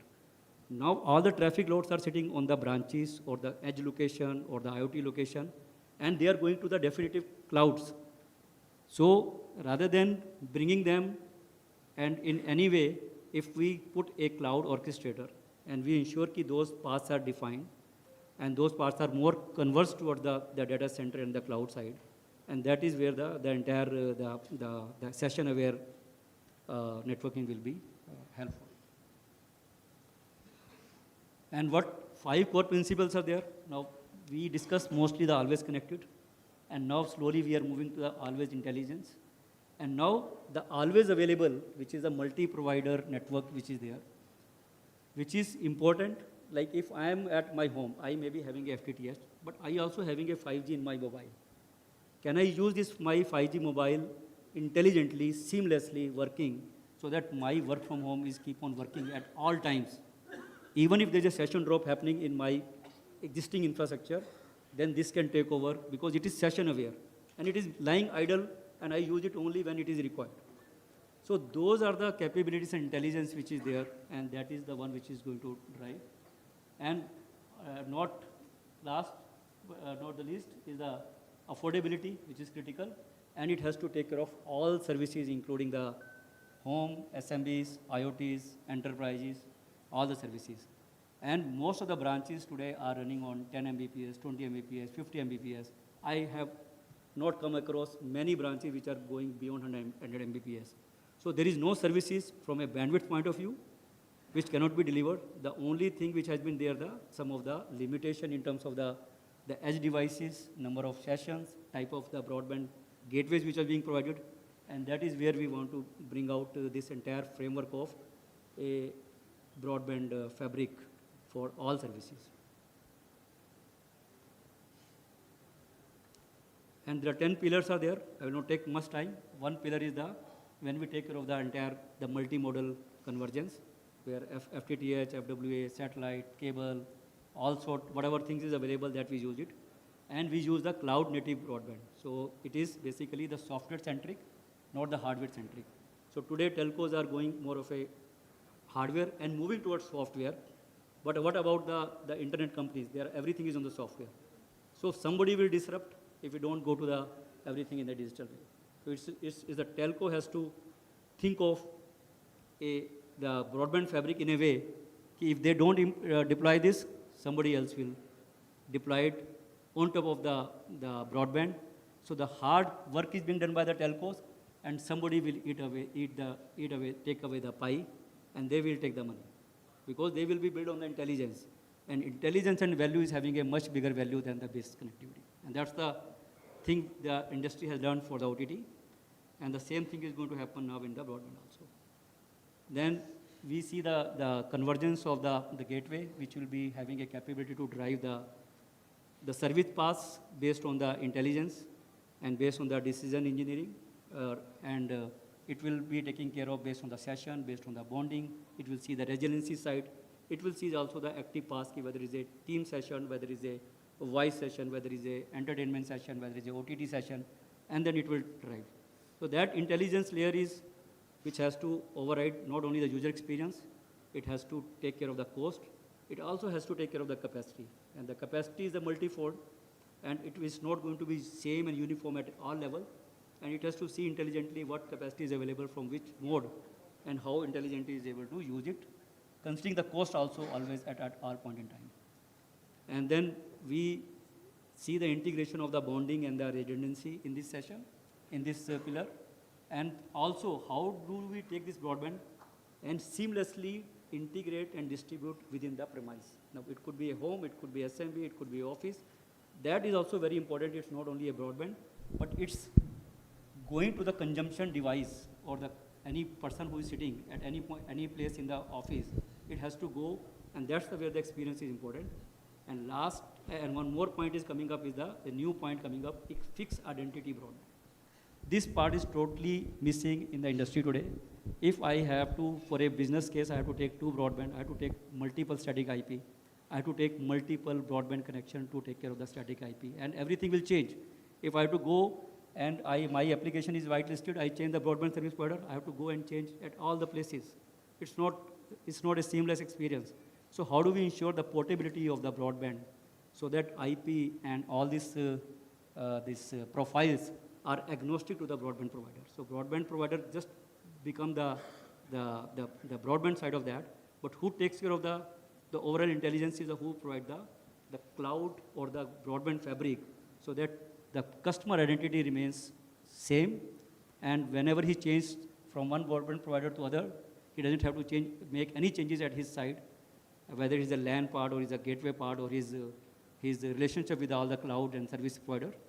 And this is a very, very important part in terms of the policies, the IP address, and business use cases, which becomes agnostic to the broadband, which is not the case today. Mr. Sharma. And just 1 minute only. Yeah. So one fabric, and then we say all our loads are going from branch to cloud, and so it has to take care of a unified broadband fabric and autonomous digital infra, so that all these things are covered. And one more thing is added up beyond the connectivity. The cloud orchestrator, the cloud fabric, broadband fabric is sitting on top of that.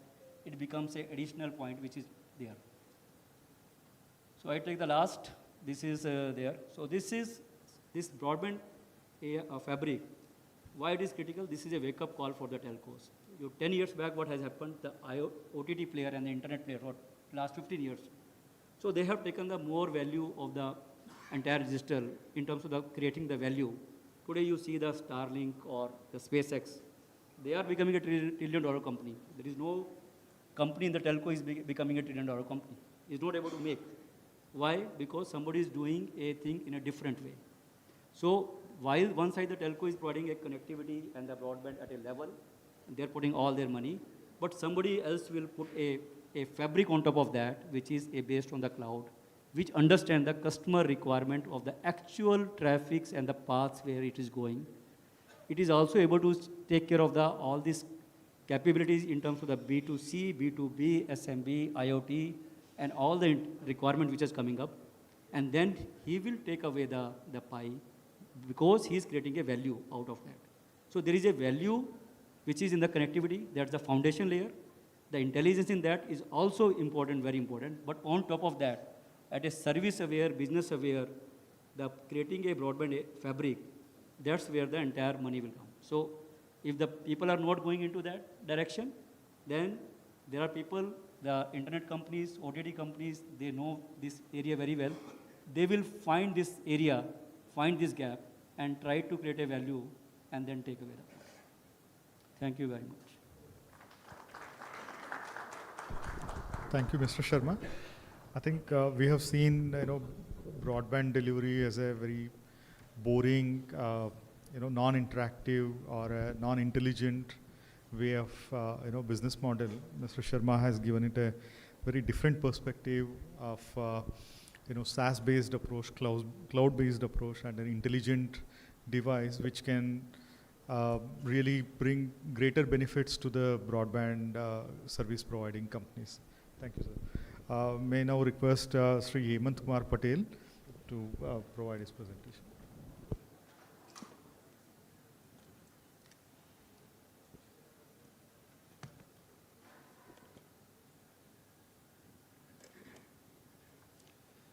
Good morning.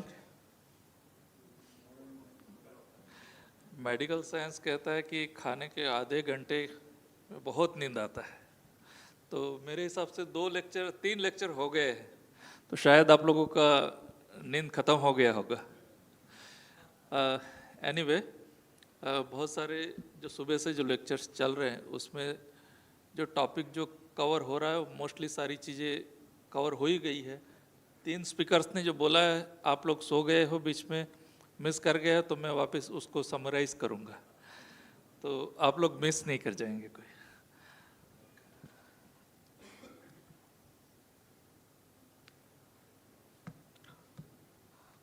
Today, I like to discuss simple but important question. India has entered into the AI era, and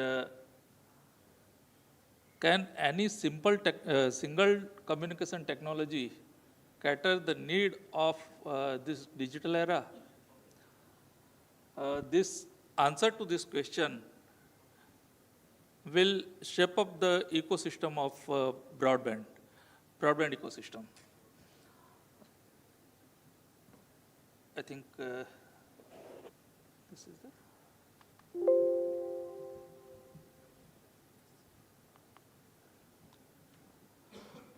Okay. India is witnessing unprecedented digital transformation, and that raises a lot of data requirement for it. We are one of the largest data consuming country in the world. From where does it comes? It is mostly video streaming, online gaming, cloud applications, artificial intelligence tools, remote working, digital services. All those are the major contributors. At the same time, data centers and global center for capability centers are shifting from metros to tier 2 or 3 cities. That generates a lot of traffic.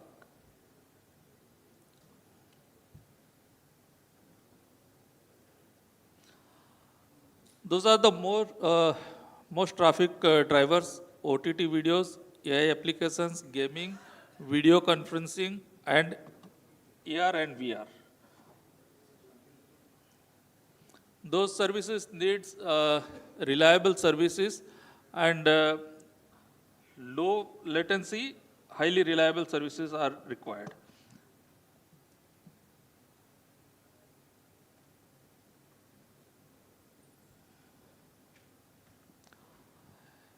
AI, India is now becoming AI processing hub, data center destination, and GCC powerhouse, which requires a dense fiber network, redundant connectivity, multi-terabyte backhaul, and low latency connectivity.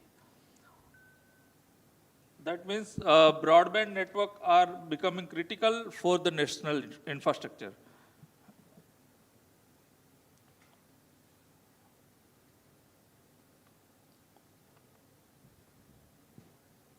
Now again, the question is that can any single technology, that may be mobile, that may be 5G, that may be fiber, FTTH, will solve the requirement? The answer is no. There is a convergence of these services is required. FTTH, 5G, Wi-Fi 7, Edge, CDN, and satellite together will deliver the requirement.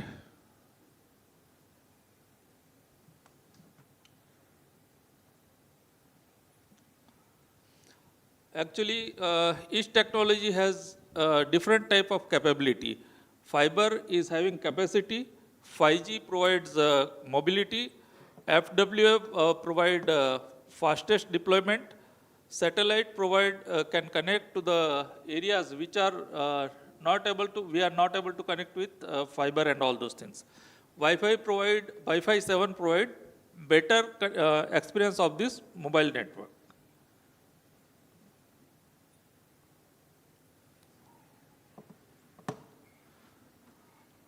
FTTH is better for home and enterprise GCCs. Mobile broadband is better for mobility. 5G FWA, rapid broadband expansion. Satellite is remote and difficult terrain के लिए काम में आता.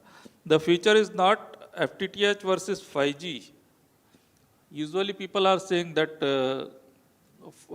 FTTH, 5G will kill the FTTH or fiber business, but it is not like that. Satellite is again not competitor of mobile business. They are complement to each other.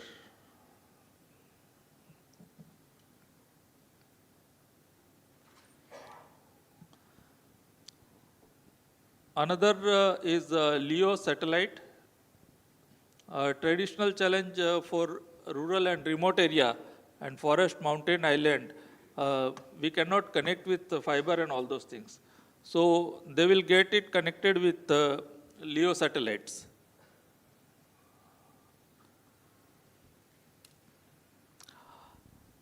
Here all those technology, BSNL is emerged as a natural integrator for it. We are having BharatNet reach, nationwide fiber backbone, enterprise connectivity, 4G, 5G expansion, government network enterprise feature NTN satellite integration. BSNL can be proved as a good integrator for these services.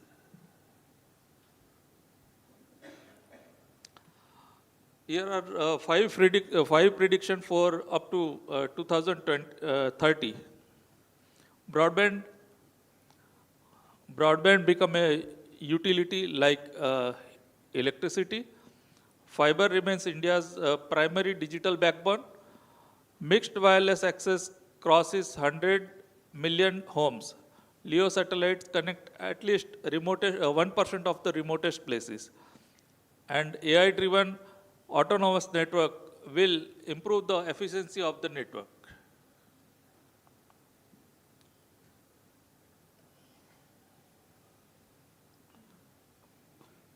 Thank you.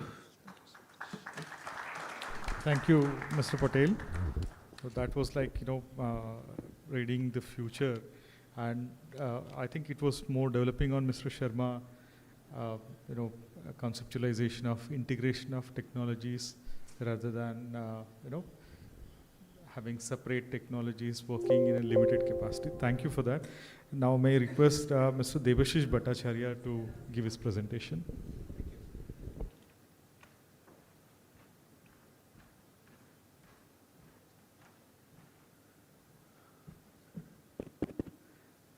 Good afternoon, ladies and gentlemen.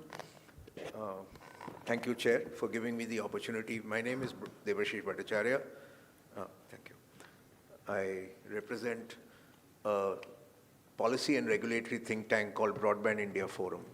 And we are a technology-neutral forum, so we do not bat for only mobile or fixed or FWA, but we bat for all technologies because we believe, unlike the mobile revolution, which happened on the basis of a single technology, broadband in India, in a country like India, which has very wide, which is a very widely spread area and is geographically undulated, there are many undulated terrains, you will never be able to achieve broadband, universal broadband or universal access, broadband access with one single technology. You would need a combination of many, few of which Patelji has just spoken about, but there are few more. There are some emerging technologies also, which are in the horizon, which at the moment remain under the cover, and they are more in the experimental stage. But that is not the subject of my presentation. I will today talk about the role of SATCOM. Before I get into the actual presentation, I would like to sort of give you an overview for those who are not fully aware of what's going on. Everybody likes to talk about SATCOM these days to connect the unconnected, because that is the theme of this event today. But a lot is happening on SATCOM. General Bhatt from ISPA spoke about it in the morning session. Before that, Brigadier Tandon spoke about it in the inaugural session, the role of SATCOM. And Brigadier Bhatt, General Bhatt actually spoke about the development of SATCOM over the last few years, the growth of satellites and the technology change, which is in terms of what satellite technology has evolved over the years. But what he did not talk about is the role of satellite in communications.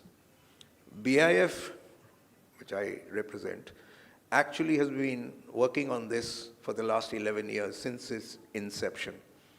How to democratize satellite communications for the citizens of India. India today has more than 1.07 billion broadband connections. But as some people in the audience spoke before me, not in this session, but in other sessions, everybody on an average has about 2 mobiles or 2 broadband connections, one at home, one in the pocket.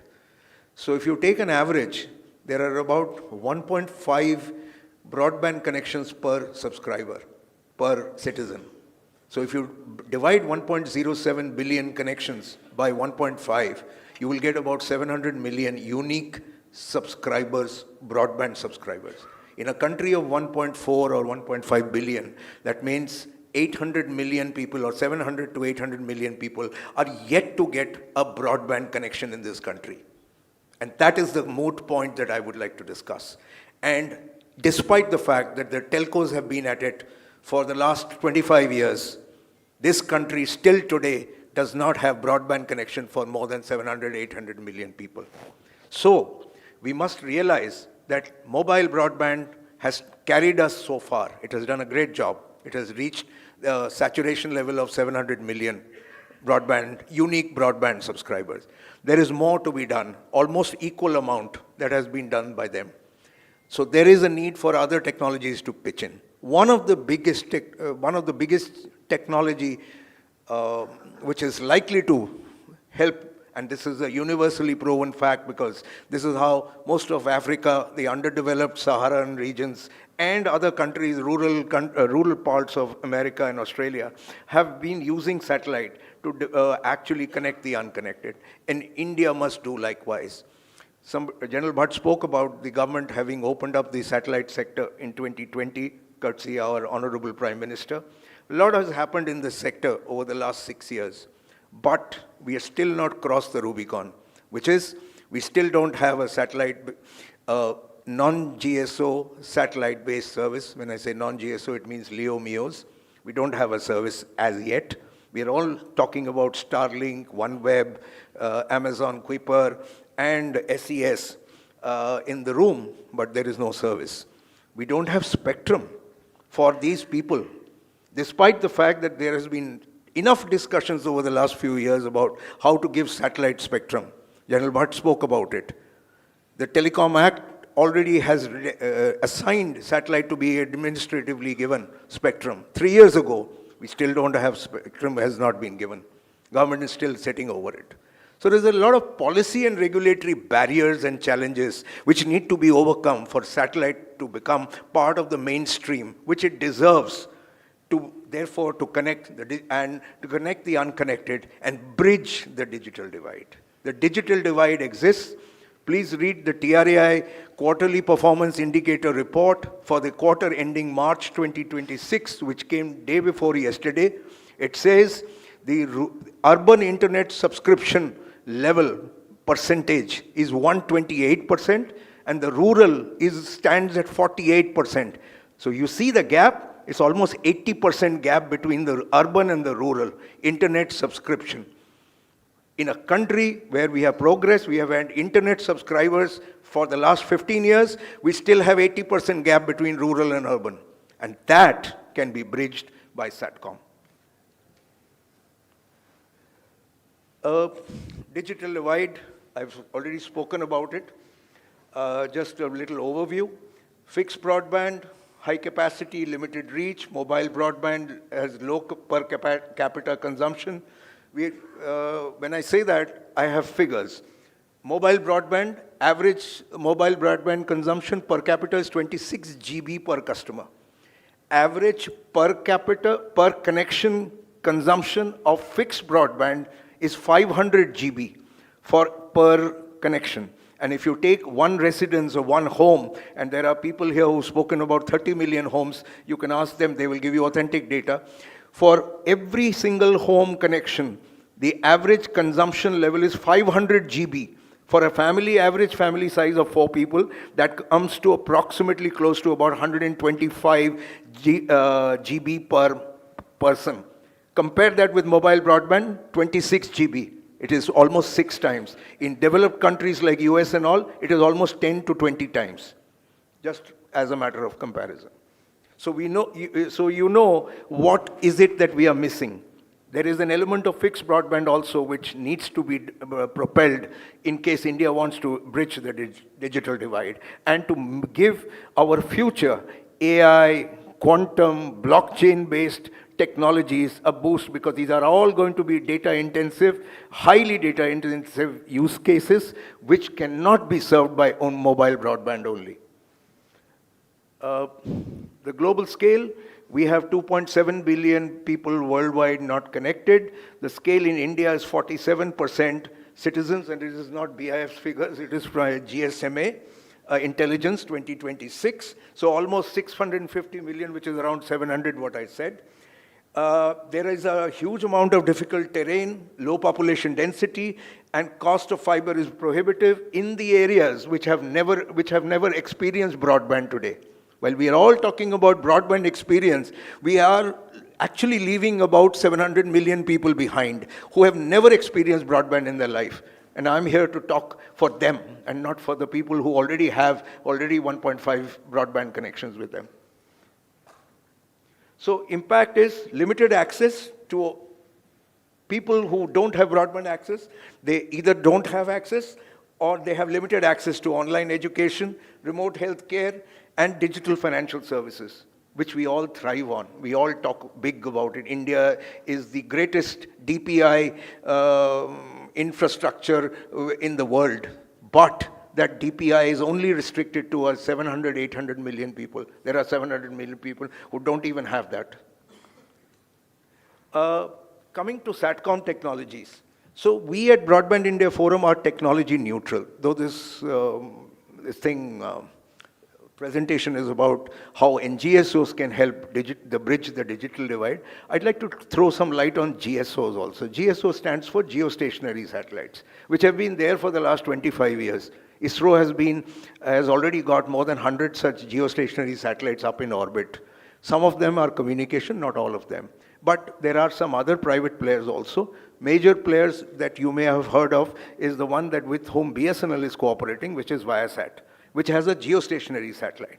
They also provide broadband connectivity. And their connectivity is through the next generation broadband satellites, which are called HTS GSO, which means high throughput satellites based on GSO. They provide the same degree of connectivity, same speeds, similar latencies as a non-GSO. So I'm not batting only for non-GSOs. I believe a mixture of both would help India bridge the digital divide. So these are some of the characteristics of GSO satellites. Fixed orbital distance, they are at 36,000 kilometers from the surface of the Earth. They have longer round trip times. The latency is higher, 600 milliseconds.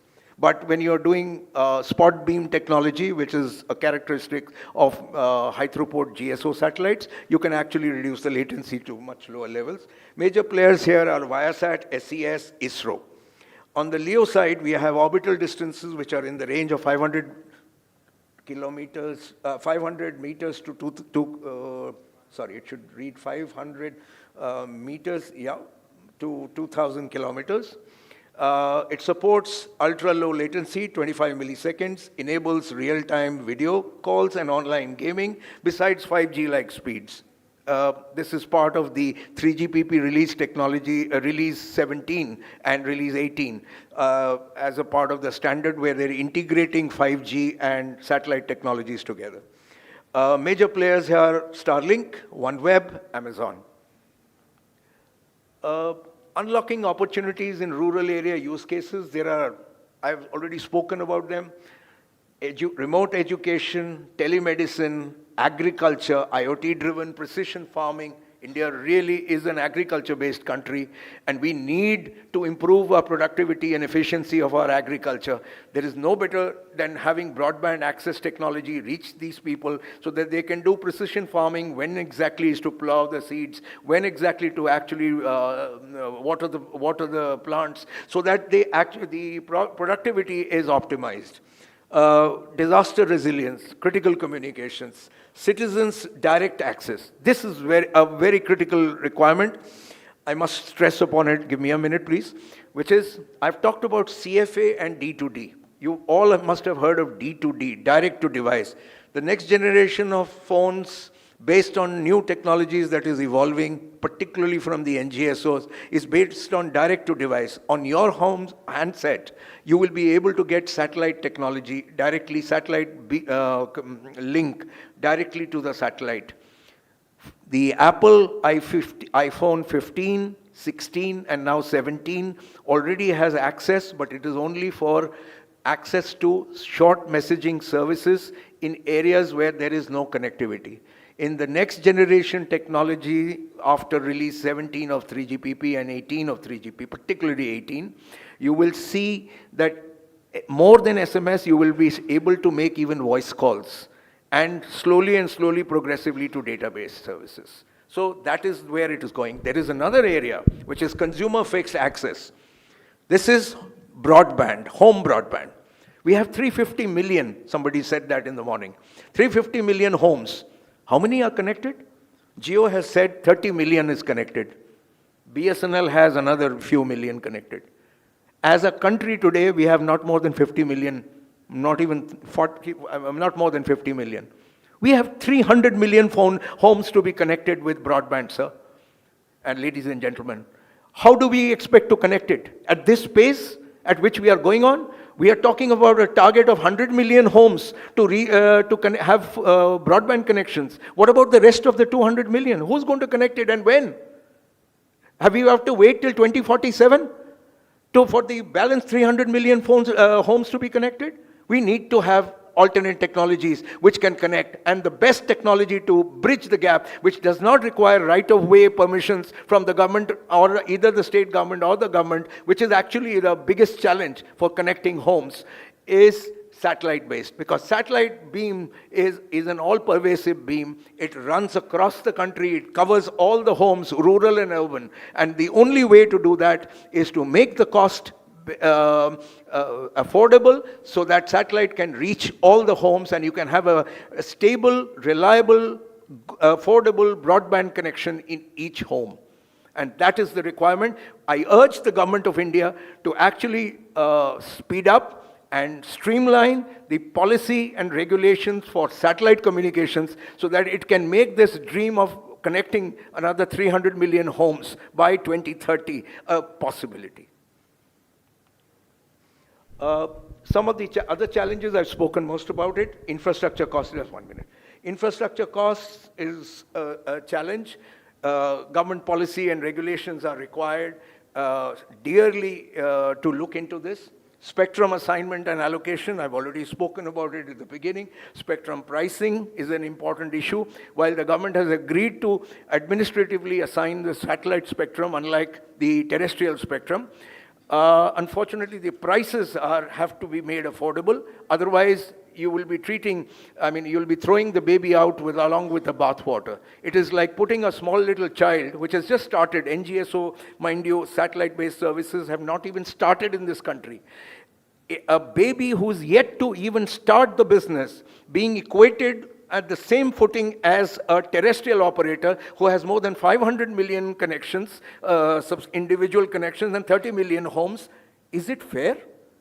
I mean, would you do that to a small baby, put the baby on the middle of the road and say, Bhaiya, now you navigate how you want to cross the road, along with an adult who has been crossing roads for the last 30 years? You don't do that. So this is how we need the government to wake up and actually address this issue. Affordability, of course, it will come with amenable policy and regulation. Space sustainability, very important aspect which needs to be looked into. Just as UPI transformed fragment, oh no, sorry, this is not part of this, I'm sorry. The future landscape is going to be hybrid networks. We are not saying that it will be only satellite. There has to be a mix of satellite and terrestrial networks. We believe integration with 5G, 6G, direct-to-device, AI-based optimization, along with digital will be the roadmap for digital inclusion and for providing broadband access for millions of underserved and unserved citizens, especially in India.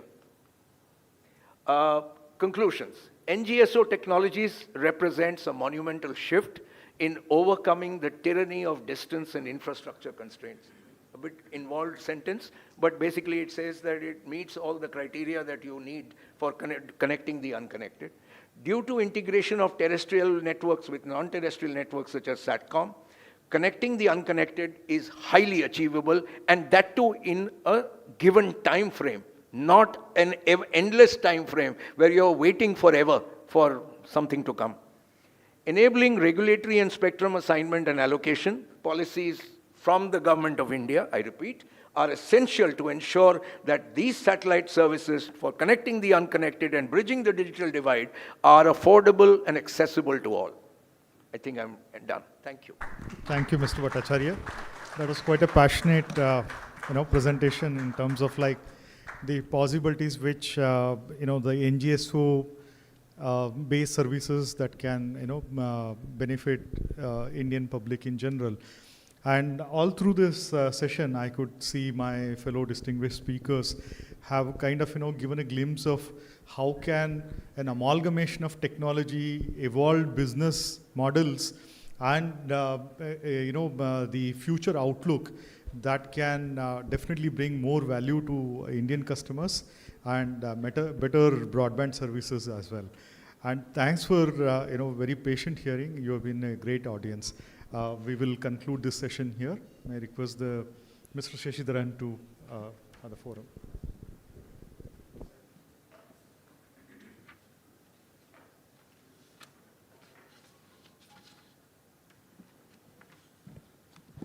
Thank you so much, for the chairman for chairing this session. I request you to present the mementos on behalf of Bharat Exhibition to the distinguished speakers. First to Archana. Archana, thank you very much for joining us.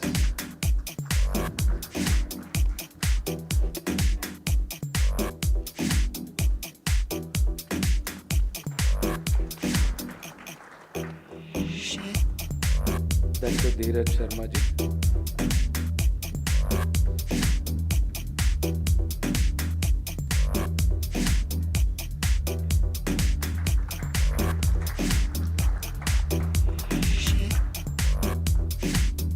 Then to Mr. Hemant Kumar, he didn't come.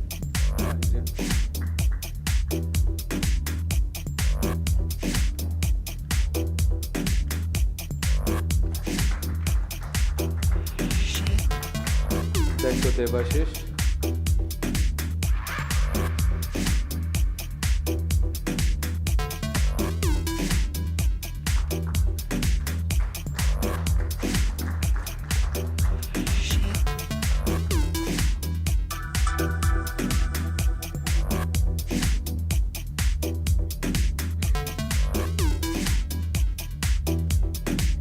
I would like to present you to Sri N. Ramesh.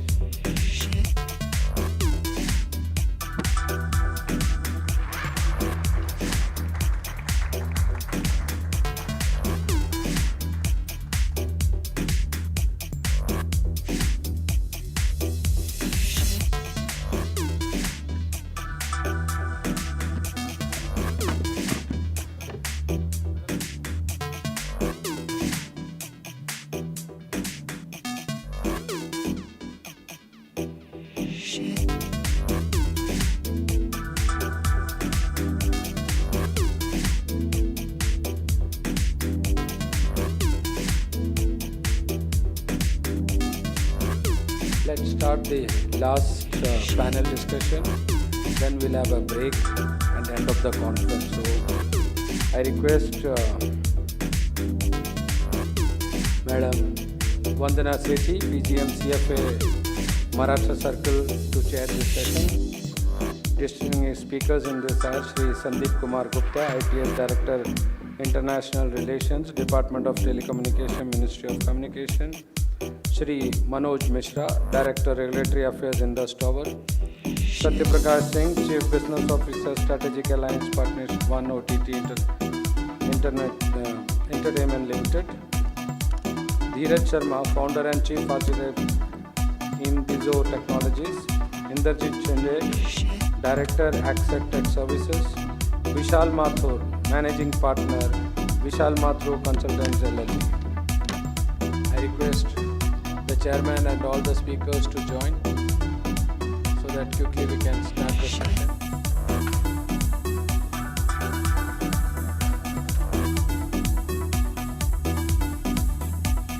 Come, Manoj.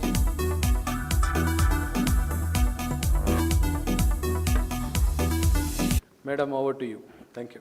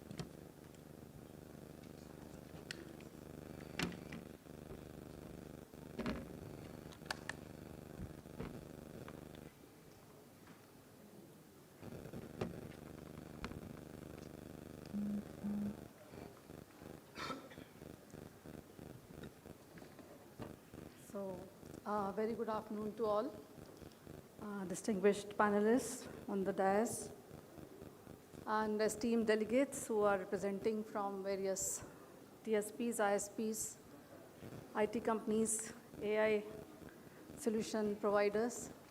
So this is the last session, and we are, I think, already running with a delay.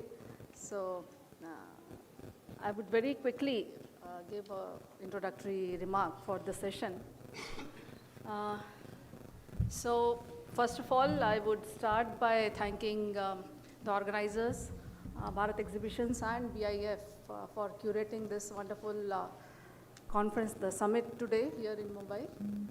And thank you for giving this opportunity.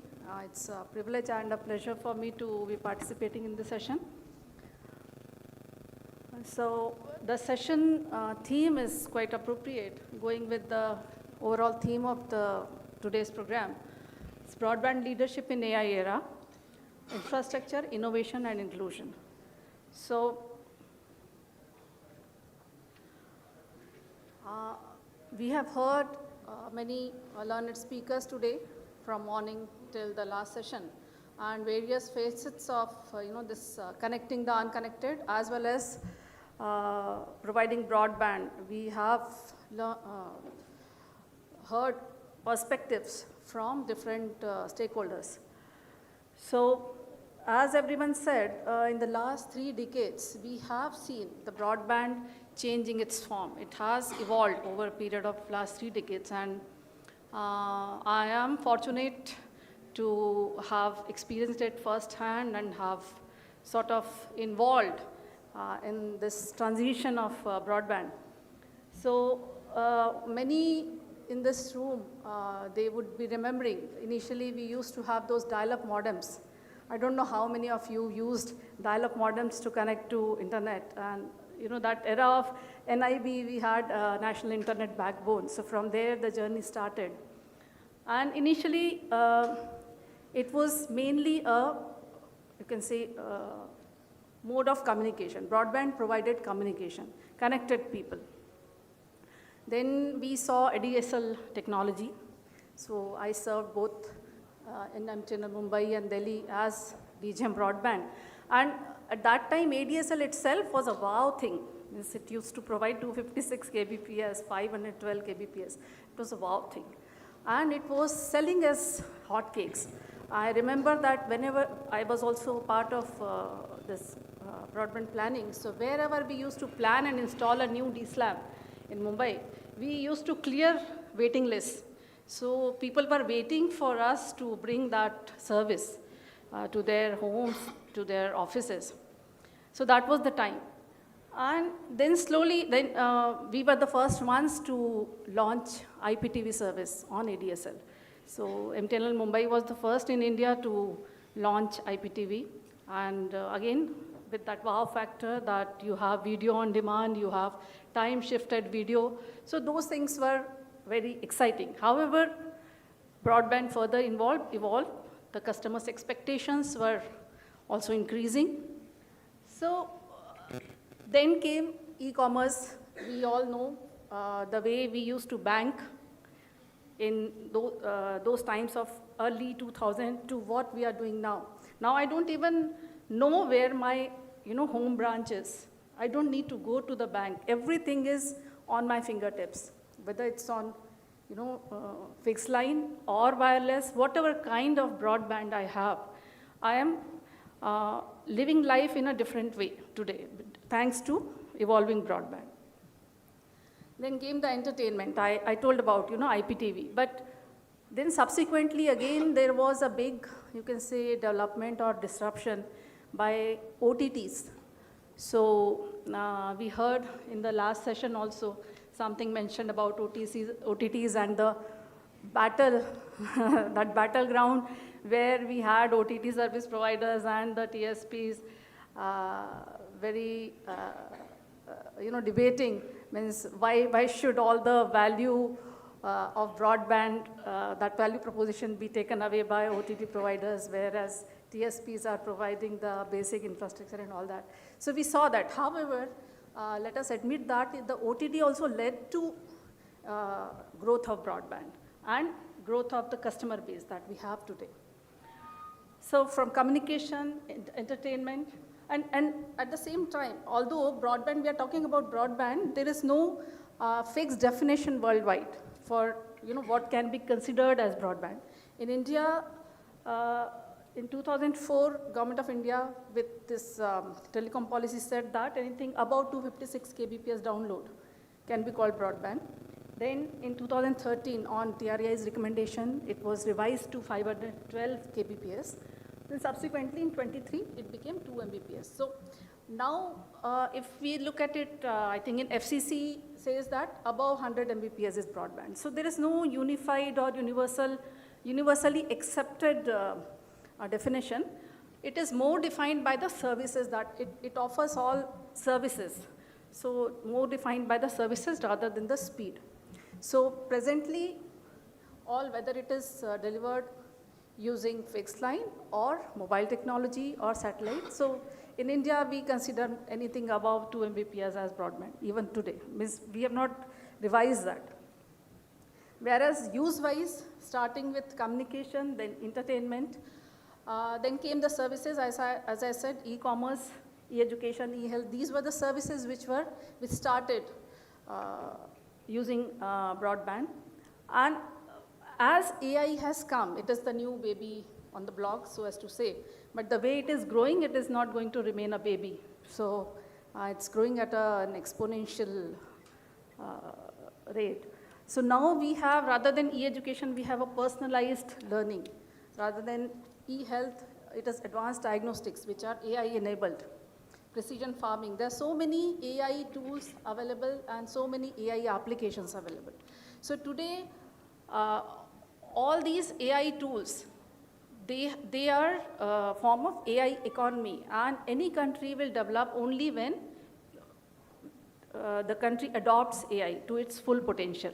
And for this, we require broadband, because broadband is the basic pipe or basic road on which this AI engine will run.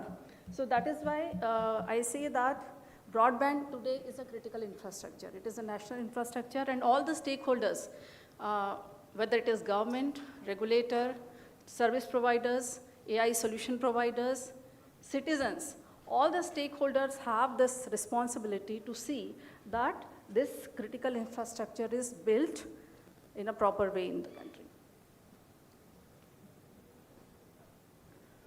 So, as I said, broadband, it is required for proliferation of AI. It provides the basic, it enables cloud computing, it provides the gigabit speeds which are required for AI applications, low latency, high reliability. It enables the massive data exchange which is required for all the AI applications. So on one hand, broadband is required as an enabler for AI. On the other hand, it is AI which is also changing the way broadband is designed, built, and operated. So as many speakers before have said, AI is changing the way our networks are working now. We are moving towards self-healing, self-optimizing networks. And it is also changing the way we interact with the customers. So in the previous session, we saw that more and more service providers are now using AI to give a better experience to their customers. So in future, we can very safely say that the successful providers, service providers will be those who provide better experience by using AI. So AI is also changing the way customers are treated by service providers. So on one hand, broadband is required for AI. On the other hand, it is AI who is also AI changing the way we provide broadband and maintain broadband.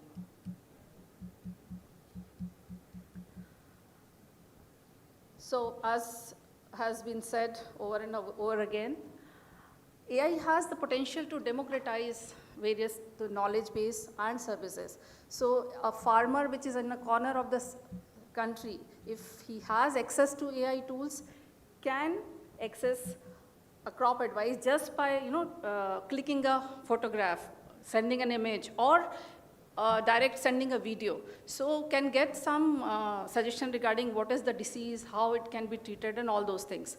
So this democratizes the knowledge base and services. Similarly for students, for senior citizens. However, at the same time, in the last session, we have seen there is a huge connectivity gap which still exists. So if we want that the country makes use of this AI era and develops, we have to see that it is inclusive. The broadband connectivity has to reach to each citizen of the country. So, and at that time only we will be able to bridge the digital divide, which now becomes AI divide, which becomes even more dangerous, because digital divide was you have and have nots in terms of access to communication, access to entertainment. But now that have and have not gap is increasing by use of AI, because AI is actually access to intelligence, which will be, so many people will be deprived of if we do not provide broadband connectivity. So this is one key takeaway which I think earlier sessions also highlighted, that inclusion has to be there at the center for all the stakeholders, especially the government and regulator. I represent here BSNL, which is a public sector undertaking. So I would just briefly give an introduction to what we are doing as BSNL in 2-3 slides.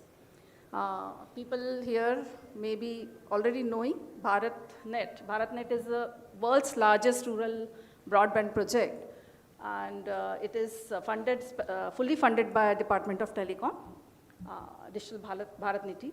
And its aim is to bridge digital divide. Until now, it has connected throughout India more than 2 lakh gram panchayats and so many OFC and all. This is all statistics which you would be able to see if you just search BharatNet. What I would want to introduce you, because now we are sitting in Mumbai, I would like to talk about Maharashtra. Presently, I am heading the wireline business segment of BSNL in Maharashtra LSA. So we had in Maharashtra 2 phases of BharatNet, and all the gram panchayats have been more or less covered. In phase 1, BSNL was the executing agency as well as implementation and utilization. Phase 2 was given to state government, it was state-led, and Maha-IT was an SPV which implemented phase 2. So this is something which has already happened, and the new thing which is going to start in Maharashtra, that is amended BharatNet. And amended BharatNet is a more refined version of the project, Government of India project. And how it is different from the earlier versions, it is different in terms of design. It is based on MPLS technology rather than the earlier GPON technology. From linear, we are shifting to ring for higher availability. And it goes even beyond gram panchayats. It also connects villages beyond the gram panchayat. So this is a new amended BharatNet program, which is now under implementation, which yet to start actually. And for this, special purpose vehicle has just been formed. I think last week only Maharashtra government has cleared its formation. And a special purpose vehicle which is named Mahanet Digital Infrastructure Limited has been formed, and they are being given the responsibility of execution of BharatNet, amended BharatNet. And the phase 1 and phase 2, whatever is present as on today, everything will be handed over to this SPV. And after execution, after implementation of the amended BharatNet, in which whatever gram panchayats are connected in linear mode, they will be converted into ring mode. And it also has one more difference as compared to the earlier BharatNet, that now it also envisages giving a third-party contract to an agency for execution as well as maintenance for 10 years. So this is something which everybody felt there was a gap in the earlier schemes, where maintenance after the initial execution was a tricky part, because it was done bits and pieces. So now it has been decided that the agency which will build and install or execute the project will also maintain it for 10 years, so that there is no gap between the execution and maintenance agency. So this is going to start. So this is going to actually be very good for Maharashtra state.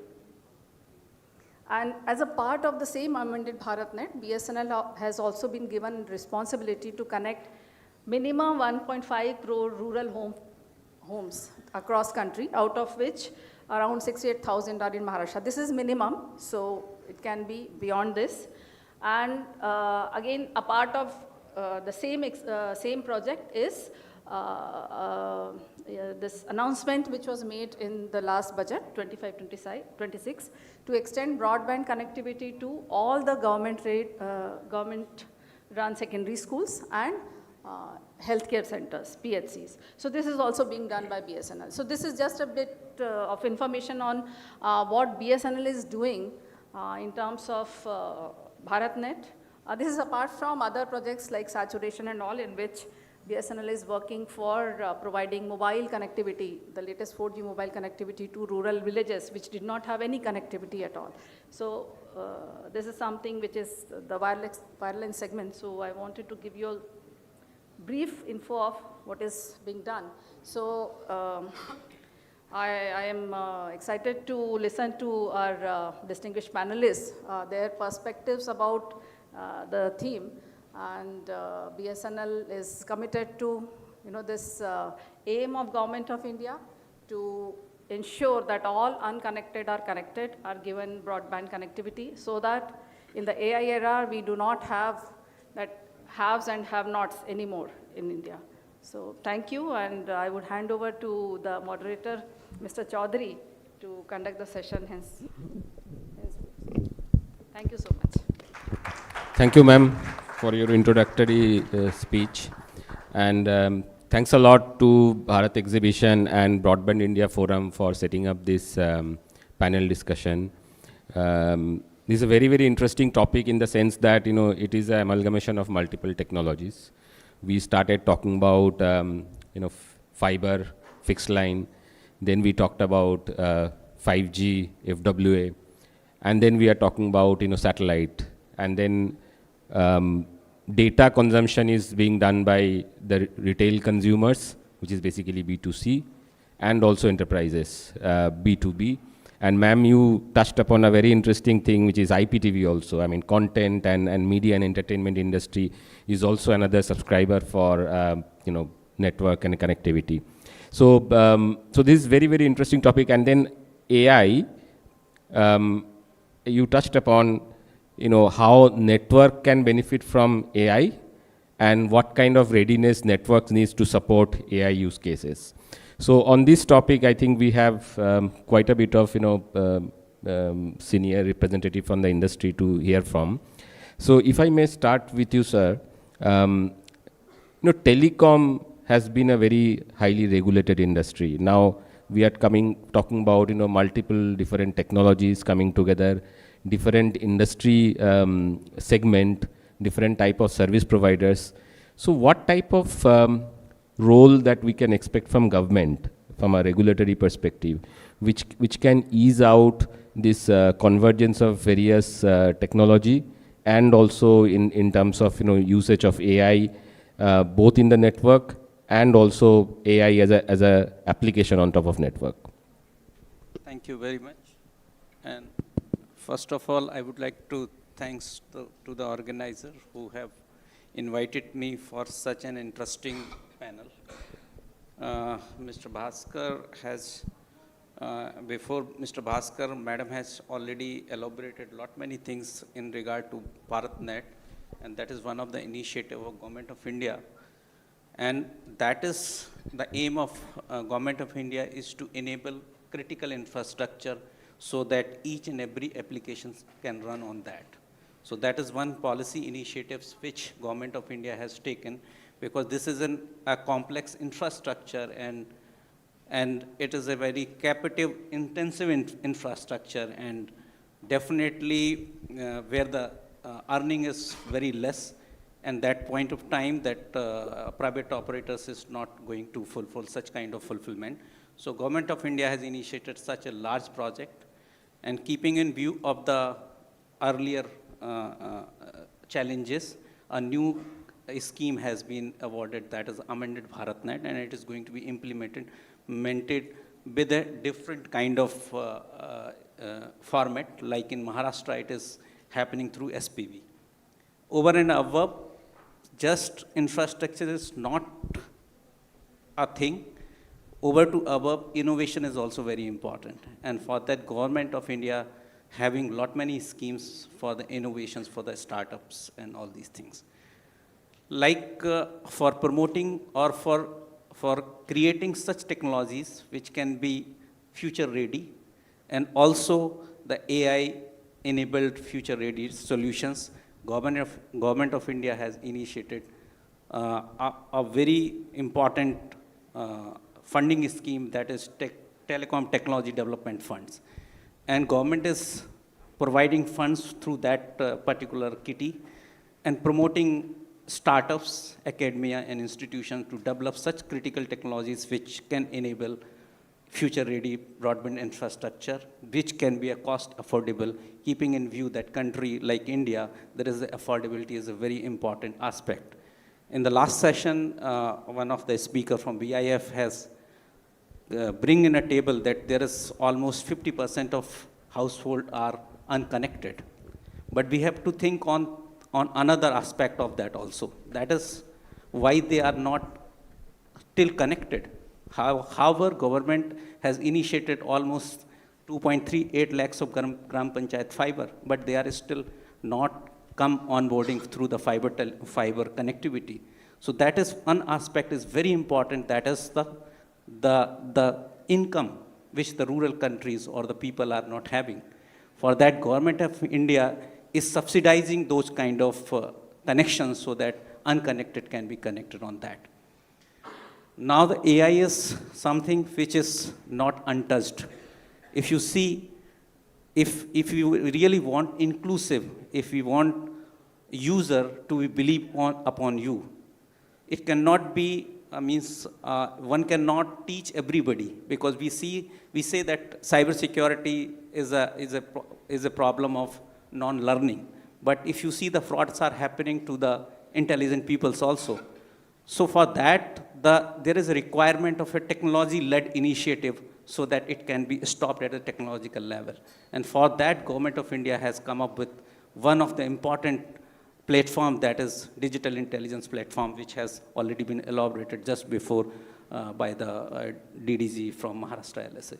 So there are a lot of schemes are there. There are a lot of policy initiatives are there. Since I'm in a field of international relations, and the digital transformation which has happened in India is really a story which is to bring across the world, and so that we are doing so. So these are some initiatives which Government of India is taking. And if I am remembering last Sunday I was somewhere and a very normal man was using AI through his phone. It was the 21st of June and it was a yoga day. He wanted to create one of the pamphlet, but he was not knowing anything, but through his mobile only, he generated, through generative AI, he generated a pamphlet and distributed to all among members. So this is how the AI is taking place. It's becoming, even if you are not aware about the technology, but there are the applications, they are helping you. And so we have to create such kind of an environment, because as in India, we see that we are the very much good in the application part. So the startups or the new institutions which are coming up, so government is promoting those institutions so that such kind of applications can be created and this particular infrastructure can be optimally utilized. Thank you very much. Thank you. I think that was very interesting. In fact, I think ma'am also talked about this BharatNet program. So that is a game changer for India, I mean, on the fixed line side. So certainly. So if I may come to Mr. Manoj Mishra, you know, when we are talking about such a massive usage of data, it is both for fixed line, FWA, mobile networks and all of these. Now, from an infrastructure company, the tower companies, what role do you see in terms of, you know, facilitating this network which can support AI traffic? So, first of all, very good evening, everyone, and congratulations to Bharat Exhibition and BIF team for organizing this event. It is very relevant to the industry. Now I'm coming to the your question. Let me answer in three parts of your questions. First part, as mentioned, India has divided itself is differently when we are coming to the telecom sector. The way we have divided ourselves from heavy assets model to the light assets model means that the infrastructure sharing concept has been introduced by the India only. Okay, initially the entire telecom infrastructure is made by the telecom service provider itself. Then move in different way. So appreciate this concept. It is necessary. You should understand the today's market scenario, how we are.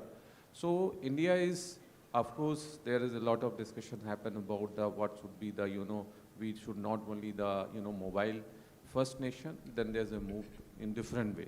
But fortunately, unfortunately, we are the mobile first country. And presently we having a 1.2 billion wireless subscriber. Okay. First of all, in the initial stage when the government, started to thinking, liberalization of the policy, then idea was that we have access to the everyone.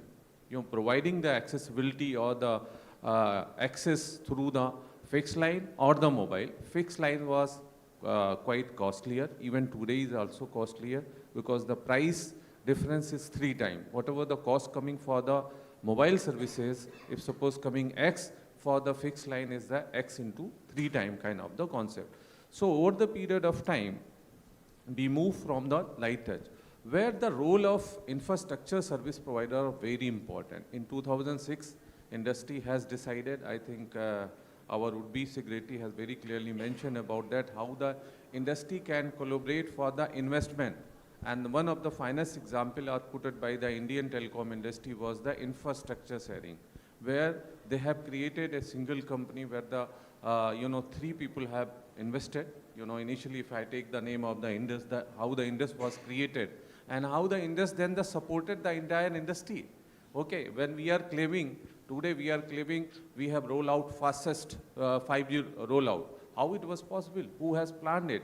The planning and all responsibility has been taken by the infrastructure provider. In fact, today, and every person is talking about, every nation is talking about, whenever any nation become a great nation or the developed nation, then initial in the previously it was necessary they have a good infrastructure, that was the physical infrastructure. But for today's world, not only you require the digital infrastructure, you also require the physical infrastructure to digital infrastructure. So we are the infrastructure providers or the tower company are a major part of the creating is the digital infrastructure, where we play a very major role. In fact, whenever the role of coming the AI, if I look into the Indian telecom market or Indian, which is wireless dominator, and we are claiming also in on both part, affordability also, we claim one of the lowest tariff in the world, we claiming. Then after we are also claiming about that we are generating the largest data if we compare to per subscriber, like one of the person is mentioning 26 GB to 30 GB for that. How it is possible? This is the function. So at the end of the day, if we are talking about the market, it is very simple function about the demand and supply and how the demand and supply work. If there is a demand, we are ready to support the industry by creating an infrastructure, which we have did in the past. One number I'm just supporting by the number. Indus Tower is the world's largest tower company after the China, because China cannot be compared anyway to our country and the way they behave, and we definitely behave. And we are managing right now, we are having a 2,65,000 towers, to which we are offering at least 1.65 tenancy ratio for that. And last year, the demand you can just, last year we have added 26,000 tower in our portfolio. So that is the something which is indicating coming, if there's a demand, we as an industry, IP industry, very much ready to support the industry. That's the way is that. That's I can answer for that. Yeah. Thank you. I think India had witnessed the fastest and largest 5G rollout, and in that the tower companies played a pivotal role. So that's of course a very important fact. Now, if I may come to Satyaprakash ji, when we talk about data service, it is being consumed by different segment of customers, and it could be normal common people like us. Then there are enterprises, and then we have government. We talked about, villages and rural areas. And then there are a lot of different type of service provider, mobile network providers, CSPs, TSPs, ISPs. Often it becomes a bit confusing for many people that, how this ecosystem plays. Especially when we talk about rural broadband connectivity where ARPU may not be up to the mark, it may not generate adequate profit. And we also heard that government has invested in this, in creating this BharatNet program. Now, if you can decipher this ecosystem, what is the role of a ISP, TSP, and CSP in providing broadband services to rural India? Okay, thanks, Bhaskar. First of all, good evening to everyone. I think there is a complete silence. Good evening. Yes. So we know that we are talking to the audience, right? Not sleeping population. So I think, Bhaskar, you have raised a very important question. See, the kind of population we have and the country we are in, for the years, Madam was talking about dial-up. I remember, Madam, I was on other side of the counter. I worked with VSNL, and we used to promote dial-up packs for connecting, and there was a huge queue standing outside for the dial-up packs. So we have come a long way now, but a lot to be done. I was impressed by the emphasis Devashish ji had in the previous session, that 50% of the homes are still unconnected. So the ecosystem what we have today, Bhaskar, and everybody is very, very important, and everybody has their role to play. It's not only one cannot do anything. Even Government of India, BSNL, or any other single telecom provider cannot do anything to connect. So important is to have an ecosystem. Government should play their own role by creating a framework, policy framework. Government should provide access of infrastructure available with government. Many times, though it is time-taking process always in the government, but the infrastructure is late. Government has invested a lot, but still we are working on a project, Bhaskar. I want to take a little more time. Our MD, Mr. Winsley, was talking about Project Ganga in Uttar Pradesh we are doing.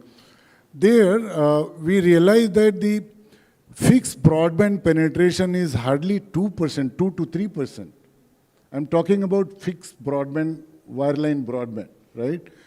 In a population, state population of 22 crores, right, in the state of Uttar Pradesh, it's nothing, merely nothing. And somebody was talking about that, I think Sandeep ji was talking about that because of cost, because of viability issues, a lot of players are not able to reach to many places. So important is if government provides access to the available infrastructure where they have already invested, right? Telcos, TSPs and ISPs like us can play a role of creating last mile, right? Which if we talk about creating a separate dedicated infrastructure reaching to a village, it is just impossible for everybody, anyone, to lay the fiber network. And the cable operators, right? We call them last mile operators. We at One Broadband are very, very confident, and we are associated with them for almost 35 years. And we see them a potential partner in growing the business, because we can reach to the village, we can reach to a town, but the relationship they have in the every house, every person, that matters a lot. So the complete ecosystem requires a collaborative approach, Bhaskar. Yeah, thank you very much. I think what you indicated is basically the last mile connectivity can be covered by the ISPs, and our expectation is that the government can lay the backbone, the pan-India network kind Yeah, of correct. thing. So I think long back, TRI chairman has started a project called Common Infrastructure, and they tested also in Devghar. It's a place in Bihar. And after that, what happened, nobody knows. But it's very, very important, Bhaskar. We feel that to reach to 140 million people on fiber, because the kind of data consumption is today, Sri Devasis was talking about 500 GB consumption in a month in a family. I mean, how a mobility service provider, they are reaching to the people, they are providing the access, but the kind of data required with the different kind of application and OTT content, IPTV, people are completely away from all these services available, right? What we enjoy sitting in urban areas, right? So it's important, Bhaskar. Thank you. And if I may then come to Dheeraj ji. See, when we, look at all of these different technologies, start talking about, fixed line, fiber, and then 5G FWA, then, satellite, LEO, the natural tendency is to think that these are competing technology. Because at the end of the day, the service providers, they are going after the same share of the wallet of the consumers. So both from a commercial perspective, because the people who are going to pay for, subscribing these services, for them, these are like different type of service offering, and the purpose to be served for them is same. So essentially, the common understanding would be that these are the technologies which will compete. It has to compete. Having said that, in telecom world, we have been talking about convergence for many years. We are talking about, multi-domain orchestration. You also, I think, earlier in one of the presentation, you talked about, cloud native services. If you can decipher this, how in your mind, all these technology either cooperate, collaborate, or compete. Especially when we talk about, AI as a use case and also usage of AI in the network. Thank you, Bhaskar. I just build up on my earlier discussion in the earlier session. So I think when these new technologies come initially, I think we all look as a competing technology. But I think that when we start seeing the bigger spectrum, so if we say the 300 million homes, and today we are only having access to maybe not even 50 million homes with the broadband. So where is the competition? So I think there is a very certain area where there is a competition is there. But within the competition, the one which is having a higher capacity, lower latency, that anyhow wins it. The rest of the area, like it becomes obviously the next level because there is no fiber available, so there is no competition. Now it is next available is only the FWA. There is no other option available. So the competition only in the certain geography, yes, there is a competition among the service provider. And there is no point in overlaying the same infrastructure in 2 or 3 or 4 or 5 service provider in the same area. Rather, the people focus on which is the area where the other people are not there. It could be a 5G FWA, it could be non-5G FWA, it could be now the satellite is coming in. So I think competition point of view, at least in India, there is only certain area where the competition is there. The rest area is still deprived of, there is a space for the other technologies. And then when we go to the other areas, in terms of a lot of use cases, let's not only talk about the home use case of the broadband, where the value is there, like home will be contributing maybe say 50% of the total value of the broadband. the 50% of the broadband value which is still coming in the B2B, unconnected, the things which are connected on the UBRs and the wireless and the B2B solutions, that could also have been served, that can be served from the broadband. So there is a lot to be done using the AI fabric, which I covered in the session. So very less on the competition, but more onto the capability gaps which are there in the broadband. And if we address that area, then I think everyone can make maybe money out of that, revenue out of that, the existing service provider. And rather than being served from I would say, low quality solutions, because they are not using the broadband in the right way. So I think I would put in that way, there is still a lot of opportunity available in the AI side. How do we use all this existing the broadband technology in a most meaningful way, and to bring the real value out of that in terms of the affordability, as well as defining or basically making it repurposed for the use cases rather than using just a plain broadband. Right. So basically, the way I would interpret that, there is a space for aggregator, and we are seeing that in the cloud industry. So for example, there are multiple cloud providers, then there are aggregators who are like multi-cloud provider. From a consumer's perspective, it doesn't matter your workload is running on cloud platform X or Y, you just have a layer in between, which is basically aggregator, and the same can happen here as well. So me as a consumer, if I need to have access to data, whether it comes from fixed network, 5G FWA or satellite, I can still consume, right? I mean, that's basically a new, I would say, ecosystem in the market that can evolve. Yeah, the new ecosystem, if you give a one lease line kind of thing, and which is say X, at 1/4 of the cost, you bring a broadband or double broadband or two broadband and give the same grade of services and availability. So you basically reduce the cost also. You also, the broadband which is X, you are giving at a 4X. The broadband service provider can also make the money, and customer also is able to save the money. The only thing is the capability gap which is there, which this fabric has to be created. Right. No, that would be very interesting. Now, if I may come to Vishalji, just to understand a little bit on the other side of the spectrum, so which is basically on the satellite side.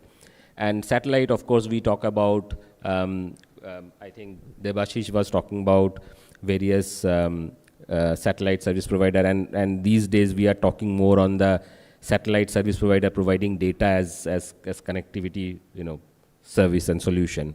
Now, what happens to the other side, which is on the delivery of the content, TV services?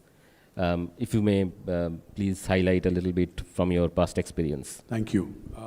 Good evening, everybody. I know it's a full day, end of the day. So first and foremost, my sincere thanks to Broadband India Forum, Debashish, and Bharat Exhibitions to invite me to be here alongside with distinguished panel. Grateful to share my thoughts and perspective alongside the industry leaders. So thank you again. One quick, on a lighter note, before I answer your question, Archana ji in the previous panel from the Reliance, she mentioned a graveyard slot where, immediately after lunch you come and you feel. So, but in reality, in space, there is a graveyard orbital slot.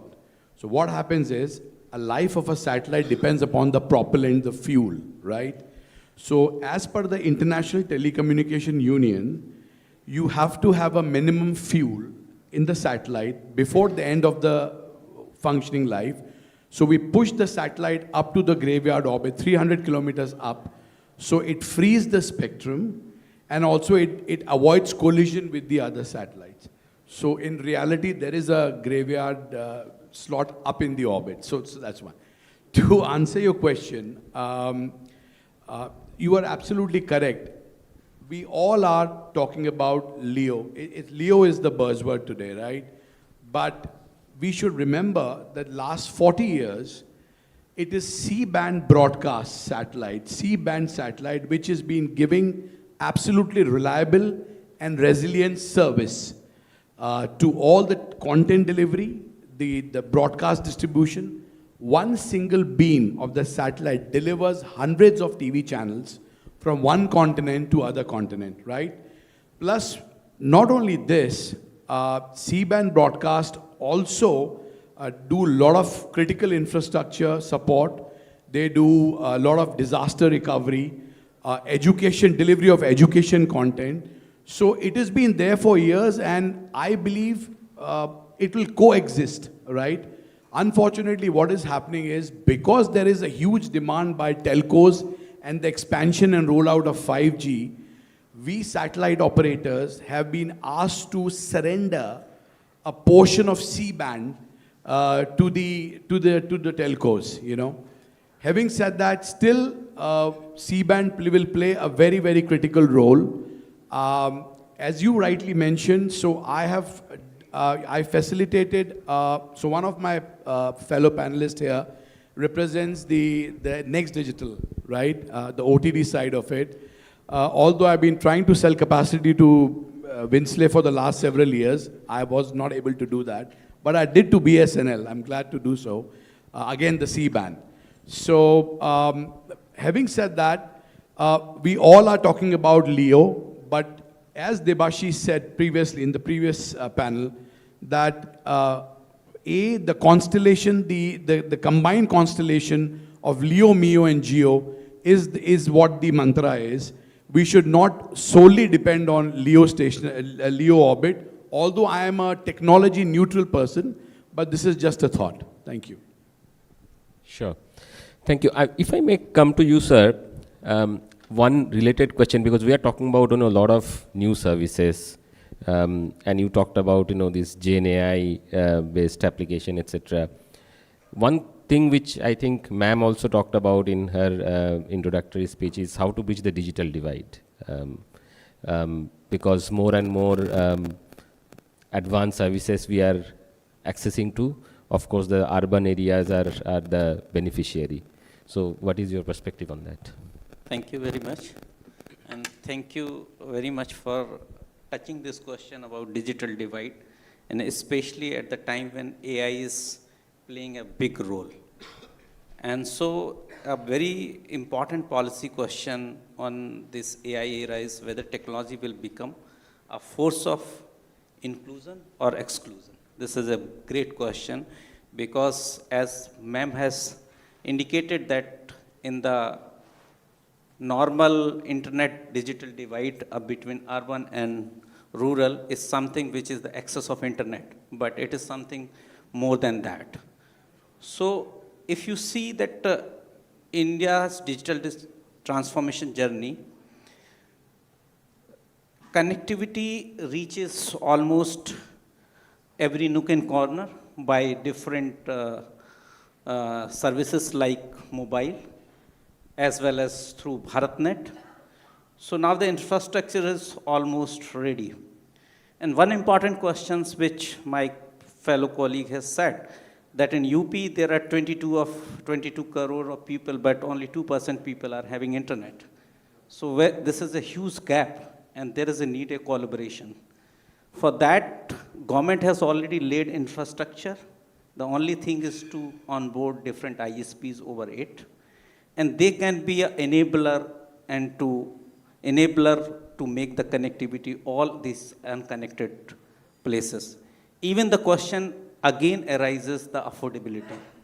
For that, important is innovations. We have to deploy such kind of technology that should be much affordable, like customer premises equipment is, earlier it was too huge, costly equipment, but due to some innovations, the cost has been drastically reduced. So, according to my thought process, the only thing, not only laying infrastructure, but also using some kind of innovations, some kind of new technologies, will be useful to bridge this particular gap. Importantly, inclusion, also affordability I have already covered. That AI which is now available is also can be utilized for bridging this particular divide, and that is basically is important for democratizing access to knowledge and service.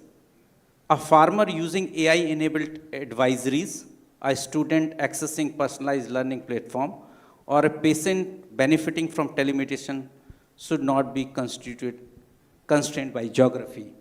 Means these services is now, if you see an example, if I am sitting in a very big city like Mumbai, or a student sitting at a very remote place, but how the technology has given him a chance to read such kind of books which are not available at that particular library, but he can go to the online mode. Even now he can, AI, chat GPT can solve these problems.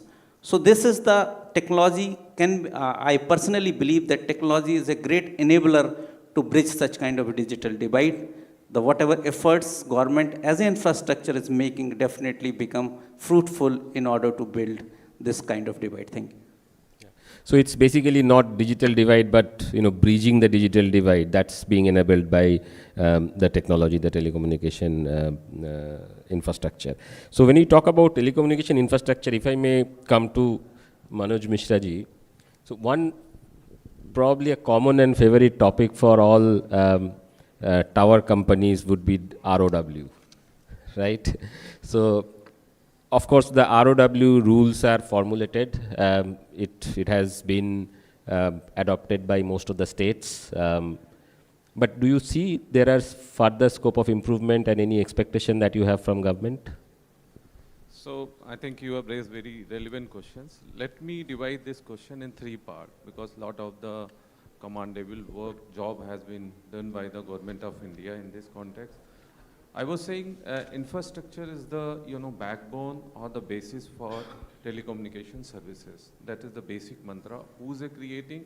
Because whatever the difference we are looking here in terms of the digital divide, it is very clear there's a difference of the affordability. If I use the word being a chartered accountant, we have identified what are the reasons why there's a difference still, because every person is wanted to do the business, but why they are not able to do the business. Initially look into that, what was the concept has been devised in the NTP, 1994, then the National Telecom Policy 99. Most of the time government has concentrated for the affordability and the accessibility. Whatever the mode is there, whether the fixed line or the satellite or any mode of the services, they wanted just accessibility and affordability. Now we are in a situation where we can talk about the others alternative, where we can compete and provide the services at an affordable rate. Having said that, first understand the kind of the regulatory framework has been created by the government of India. That is very, very commendable. And you have very rightly mentioned, let me recall some of the recent act has been implemented, like the Telecommunication Act 2023, which has, just surpasses or the repeal, 100-year-old, act, Telegraph Act 1885, which was not able to, serve the demand of the present requirement of the Indian, the way Indian looking into that. That's the first part. Then after, you will be surprised to know that, because I had an opportunity to head the GSMA, I was a country head of the India GSMA. And as per our study, until now, India is only one country to whom, under their Act, Telecommunication Act, there is a specific discussion about the right of way. Nowhere in the world, even the advanced to advanced country, there is no discussion about the right of way. So you can understand how much we are in advance to creating an infrastructure. We realize the benefit of the infrastructure. If it is a share, then affordability is coming. Going forward, Government of India has made right of way rules, which is implemented from the 1st January 2025, and now we are going to complete 1.5 years. So just for your information, out of the 36 state and UTs, 34 have adopted, although 2 countries because of the political, 2 states because of the political, officially they have not adopted, but all the thing is working at fine. And this is the first time where the Government of India very clearly mentioned about any, compliances, all the compliances is going to happen digital by divide, or digital by design. All the thing is happening online. So in this context, till now, Government of India and state are working together. They have created a portal through which we are getting, approval. That's the first part. Second, to facilitate the telecom industry, not only for the tower company, for the others also. They have created a concept, we are talking about the amended BharatNet, but there is also concept, they have created dedicated team that is called National Broadband Mission, NBM. And right now we are working NBM2, which has very much facilitated to, roll out in India. When it was created, it was basically conceived at the time of the, COVID was going on. Then after, second version is going, but that division of the Department of Telecommunication had did, very important thing to facilitate the telecom industry. And further going ahead, one thing I would like to mention here also, within the NBM, there was a concept devised by the Department of Telecommunication with the help of PMO. They have created a state broadband committee. What is the importance of the state broadband committee? Telecom is a, central matter. Perhaps we are doing the business in the state also. We need to approval and permission from the state also. Previously, there was too much challenge. There was a too much challenge. To resolve this, Government of India through DOT, they created the State Broadband Committee, which is very much helping. So that is the enabling clause has been created by the Government of India, very well supported by the state government, that the present situation. Let me, highlight what the challenges we are facing. Yes, challenge always we going to be continue perceive. Like there are what the challenge is coming. Okay, right of way in place, digital by design, all concept in place. But the biggest problem is coming from the industry is the mindset of the state. Sometime I can give an example of the state where I'm sitting, Maharashtra. Maharashtra has implemented ROW. There is no difference because whatever the government is the central government, the same government is in the state also. But still, after creating a portal also, if I put an example of the Mumbai is having 6 municipal corporation. Out of the 6, only 3 has been just mapped to the portal. So still I have to follow through the manual physical route, that also creating a problem. Even the challenge is coming, there's a less coordination between the federal government, state government, and then after the biggest problem creator is the third line government, that is called municipal corporation, which is still creating a problem. 2 days back, what happens? We have a permission from the Government of India, even by the state itself, but they have ordered to demolish my tower. However, they have no power. Under the Telecommunication Act, if any action they're supposed to take, then take a permission, section 14(4), from the nodal officer, who's a principal secretary IT, but without taking their order, they have order. Then after we manage per se. So problem is coming, lack of knowledge, lack of the coordination.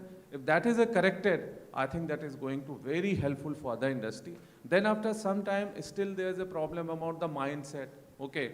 And there was a big case happens recently, when their Mumbai metro, corridor function started, then after TSP has approached, the prices has been asked by the government, owners who's holding that building, that is one not affordable for the, TSP. That time we represented, however, that matter has been solved. So these are the problem which is coming. Still, we are not aware how much property is available where we can put our infrastructure for providing a services. What we can do from our side, from industry is looking, there's a need for the first and foremost, sensitization of the everyone who's a part of the ecosystem, whether with the federal government, state government, or the municipal corporation, or even the district level. Although there are the district telecom committees are there, but they are working very choosing basis for that. And third, if there is any coordination can be created, although state, broadband committees are there, but still there is a challenge.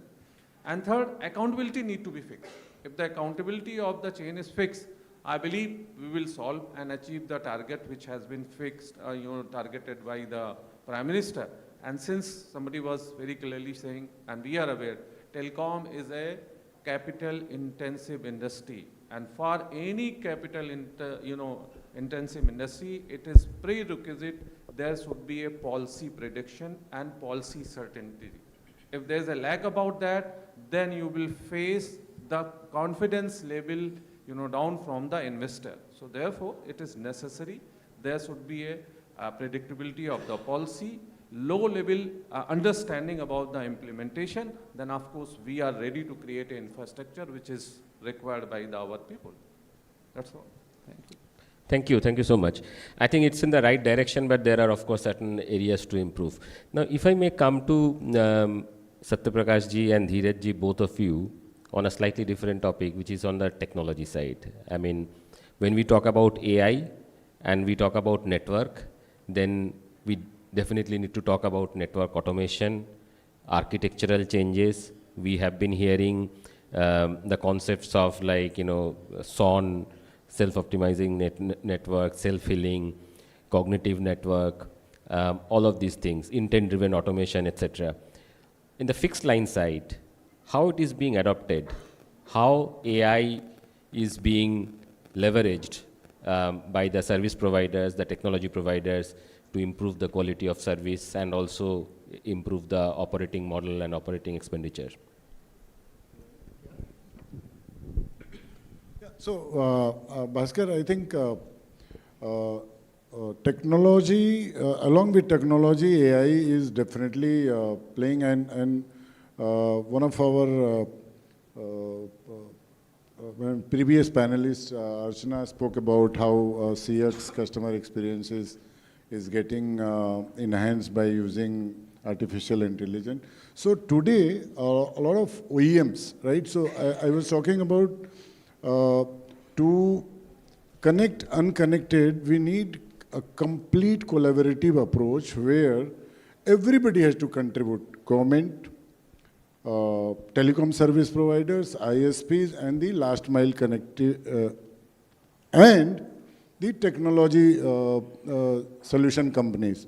So for example, today OEMs are using AI to enable the hardware, the last mile CPs, right, which can be managed and controlled sitting in Mumbai, sitting in some remote places. So what was happening 3 years before, or 2 years even before, if a customer is complaining, someone has to visit physically, check wire is plugged properly or not, is there a loss, is there power supply proper. Now today, sitting in our network operating center, my engineer can access the hardware, the customer premise equipment, and tell him, okay, boss, I think everything is working fine. Your patch cord or plug is loose, you just plug in and it will start working, and they address and troubleshoot all this. So AI obviously, and this is just because of AI only, artificial intelligence, and differently it can be used. So I was talking about then OEMs also has to come. Today also, I think Sandeep ji was talking about, CP's prices have come down, but still it is not affordable, sir. Still, if you want to deploy 100 crore CPs, I think you need a lot of capex, right? And the complete network architecture for that to support that kind of speed. Madam was talking about 2 Mbps is considered as a high-speed broadband. Now, if we talk about, we sell minimum plans at one broadband starting from 100 Mbps. But people ask for 1 Gbps plan. People ask for 500 Mbps plan. Now to support that speed, that kind of data transfer, technology solution providers also has to come up with affordable and more scalable models, Bhaskar. It is going to, this is how we'll be able to connect all the unconnected people, right? And one more thing I wanted, I was talking about Project Ganga. So in Project Ganga, we have collaborated with the government of Uttar Pradesh. Now, from the capex perspective, sir, and that was the challenge we discussed with the government of UP. And they said, okay, if this is the problem, we will fund the last mile operator to create the FTTH network, fiber network, and let them own and service the customer. And this is the model we are rolling out, connecting almost 10,000, creating 10,000 entrepreneurs. Indirectly, if you get high-speed broadband in a village, in a gram panchayat, at a block level or a smaller town, tier 3, tier 4 cities, people earn, from complete ecosystem, people start earning money. Somebody is making reel, somebody is making YouTube videos, somebody is taking education, remotely sitting, they will not have to travel to Delhi or Mumbai and all. So it's very important that we adopt technology timely, and complete ecosystem should support this. Right. Dheeraj, your perspective on this same topic? So one more thing, I would say, like we discussed in multiple sessions, like the automation, definitely the cognitive, the self-optimization network, and more automation, more and more prediction, more and more intelligence. It is definitely happening in a big way. And but mostly it is being driven from the two things. One is the operation efficiency, and the second thing, the customer experience or customer issue, which are eventually resulting into a lot of truck rolls. And avoiding that interaction and the field visits, I think these are the major use cases where the major focus has been happening, and it has happened. But when I see these fragmented use cases of AI, it's still at a very primitive stage, even with the leading global players also. And when I say why it is a primitive, because they are the individual fragmented use cases, and without any AI platform and without any governance layer, that is something which is happening. People are putting the effort now, and maybe it will take another 1, 2, 3 years by the time we see some good, I would say, matured application of the AI across the use cases, and which create the real value. The current value which is being created or being basically capitalized over the AI is not even 1/10. This is at least my close working with the 2 or 3 large global telcos. And there is a huge room of opportunities available, not across the operation, but also the business side, demand planning side, infrastructure planning side. How do you build a value across the infra co, network co, service co in a manner that it is able to bring a more and more opportunity for more revenues and the reduced cost, because the business are very dynamic, networks are dynamic, the traffic are dynamic. Where do you expand? In what mode you expand? Where you bring the more revenue, and how you can bring that 360-degree across multiple networks is something I think I would say the industry is still not even 20-30%. A long way to go. Right, a long way to go, certainly. Right, so maybe the last question coming to satellite. So in India, whenever we talked about different new telecom services, we had encountered this problem with 5G also. There have been a lot of regulatory constraints. Now, how is the situation globally when it comes to SATCOM, satellite, and what kind of regulatory support do we expect in India from government? Before I reply to your question, I have a slightly different perspective when it comes to, I've been hearing a lot that, spectrum pricing, spectrum allocation, delay. I have a different perspective, and I have nothing to do with the government. This is overall, because I've lived in Singapore, I lived in Kuala Lumpur, I've worked in international markets, I've been very closely working with India, the markets here.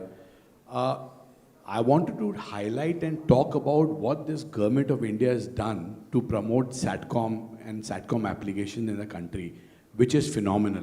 I'll tell you how. First time in the history, I haven't heard government of India, and I second Manojji's what he has said. First time government of India realized the faster deployment of satellites, the role of satellites. First time they have auctioned an Indian orbital slot, which has been awarded to a private company in India.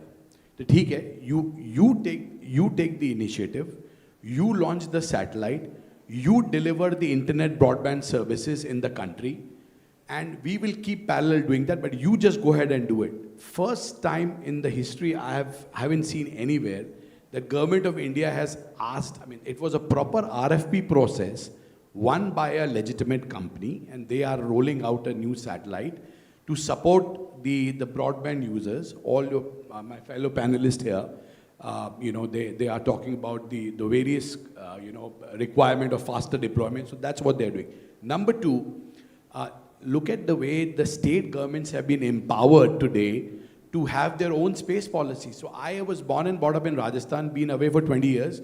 I just got to know, ma'am, a week ago that Rajasthan also has a space policy thanks to Government of India.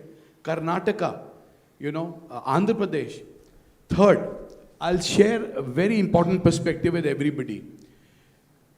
BrahMos missile components, one of the components will be developed by a private company. Government said, aap aao, aap banao, lijiye aap kariye, kamikaze drones. So, this government, if you have talent and capabilities, this government is supporting you. What else you want? Look at the fourth point. Look at the space startups today. They have been supported by Government of India. You set up the space startup, you set up Make in India as per Honorable Prime Minister. You do it, we will support you. So, look, it's a 1.4 billion people living in this country.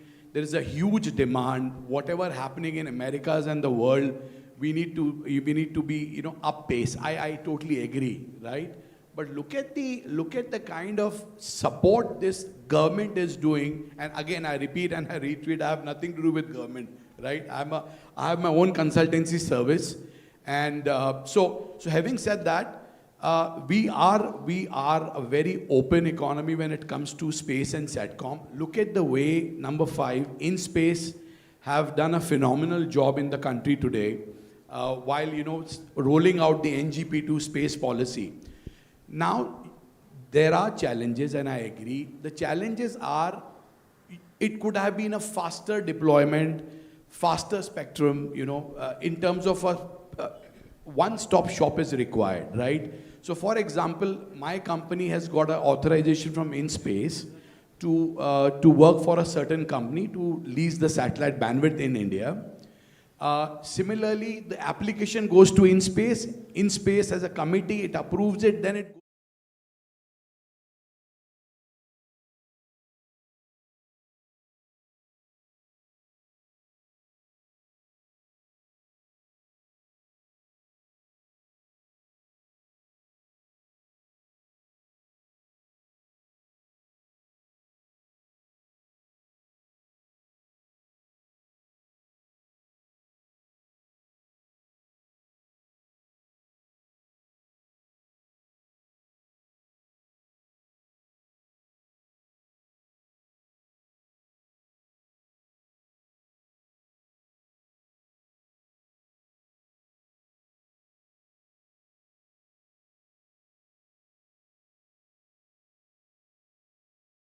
one last point. Look at now Reliance Jio is launching their own LEO constellation. It is not easy to just go and file for a satellite constellation and launch it. It's a process. But one of the press releases I read that they are applying it and they plan to roll out in the next 2 years. If they could do it in the next 2 years, hats off to them and their deployment. But what I'm saying is today is in this fast-paced environment where everybody is looking at Elon. I mean, of course, he has done a fabulous job. To me, the reusable rocket, in earlier days when you launch a satellite, I'm slightly deviating, but I'm just sharing my perspective. When you launch a satellite, the rocket goes and it, deploys the satellite and gets jettisoned and destroyed. Elon has come up with a technology which is a reusable rocket. It parks the satellite and comes back on the launch pad. He has done wonders. I mean, hats off to the technology, but we don't need to run after, what they are doing, right? We have our own capabilities. Right now, people are talking about LEO. As Debashish rightly said, non-GSO is the buzzword, but geostationary, and especially I also represent a company based out of US, which is known as Astranis Space Technologies. We build and manufacture micro geostationary satellites, which are faster in deployment than the traditional geostationary, the larger satellites. So what we do is that we launch the satellites. We have a manifesto, launch manifesto every 12 to 18 months. We launch the blocks so that an operator or a telco or a defense, they have faster access to the satellites. And we do broadband internet connectivity by using the micro geo. And micro geo is the patent word to a company. So thank you so much. Thank you. That was very interesting and insightful feedback from you. If I may request ma'am to kind of summarize and share the concluding remarks.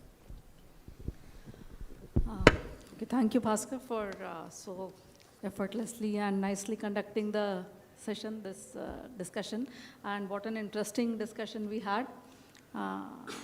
So it's I would thank all the fellow delegates here for putting forth their perspective, because they come from they represent different stakeholders here. So as the theme was towards broadband policy in AI era, so all of us, I think, have agreed to one thing, that for broadband proliferation, especially because AI is here, all stakeholders have to make efforts. So we heard from Sandeep what Government of India is doing in terms of investing in infrastructure, creating that important critical national infrastructure. And also in terms of, again, taking so many initiatives towards cybersecurity. So thanks for that. We also heard from Manoj Mishra ji, the perspective which is coming from the infrastructure companies. So definitely a lot has been done, as he mentioned, this broadband policies that Government of India has put, ROW policies which are first of its kind, which have been put and now are being slowly adopted by different state governments, and still there are some hitches in terms of, because we have different 3 layers of government, so definitely it's very difficult to move huge machinery at a very fast pace. So, but still, it's a very good initiative, and I hope that going forward, these ROW issues will be ironed out, and it will promote further broadband proliferation in the country. We heard various technological perspectives from Sharma ji and Satyaprakash ji, especially. He brought about, he mentioned the role of cable operators. I fully agree with him that last mile, they also have a role to play. ISPs, because there is a certain kind of role that has to be played in building the core infrastructure, and a certain kind of role which is to be played for building the last mile. So definitely, there are many stakeholders which are involved. So thanks, and for bringing out the role of aggregation, where multiple, multimodal services are there available at an economical cost to customers, especially in, you can say, business to business kind of segment, where you want an affordable, low cost, but a service which never fails, means where you have different alternatives available, and if one fails, the other takes over. So it's a very new concept, and I hope that, we'll see this implementation in India. And thanks, Vishal ji, for giving a perspective from the SATCOM side. And as he said, it's not, although the SATCOM in LEO is the buzzword right now, but definitely GEO, MEO, and LEO all have their roles to play. And thanks for sharing a perspective. So I thank all the fellow panelists and to Mr. Bhaskar for this interesting conversation that we had, and I hope that the audience would have also liked it, and thanks a lot. You have been a wonderful audience, especially in Mumbai, staying up, and it's raining outside, so everyone must be thinking that, how much time will it take to go back? So it's a difficult time during rainy season in Mumbai. So thank you, thanks a lot. So I hand over to Sridharan ji.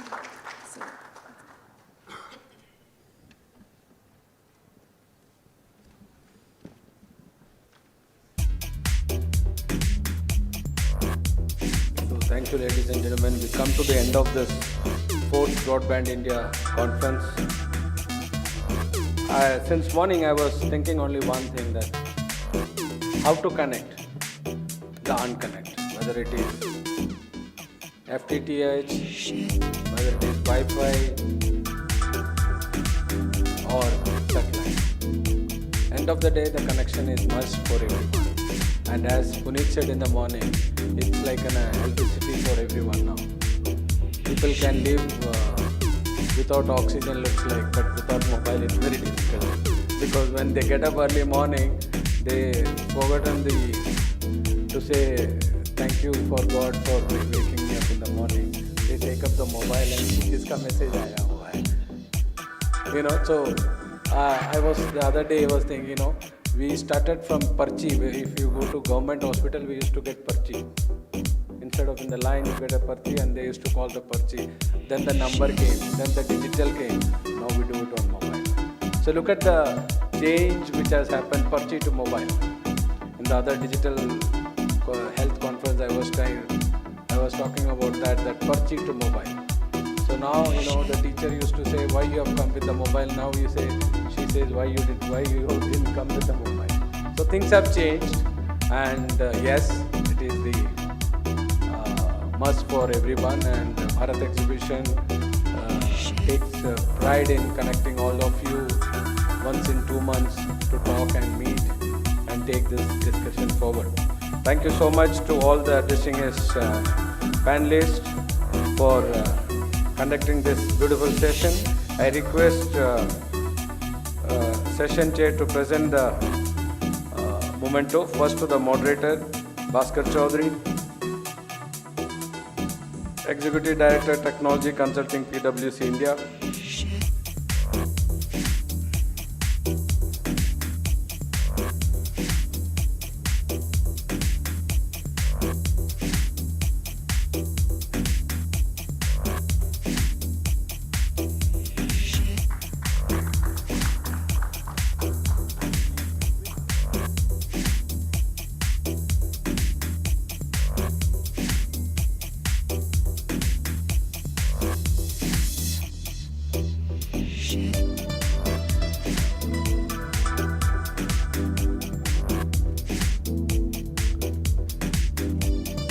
Then to Mr. Sandeep Kumar Gupta.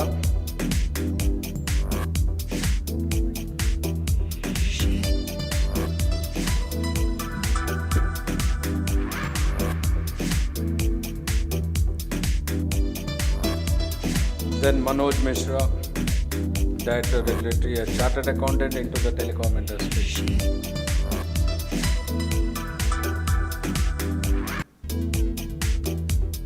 Then to Satya Prakash Singh,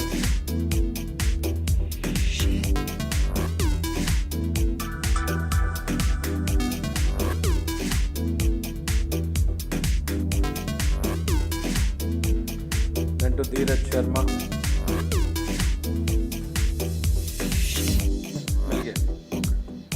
Indrajit Shinde,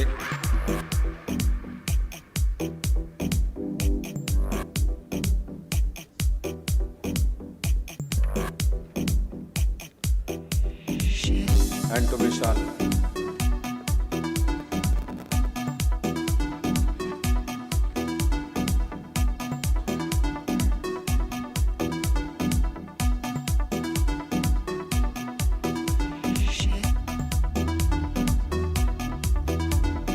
And Madam, on behalf of the entire fraternity, I would like to present it.